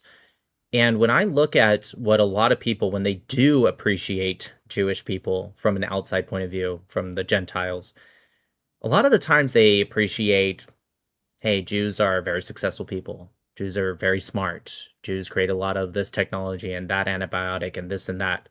And don't get me wrong, I agree with them, of course. But when I look at the Jewish people, what impresses me the most about them, the thing that separates the Jewish people for me in an incredible way, is the Torah. The people will ask me, hey, Nick, you're like a Jewish supremacist? Yeah, why do you like the Jews so much? Blah, blah, blah, blah, blah. Why do you defend them? And I say, it's not, I never believe that somebody is better simply because their skin color is this or that, or their name is this or that, or gender is this or that. But culture can absolutely be a benefit to the world. It could be a detriment, or it could be neutral. And the Torah and what it's done for the world is something I can't compare anything else to. And so that's what I recognize about the Jewish people. To go back to what you earlier said about, should Jews do more to spread the Torah? Of course, the answer is yes. And I think that, what are you doing? I think that's apparent, because the Torah is something that can help anyone. And so naturally, the more the Torah spreads, the better it is for the world. And I think that's the whole reason the Torah was given to the world, is because the Torah is our blueprints as mankind. It's what the world is and what the world needs to be before whatever the after is, whatever one believes. I think there is an after regardless of who you are. And the world can't do that until the world is set up for that timeline. I think the biggest Congress, actually the first Congress of Noahites, will be November 2nd in Israel. It'll be I think over 100 countries represented. The Rabbi Uri Shirky is the person running it. I think his name is. Have you heard about that? Yeah, a lot of people have been telling me, they're like, Nick, you're the most famous Noahide in the world. You need to come to this. November 2nd. Yeah, I'm trying to. It's just a little tough for me to get out. Place to stay. You can stay with me in Beit Shemesh. I got a place. Could do a podcast here. So. There you go. I can, because every time I go to Israel, everyone loves it, but at the same time, people are like, "But I miss your podcast." Well, you could do some lives. My parents live in the old city of Jerusalem, overlooking the Western Wall and the Temple Mount, and Yeah, Incredible. and we really lucked out. We really lucked out, and when I go up on the roof with people, with guests, and we look down at the Temple Mount, I'm reminded of 1967 when Mutagore went up there and he said, the Temple Mount's in our hand, and the first thing he did was create the Western World Heritage Foundation and hand it over to the Waqf. So and the Jews are afraid of redemption. They don't want to see they don't want to see anything happening on that mountain. And when, like I've heard people say, when people talk about what's going to happen on the Temple Mountain, it's pretty clear. Ezekiel 40 through 48 is the blueprints of the third temple. But one thing people don't realize is that it's not going to be forced on anybody, meaning the end times for the Jewish people looks like the whole world coming together and saying, hey, we want to be a part of this. And I think that's kind of what the Noahide movement is that, we want to be on this side of history, because right now we are writing the final chapter of the Bible. Right. I literally make that joke with my wife all the time. Well, it's not a joke. It's true. I was like, it's kind of interesting when you see certain things happen in the Holy Land, especially. And it's like, when you see it happen, you think to yourself, if you fast forward 2,000 years and someone was reading the chapter of the Bible on this, that would be included. You know what I mean? Like that person would be included. That thing, that action, that event would be included. So it's very interesting to consider that. Okay, final thoughts, Nick, and maybe give us a blessing. Oh man, I'm not in any position to bless anyone. Listen, my final thoughts is that, I know it sounds a little cliche, but I truly believe in it, and it gives me strength. So if it gives me strength, there must be something to it, is to truly trust in God. I know I do. I don't always know what God wants. I'm not a prophet, not anyone who has dreams or anything, but I try my best to, I won't say do what God wants me to do, but not be resistant to what God puts in front of me. And it makes me a happier and better person by just, doing my best to not be resistant to anything God puts in front of me. I don't believe that God gives us what we need, or let me rephrase that. God doesn't do for us what we need to do, but God gives us what we need so we can do it ourselves. And I think a lot of people sometimes need to stop waiting for God to just do it for us and realize that God has already given us everything we need. It's just about knowing how to use those tools. And with that, that's I think that will apply to Israel as a state. It will apply to Israel as Am Yisrael, and it'll even apply to the Gentiles and the Noahides around the world. Okay, Nick, thank you so much. It's amazing what chicken soup could do. You definitely look like you're feeling much better now. I do feel a little bit better, yeah. Thank you so much for taking your time. I really appreciate it. And shalom from the holy city of Beit Shemesh. Shalom. Thank you. Thank you. Stop recording. Okay. All right. Thank you so much. I just gotta wait for it to upload. I've done Riverside before. Yep, there it is. Yeah. I think you're good. Yep. I need a few seconds. I got the notification. Anyways, thank you so much, Alon. Really appreciate it. Hopefully I'll see you in Israel one day.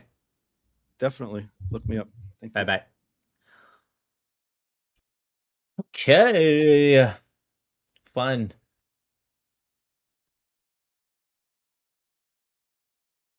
Uploaded. Done. All right, you guys. That was fun.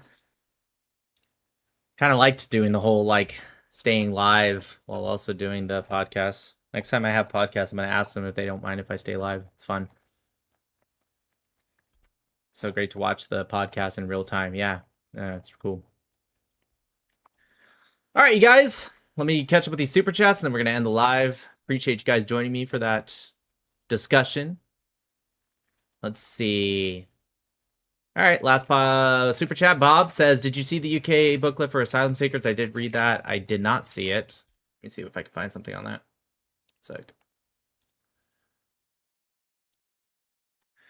UK booklet for Asylum Seekers.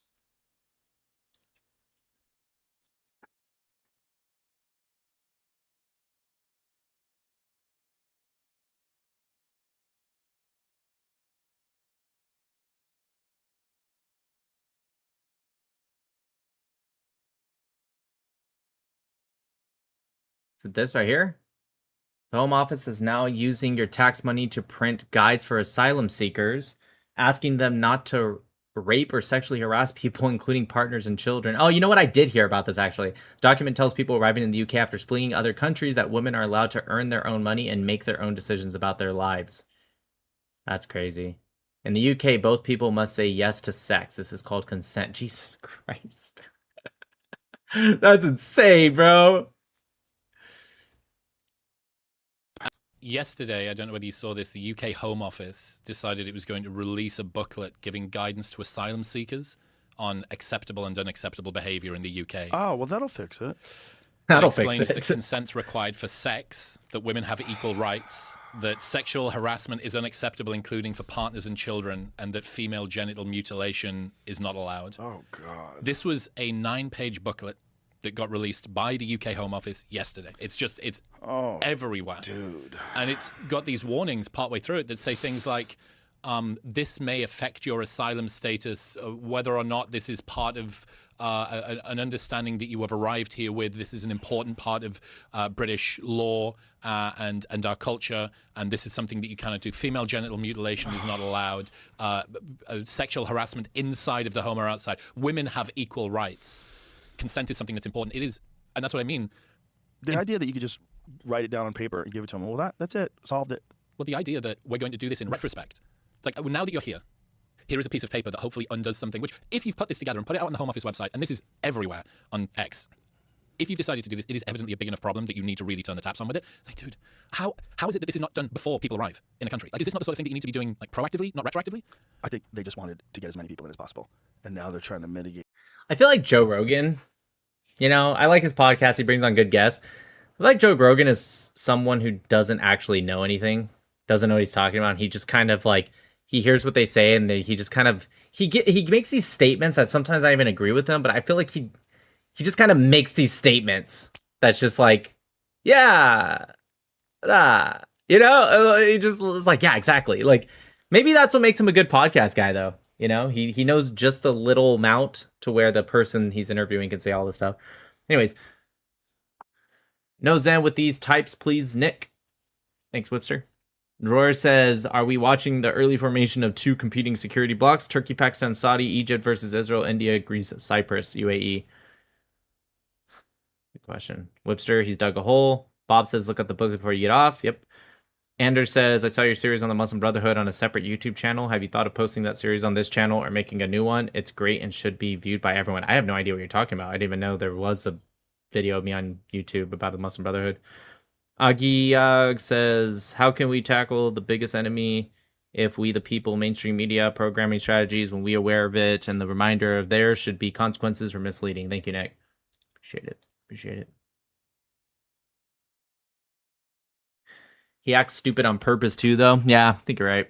Does zero research. No, he's an idiot. So one day we'll prove God. Could be a million years, but it's not impossible. All right, guys. I'm getting off. God bless America. See y'all tomorrow. Bye-bye.